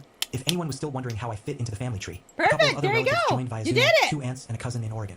We all sat down around this massive oak conference table, and Horowitz started going through the formalities. This will was updated 6 months ago, he said. It supersedes any prior documents. It was signed and witnessed in accordance with the law, and a video recording was made for verification. He pressed a little remote and the TV on the wall flicked on. There was Grandpa, sitting in that old leather armchair in his den, clear as day. If you're watching this, he said, then I've finally gone to join your grandmother. And if Ryan's sitting there looking smug, someone please kick him. The entire room cracked up, except for Ryan, who turned bright red and shifted in his seat. Grandpa continued, I've seen how people get when money's involved. That's why I made some changes. My estate will not be going to one person. I raised a family, not a CEO. At this point, Ryan looked confused. His dad muttered something under his breath.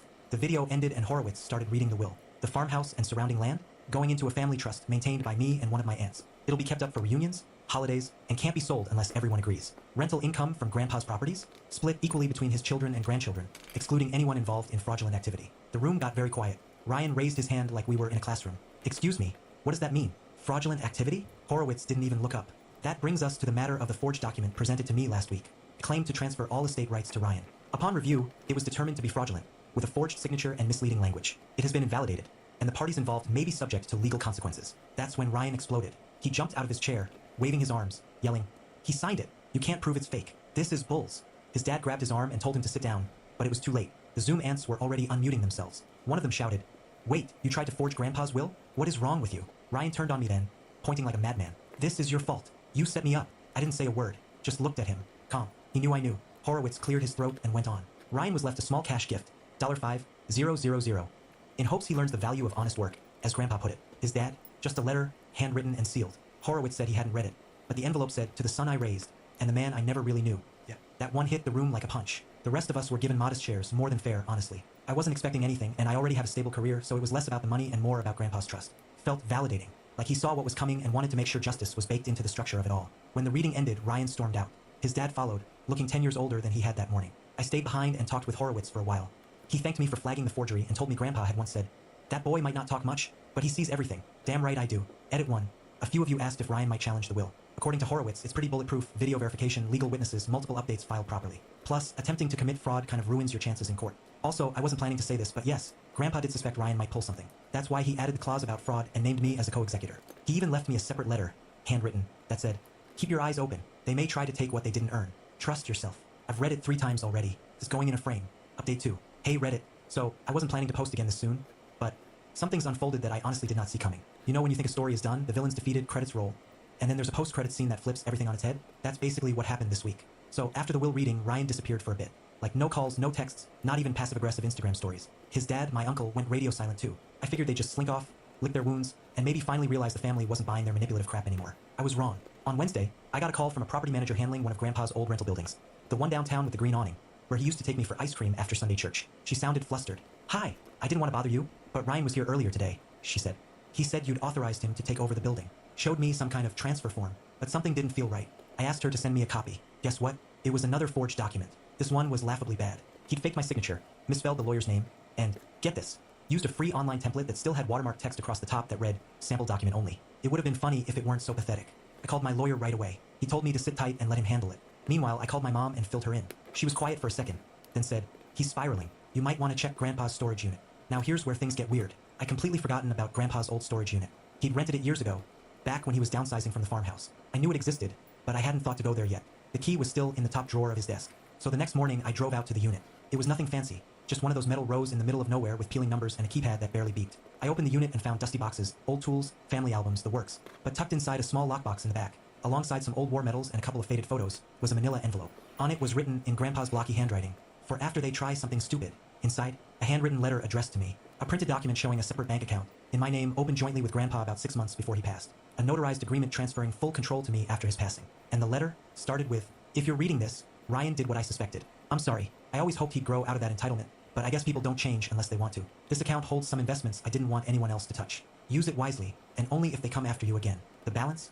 $386,000. I sat there in that cold metal unit, reading and rereading the letter, just stunned. I mean, yes, I knew Grandpa trusted me, but this? He planned for Ryan pulling one more stunt. He knew it wouldn't be over after the will, and he trusted me to handle it. So here's what I did. I went home, got a certified letter drafted by my lawyer, included the failed forged form from the rental property, the notarized proof from the storage unit, and a clear warning.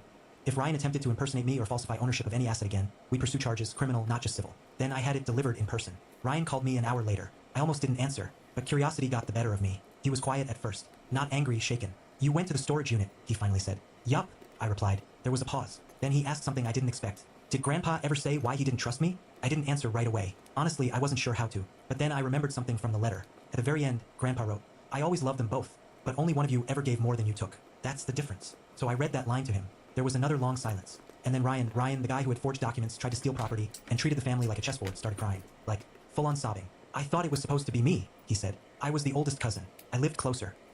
I always thought he was testing me." It hit me then, Ryan wasn't just greedy. He was insecure as hell. Grandpa didn't fall for his act, and that rejection messed him up more than any of us realized. I didn't forgive him, but I didn't gloat either. I just said, "I hope you figure out who you are without trying to take everything from everyone else." Then I hung up. Edit 1. No, I'm not pressing charges yet. The lawyer says we've got enough evidence if he tries anything else. But honestly, I think that phone call might have actually broken through to him.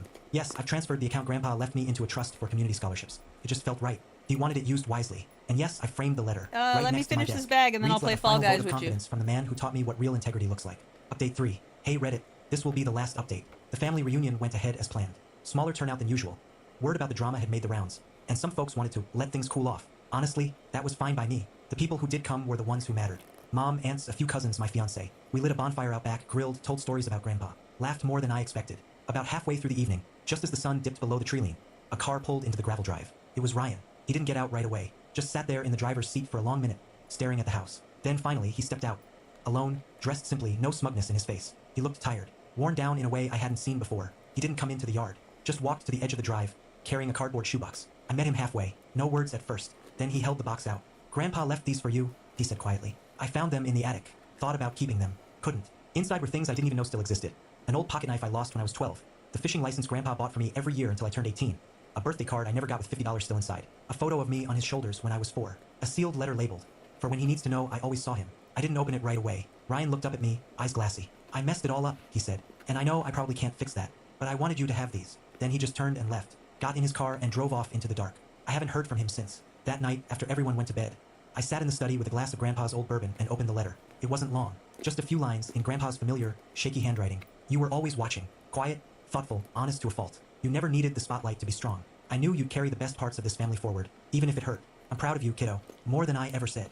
I didn't cry right away, but sometime around 2 a.m., I found myself sitting on the porch steps, that letter in my lap, just feeling it. The weight of what was lost, of what never got said between them, between any of us. Sometimes justice doesn't feel like a win. Sometimes it just feels like the truth finally settling down after a long, bitter storm. Edit 1. Thank you, truly, to everyone who followed this and supported me. And I didn't then post here expecting everyone validation, but your clapped. comments helped me sort through the chaos. And for those who've been burned by family before, you're not alone. Forgiveness doesn't always look like hugs and clean slates. Sometimes it looks like accepting the apology you never got and letting go anyway. I'm keeping Grandpa's letter on my nightstand, and I'm leaving the porch light on, just in case. Oh, that's so sweet. Blah, blah, blah words. Spring is here, and DD's Discounts has great budget-friendly finds for your closet refresh.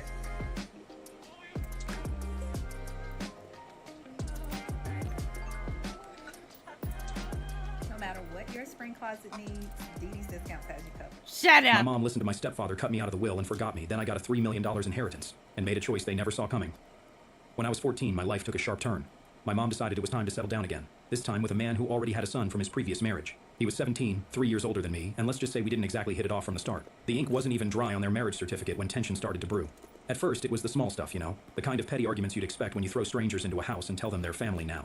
He'd leave his dirty dishes in the sink like they'd magically clean themselves, and I'd be the one getting an earful about the mess in the kitchen. Or I'd find my shampoo mysteriously vanishing faster than usual, only to see my new stepbrother sporting what looked suspiciously like my favorite hair product. It wasn't just the stepbrother antics that got to me. It was how my stepdad handled things. He had this way of just assuming I was the root of all problems. If something was out of place, somehow it was my doing. And Mom? She wasn't much help either. She was so caught up in trying to make this new family work that she'd overlook the obvious, always smoothing things over, making excuses for why my stepbrother could do no wrong. A year into this new family setup, Mom and Stepdad had news. They were expecting. That's when the dynamic really shifted. She had supper, Suddenly, yes. it was all about preparing for the new Yes, baby. The she house had needed supper with redecorating, Owen and and guess whose room Melissa. was conveniently chosen for the nursery? Yep, mine. So I got shuffled to the smaller guest room, which barely had space for my stuff. It felt like a demotion, a clear message about where I stood in this family hierarchy. As my new half-brother grew up, it became apparent that he was the golden child. My stepbrother, already spoiled, seemed to take cues from this, and upped his entitled behavior, knowing he could get away with anything.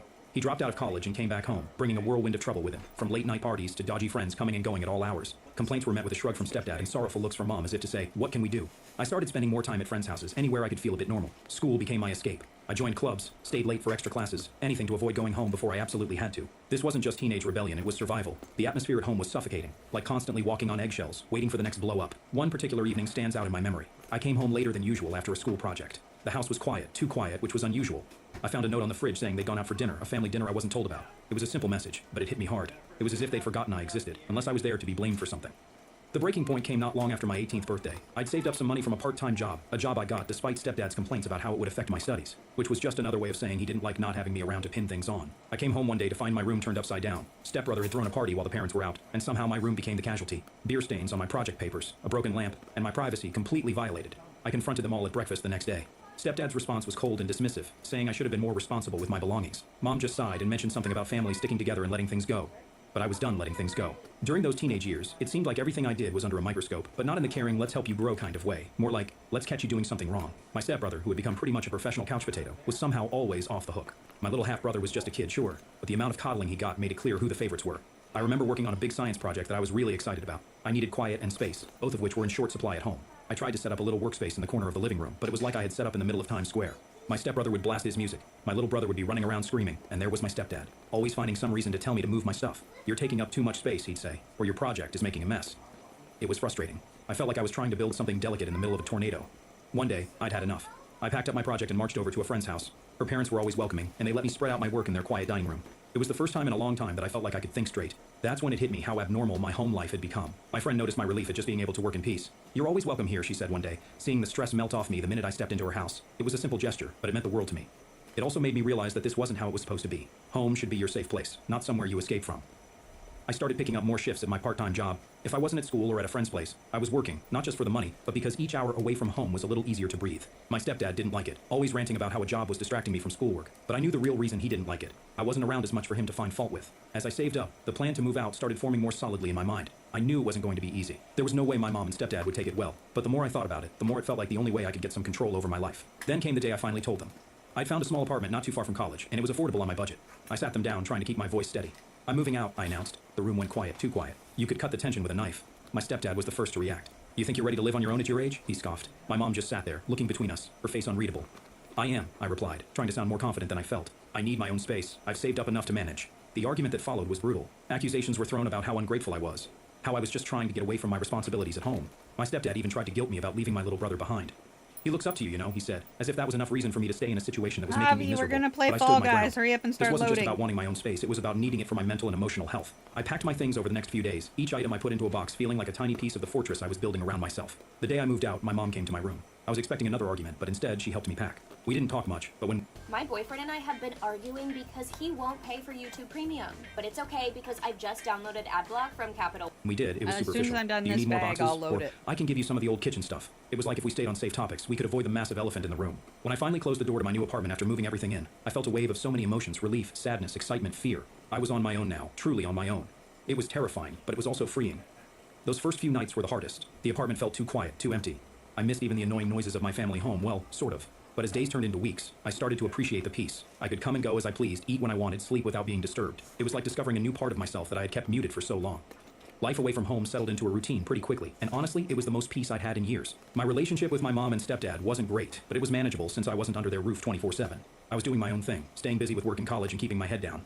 Then, out of nowhere, my stepdad had a health scare that shook everything up. It wasn't life-threatening, but it was serious enough for him to start thinking about the future, specifically his will. I heard about it through my mom, who called one evening sounding a bit more somber than usual.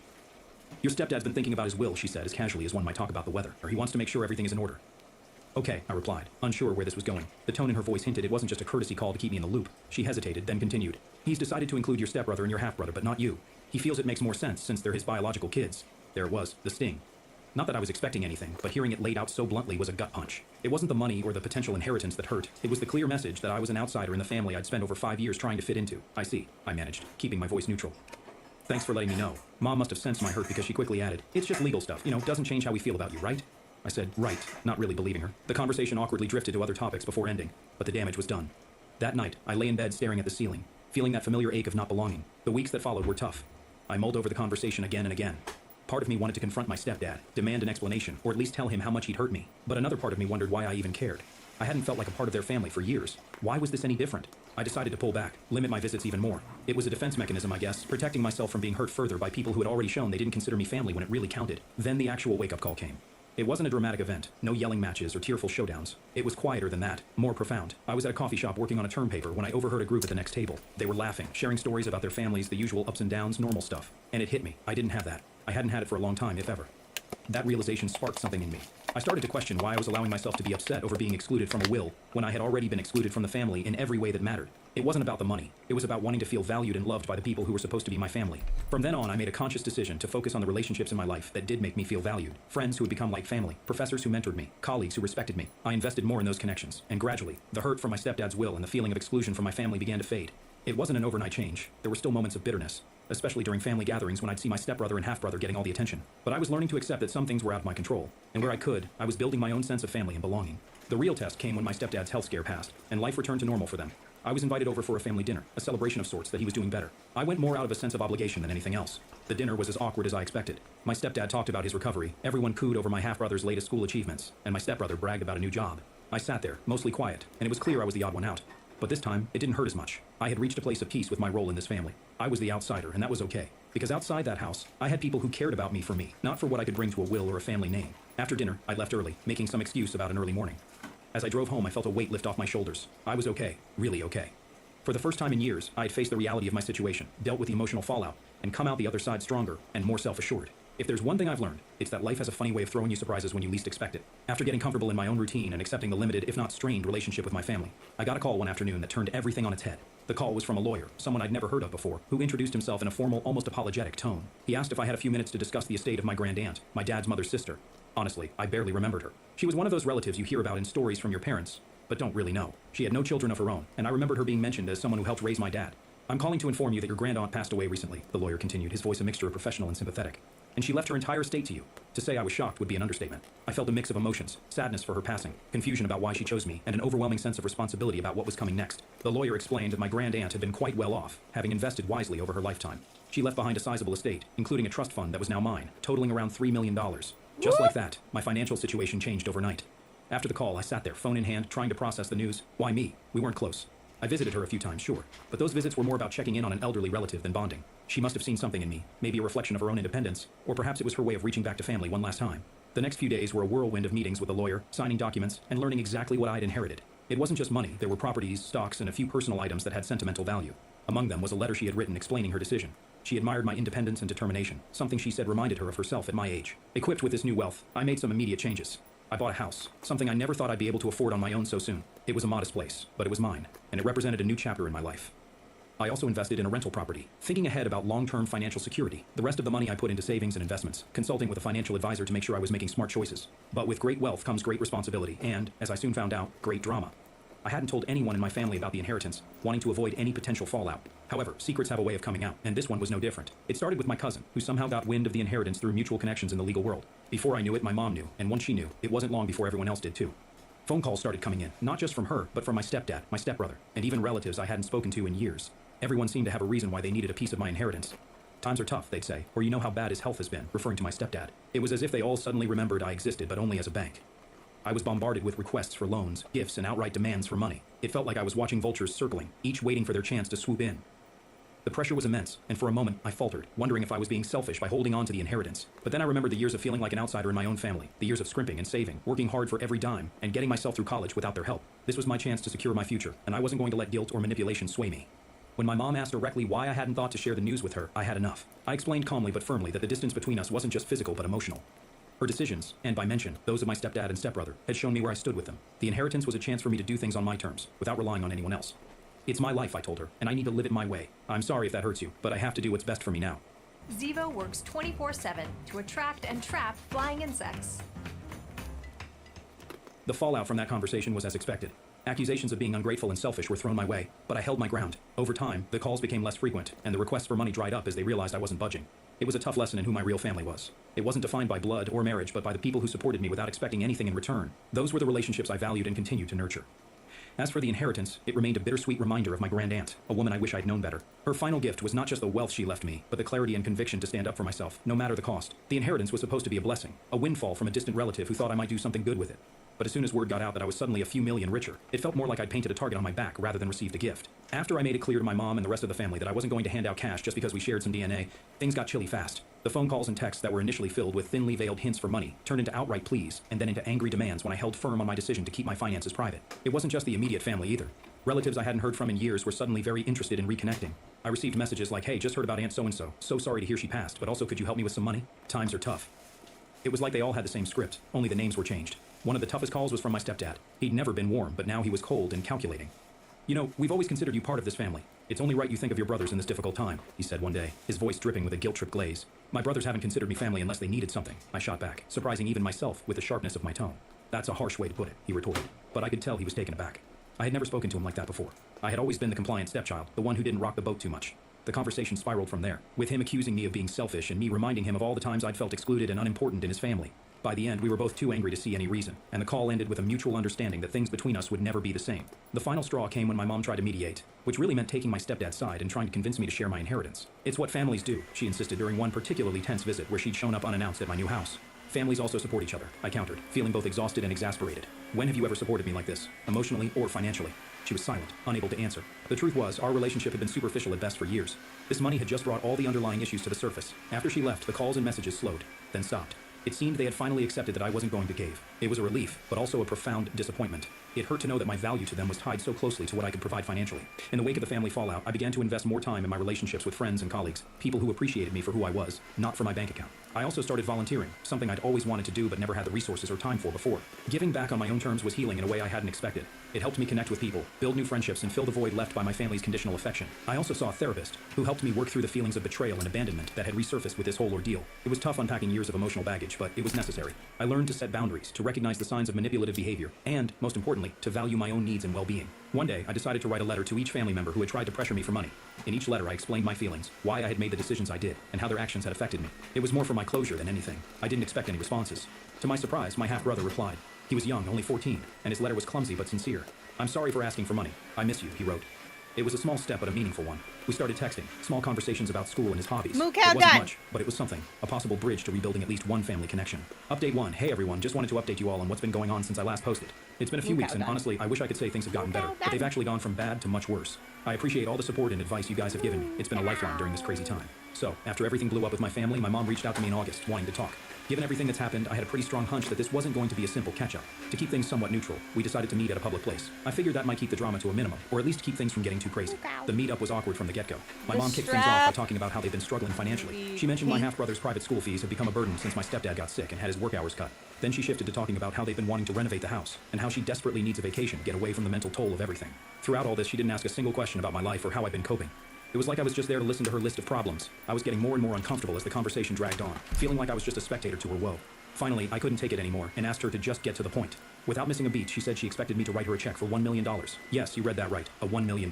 She claimed that technically it should all be her money since it came from her late husband's inheritance, but she was being generous by only asking for a third. Her demands were growing more and more outlandish, and I could hardly believe what I was hearing. I quickly paid the bill and got out of there as fast as I could. Since that day, my mom has been going around calling me a thief, loudly proclaiming to anyone who will listen that the inheritance should have been hers in the first place. Meanwhile, my stepdad sent me a massive wall of text, lecturing me about how I can't just think of myself when I'm part of a bigger family, and that my decision should be inclusive of everyone else. I reminded him pointedly how he didn't include me in his will because I wasn't family enough. That seemed to shut him up temporarily, but I doubt it's the end of it. Things have spiraled into absolute madness since then. Both my mom and stepdad have been bad-mouthing me all over the place. Let him. Looking for a way to grow your business? Let him. Opportunity Fan is waiting at Walmart behavior. Marketplace. Oh my New summer god. savings Are is you back, fans of and it's me? bigger than ever. You can now get up to $75,000 in incentives when Living you sign up to sell on rent Walmart.com. free in a motherfucker's Maximize your profits head. with up to 75% off base referral fees. Living And I'm rent honestly a bit free. scared about what they might do next. It feels like they're trying to turn everyone against me, painting me as the bad guy in a situation they've blown way out of proportion. I'm trying to stay strong and keep a level head, but it's tough when it feels like the people who are supposed to support you are out to make your life harder. I'll keep you all course they updated are. if anything changes, They're but right now vultures. it's just one big mess. Thanks again for all your support and advice. It really helps to know there are people out there who understand I'm and care. related to a Update bunch of 2. them. Hey everyone, dropping in again for a big update. Trust me, it's been a whirlwind these past few weeks, and honestly, I'm just trying to keep my head above water with all the crazy stuff that's been happening. I really appreciate all the support and advice you all have been throwing my way. It's been a huge help in navigating this chaos, so thank you a ton. So here's the scoop. A few weeks back, out of nowhere, I get this super official looking letter in the mail. It's from some lawyer I've never heard of, claiming that my mom is suing me for a huge chunk of my inheritance. Yeah, you heard that right. My own mom suing me. My initial reaction, full-blown panic. I mean, who wouldn't freak out? My mind was racing, thinking about all the legal battles I'd have to face. But then, just when I thought it couldn't get any more soap opera worthy, my stepdad sends me this ominous text. He's all like, "You'll regret not sharing your money because now we're going to take you for everything you're worth." It was like something out of a bad movie, the villainous step-parent twisting the knife. Seriously, the audacity had my jaw on the floor. Rattled but not beaten, I sent everything over to my attorney, expecting a whole ordeal. But get this, my attorney literally laughed when he read the letter, not just a chuckle, but a full-on, "Are you kidding me?" kind of laugh. He tossed the letter into the trash and told me not to lose any sleep over it. According to him, my grandaunt's will is locked down tighter than Fort Knox. There's no way my mom can touch anything legally because she isn't even a descendant, and the will spells out the beneficiaries clear as day. But because my attorney is the thorough kind of guy he is, he didn't stop there. He dug a bit deeper into this so-called lawyer who sent the letter. Turns out the office address listed is some rundown building that looks like it hasn't seen a tenant in years, and the phone number is disconnected, no longer in service. Looks like my parents got desperate and decided to hire some fly-by-night, probably not even legit lawyer, in a last-ditch effort to scare me into coughing up some cash. Realizing they were just trying to bluff me into surrendering part of my inheritance was both a relief and a wake-up call. They actually thought they could strong-arm me with some half-baked legal threat. The nerve, right? Knowing this, I felt a huge weight lift off my shoulders. I mean, I was gearing up for a legal showdown, but now I'm just shaking my head at the lengths they'd go to. So, with that drama sort of deflated, I decided I needed a break from all the madness. I've been on edge, losing sleep, and just generally stressed out. I talked it over with my buddies, and we all agreed it's time for a little getaway. So, I'm taking some time off work to go traveling with my friends next week. Nothing fancy. Just a road trip to some places we've always talked about visiting, but never got around to. I think a change of scenery is exactly what I need to clear my head and recharge. It's weird, though, thinking about how things have unfolded. I used to look up to my mom and stepdad, you know, and now seeing how they've acted, it's disappointing. But I'm learning that sometimes you have to step back from the people who are supposed to support you when they start pulling you down instead. It's not easy, but it's necessary. Anyway, I'm really looking forward to this trip. A bit of adventure, some good laughs, and quality time with friends. Just what the doctor ordered to get away from the family drama. I'll keep you all posted on how it goes and if anything else pops up on the home front. But for now, I'm focusing on the positive, on moving forward, and not letting this whole mess drag me down anymore. You know, most drivers don't know that they can buy out their lease because it's not really talked about, right? It's not really talked about at the dealership. So the dealership always is wanting to sell a new car. So oh my god, shut up! Okay, goodbye.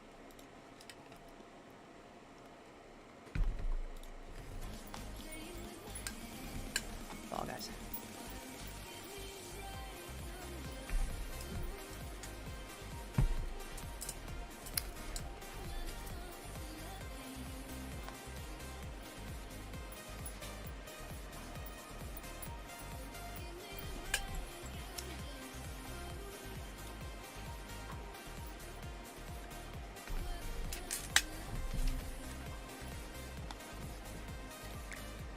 Chickens!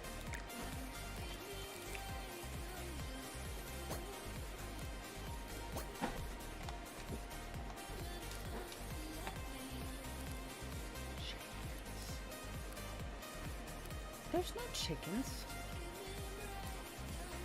Where's the chickens?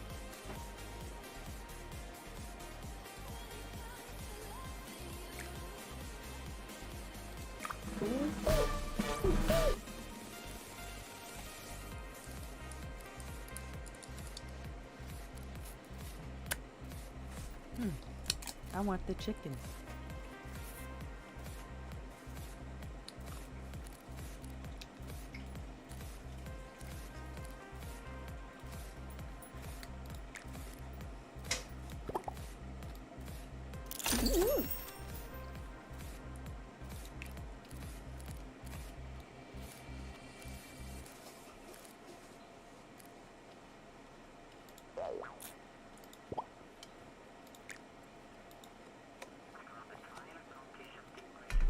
Oh, it's a game. Oh, squirrel!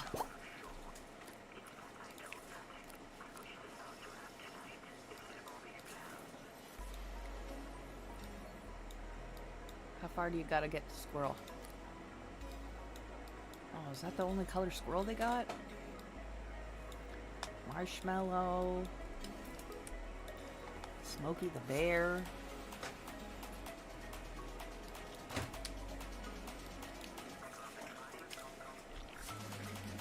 They only got one color squirrel? That's stupid! Why would you put 2 Russell outfits and only 1 squirrel?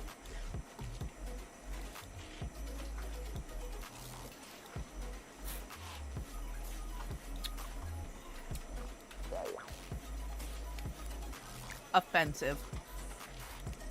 Anyway. Anyway.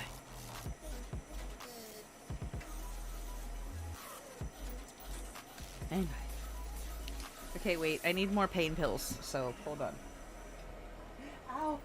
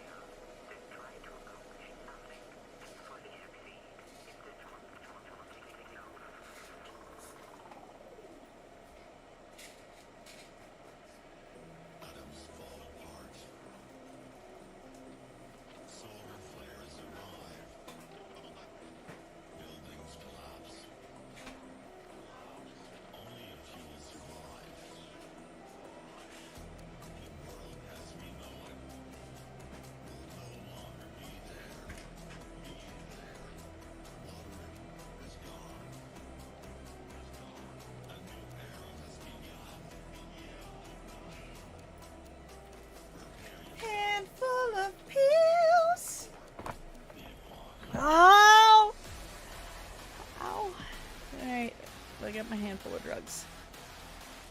Wait. Yeah. I unpacked all of them for right now.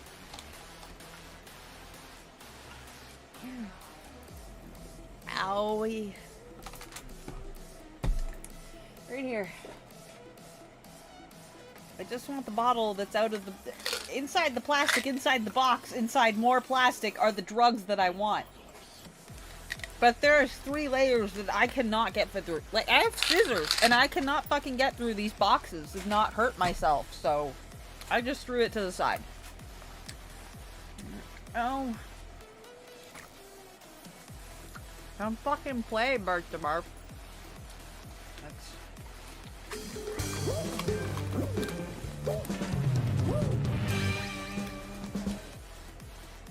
Invite Barsmurf. Invite Barsmurf.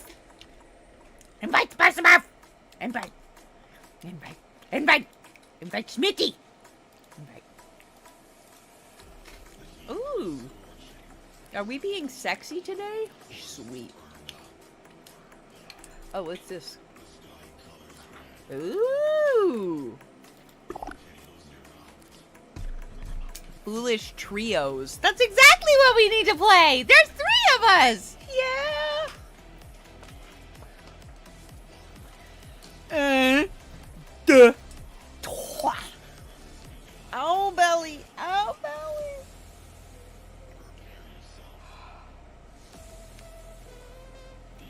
Ow. Ow.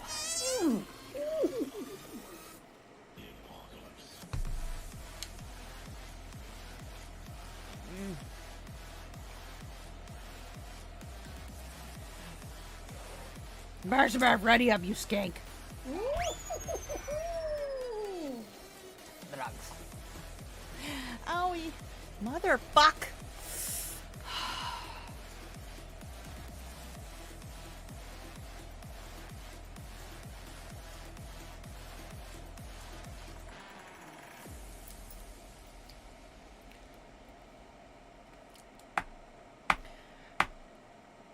Hi, Javi. I love you.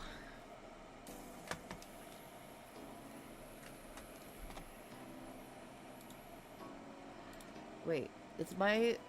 No, that's coming through my speakers, because Elsabeth was talking to Alice earlier. Stop fucking weirding me out.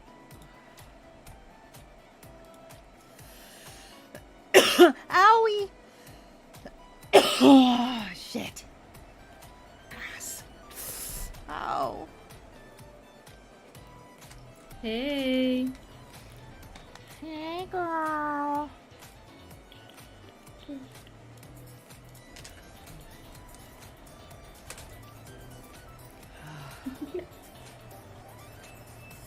Where did I put my controller? Don't start yet! I can't find it! Okay, I got it. Okay, we're green, bitches.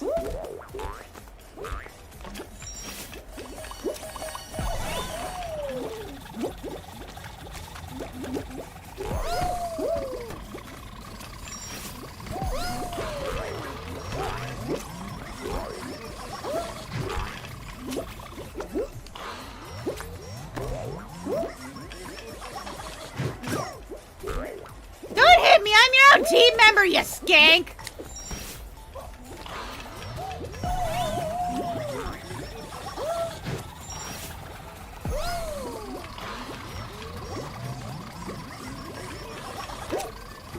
Shit, I fell through the hole.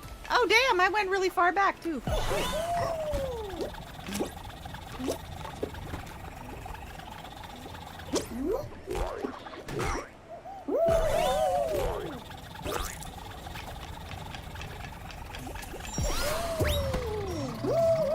Oh, shit. Oh, shit. Oh, shit.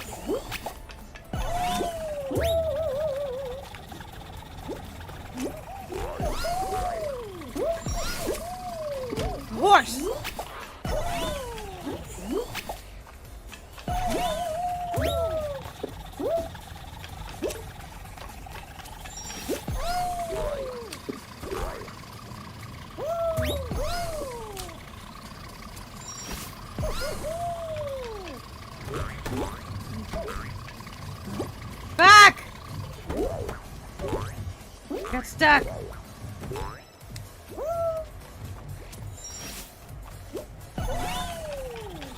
Jesus Christ. How many of us have not gotten there? Because, like, I am very not good. What the hell? What am I supposed to be lapping? I've went around a lot of places already. Oh, okay, maybe I didn't. What the fuck did they already got 7?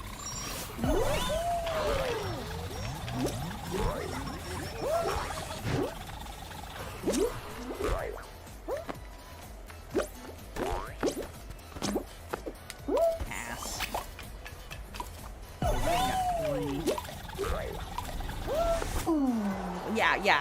Yeah. Laminated. Yeah. That fucking thing was nuts, and I hated it. I went so far, so much. Like, what the fuck?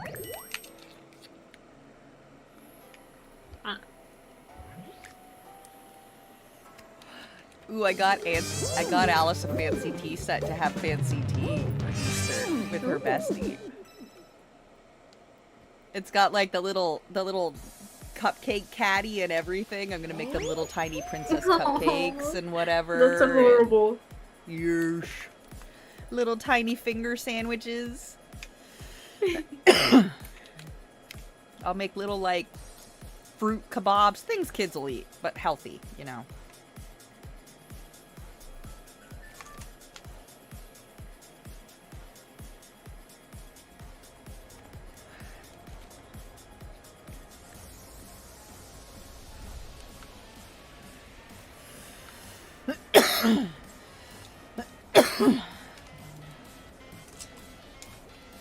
It's the same one again.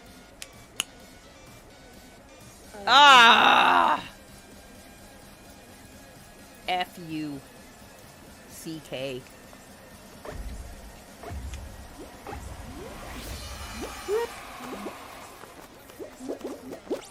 Well, at least we're not green.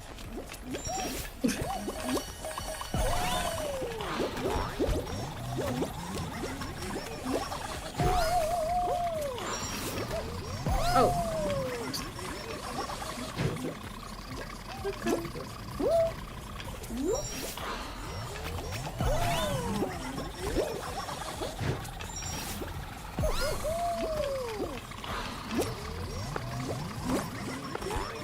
Ah.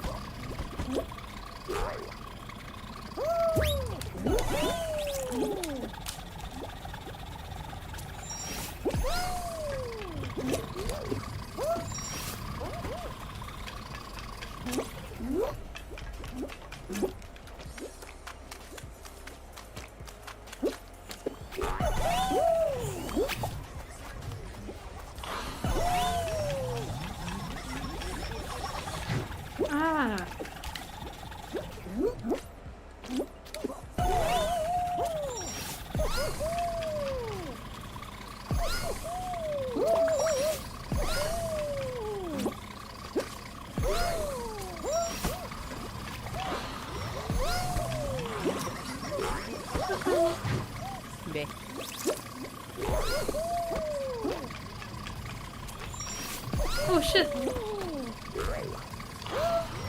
Oh shit, I fell off.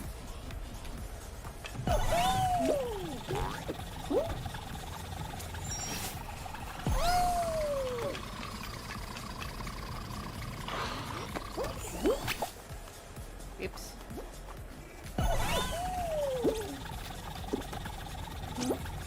Ah. Fuck!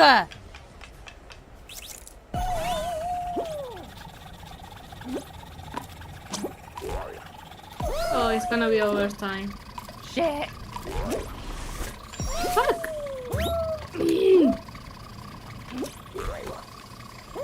Why did I just run? Oh no. Oh no.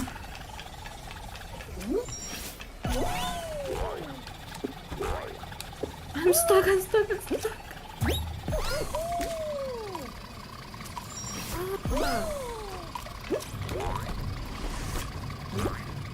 Horse! Fine.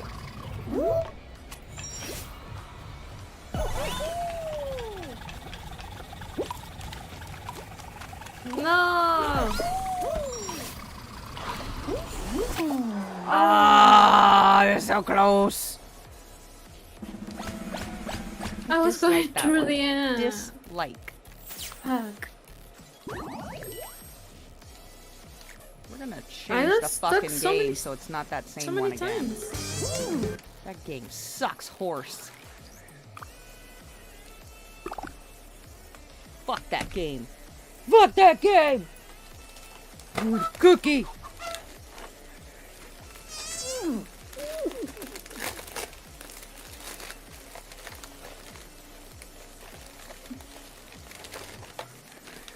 Can somebody come eat the frosting out of all my Oreos, please? I don't like the frosting. They're GF. Javi, can you lend me your children to eat all the frosting out of my Oreos? Thanks. They will love to do that. I know. Absolutely. Mm-hmm. It's too sweet. I don't like it. I like it without it.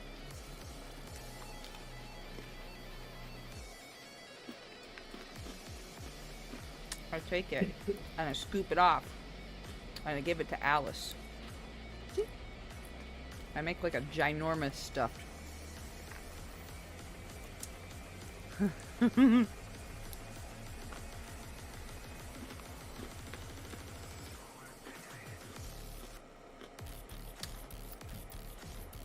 Thank you.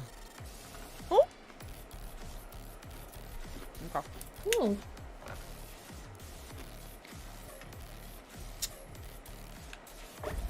Choo, choo, choo.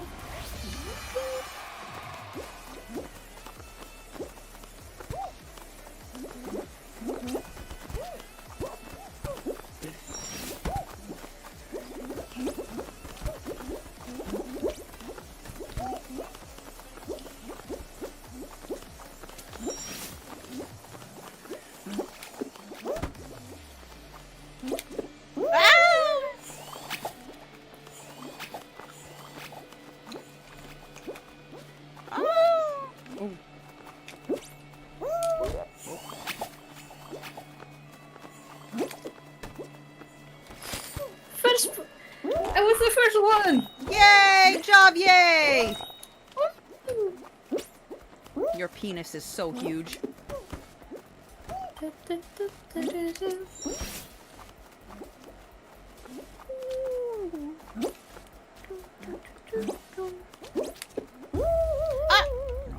Oh.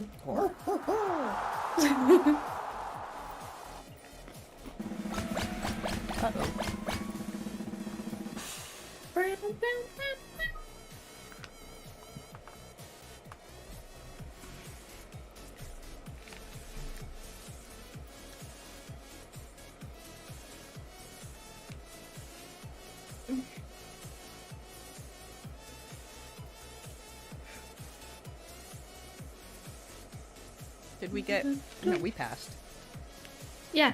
Yeah, we passed. Okay.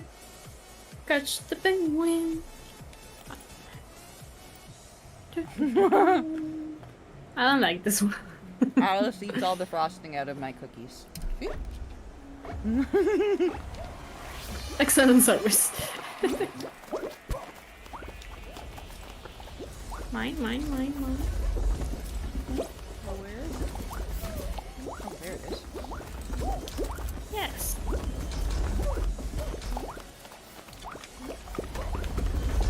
Ah! Fucking blue. No. My penguin. My penguin. Mine! Mine.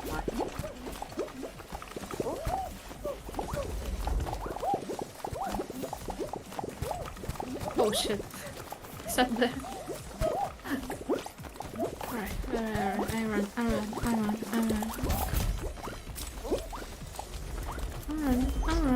Blue house. It's got the penguin.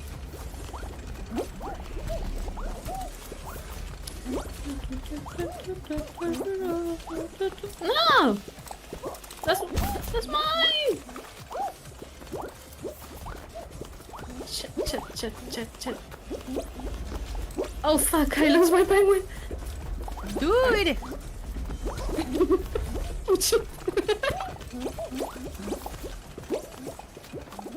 Oh fuck. They stole my penguin!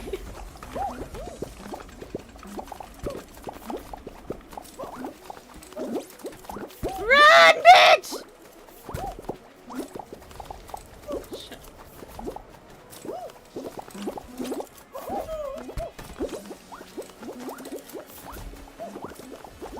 Oh no, this is bad.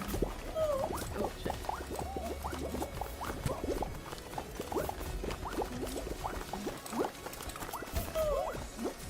Penguin!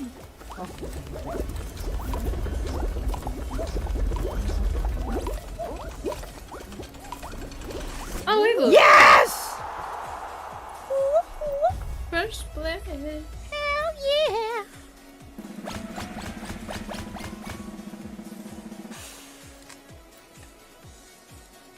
Bum, bum, bum.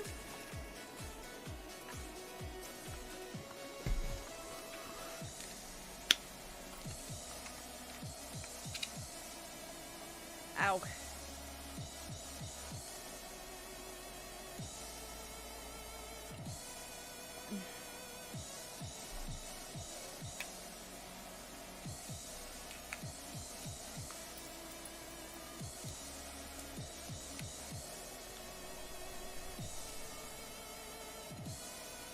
Alright. Tears starting to give me a headache, so I'm taking it off. Okay. You didn't put a timer for that? No. You don't have a timer for a tiara. Oh. You wear it until you no longer feel the need to wear it, or your brain starts to hurt. Two pairs. Three purples, 2 pairs. Nothing else. 3 purples, 2 pairs. Pair.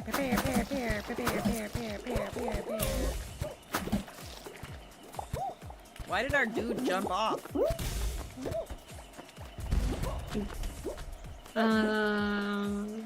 1, 2, 3, 4 bananas. 2 red and 1 purple. 1 purple? 1 purple. 4 bananas. 2 reds. 2 reds.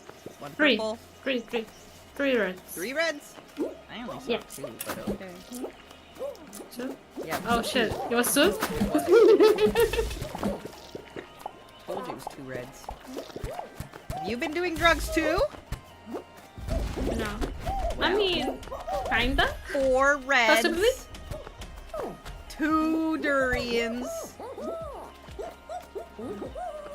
And 2 No, that can pairs? be. Is there 2? 2 pairs. That can be. 3 durians. 3 durians. 3 Three durians. Yeah, I durians. blended Yeah. it. 3 durians, 2 pairs. And what was that? 5?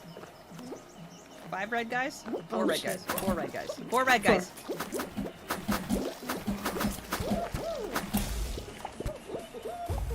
None.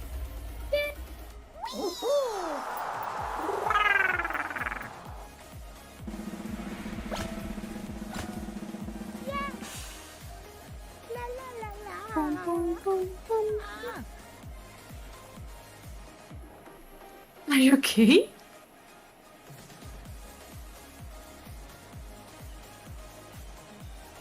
Ooh. Gwing!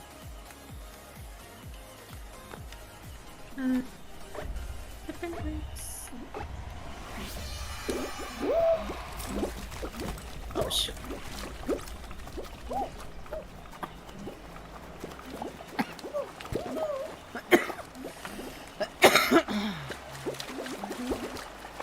Can't steal a gwingwin from the purse or she's my hoe.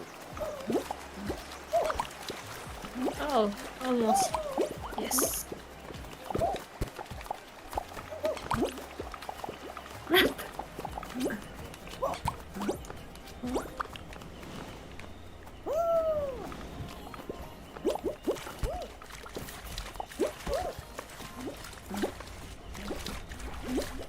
Fucking give it. Yes!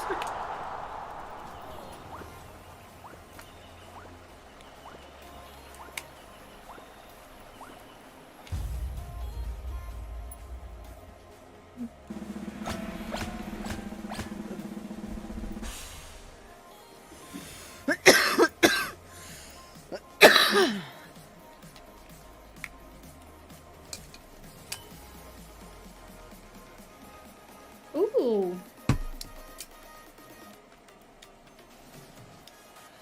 Owie.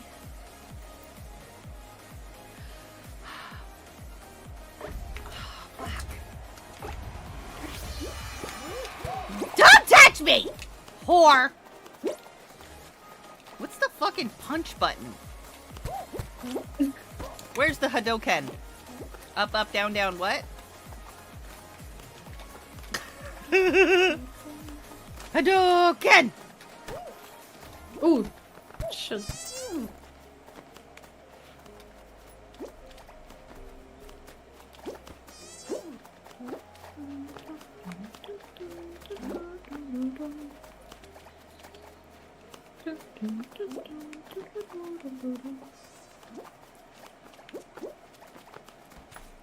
Doody doody doo.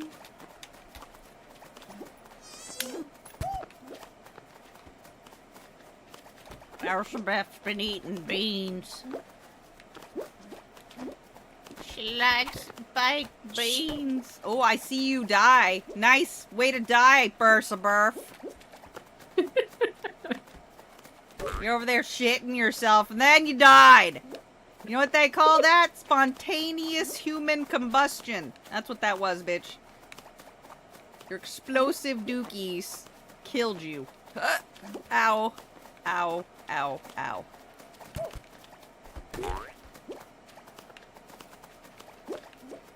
Oh my god. Oh my god.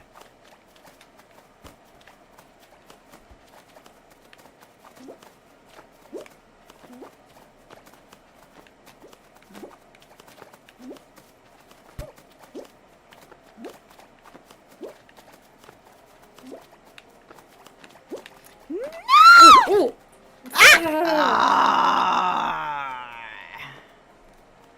That was so close. It's up to you, dude!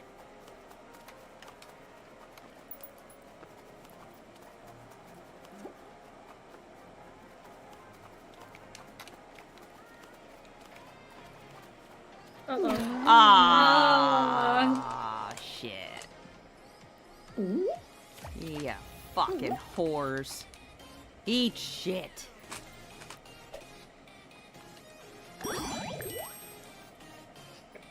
Okay. Ow.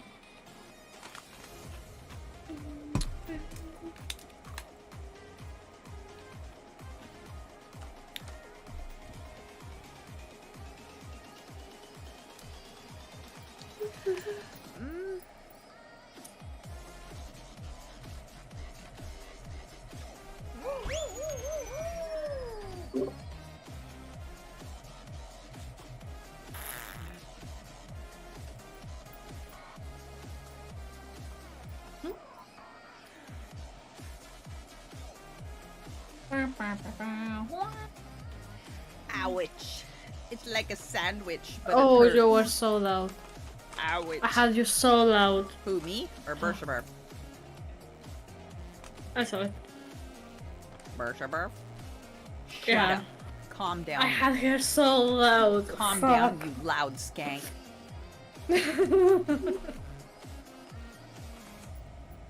Oh, my belly.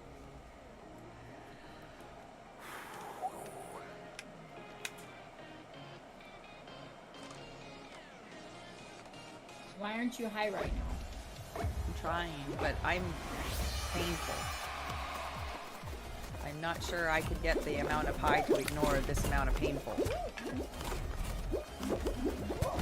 It's surprising considering the source.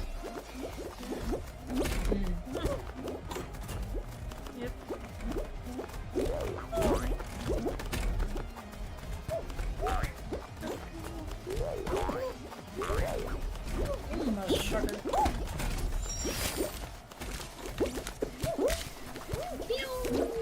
Oh shit. I didn't time it. Where are you going? And oh fuck. Sakes, somebody was slow in front of me and it slowed me down. I had to redive. Ass! Again. Okay, wait, I have stuff.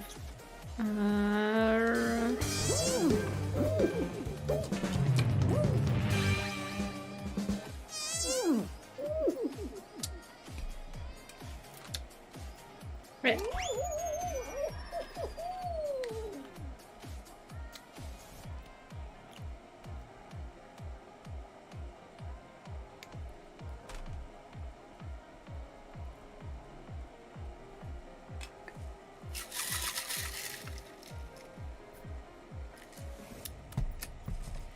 Ow.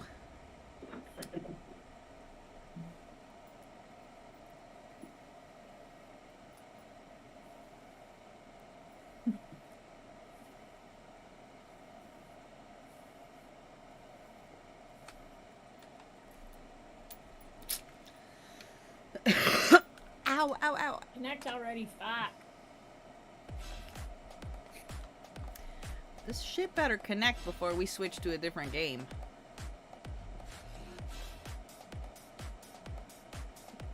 There we go. I heard you. Yeah, you better.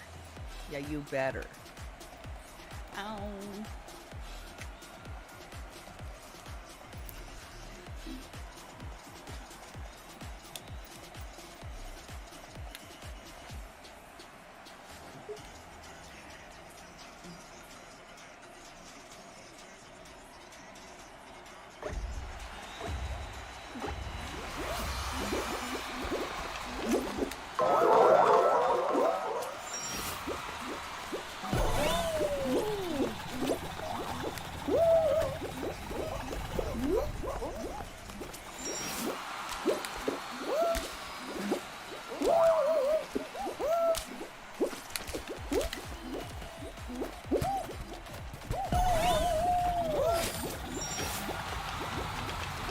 Oh, so gross. Shit.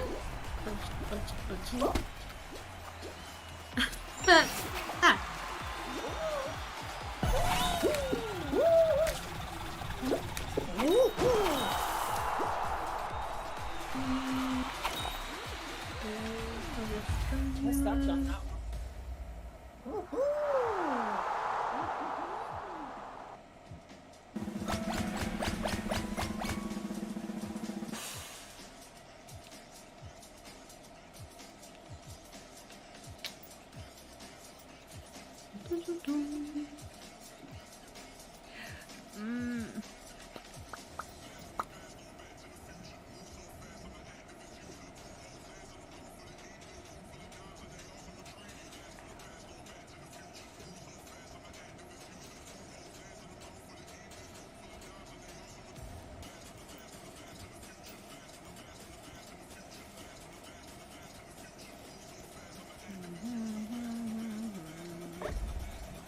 Why would they put me so close to the edge?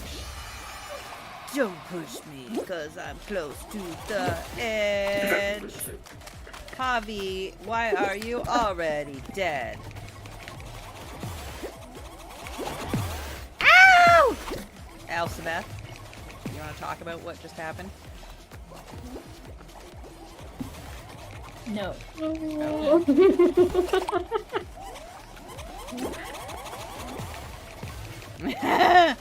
I killed a bunch of the ones that killed you because I love you.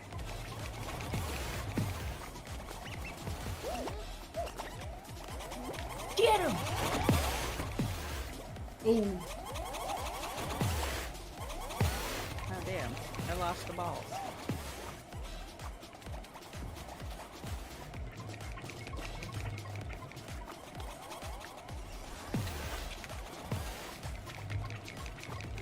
This there's my table.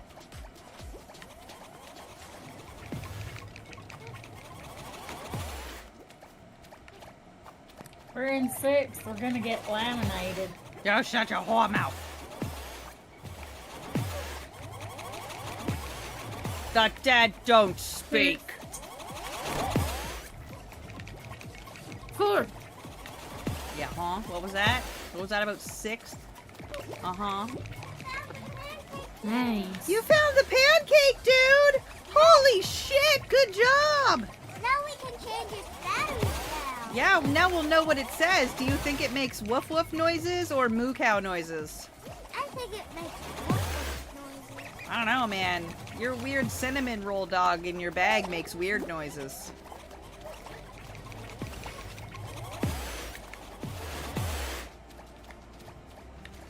You smell like clean Alice and farts.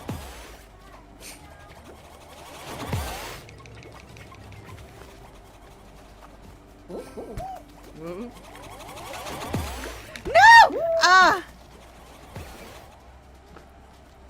I was screwing around with my buddy, and I died. Oh no, he's gonna die too! Oh. 10 seconds. We can make Look it. at how far we got up in there, though. I don't know if they're gonna beat us within 10 seconds. No. Did you come out here and make farty poopies?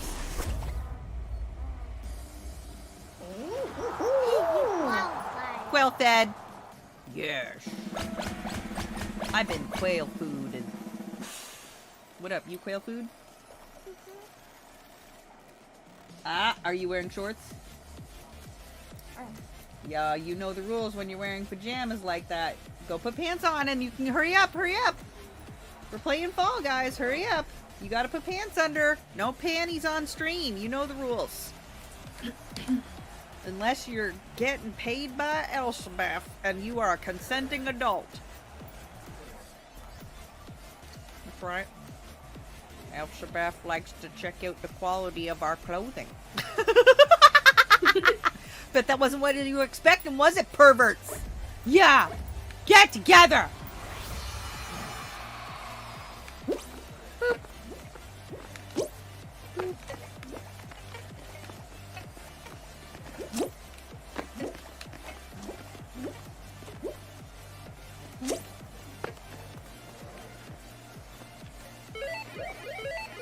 Ooh. That's maybe.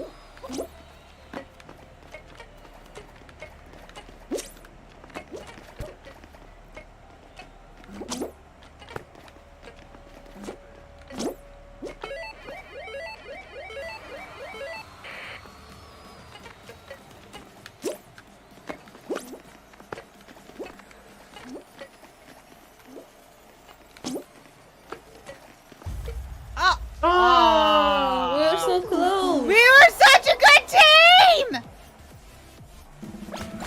The random was healthy. Fuck. Sluts.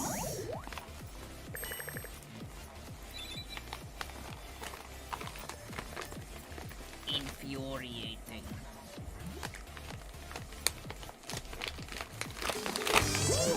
Stop spectaculating. We didn't win.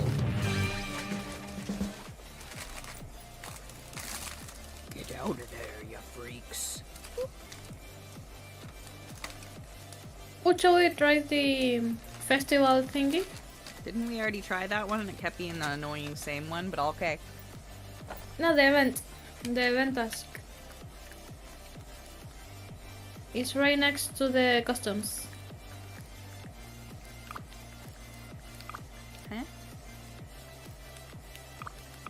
Huh? This? No, no, no. There's some task in the beginning. This? Let me pull up your stuff.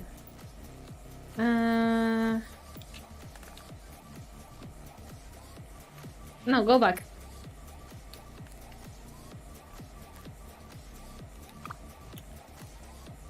Where there's the bar for the customs? There's some event task. Oh. Yeah. I think.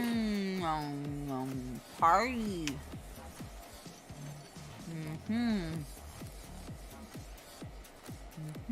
Oh. Oh. Oh.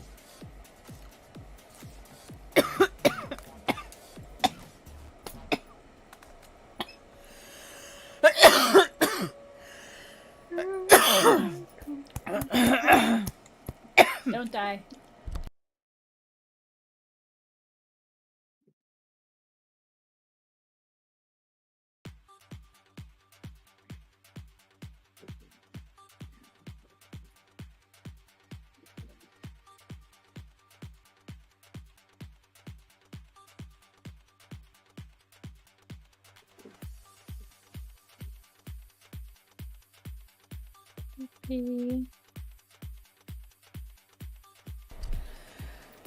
Okay, I sent it to the Discord chat. Oh my god, ow. No, hang on. We might be all done. Oh my god, ow. Oh, ow. No, I'm gonna have to raid out. Alright. Ow. It's okay. Go. Bye, love you, bye.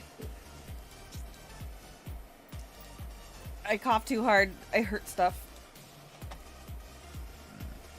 Ow, ow.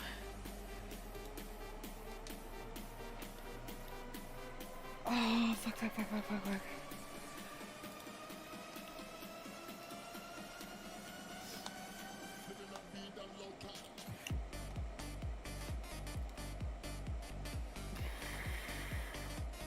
Ow.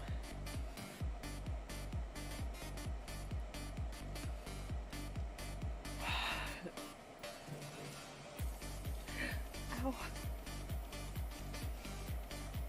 Okay, we're gonna go. Ow. You know what? We're gonna go jump into Para. He's drawing today. It's been a minute. That's it for me. Thanks for stopping by. I appreciate being here. Don't forget blah blah blah. I'll be back tomorrow probably. I coughed too hard and I pulled something. I might be back later. But I love you. Bye.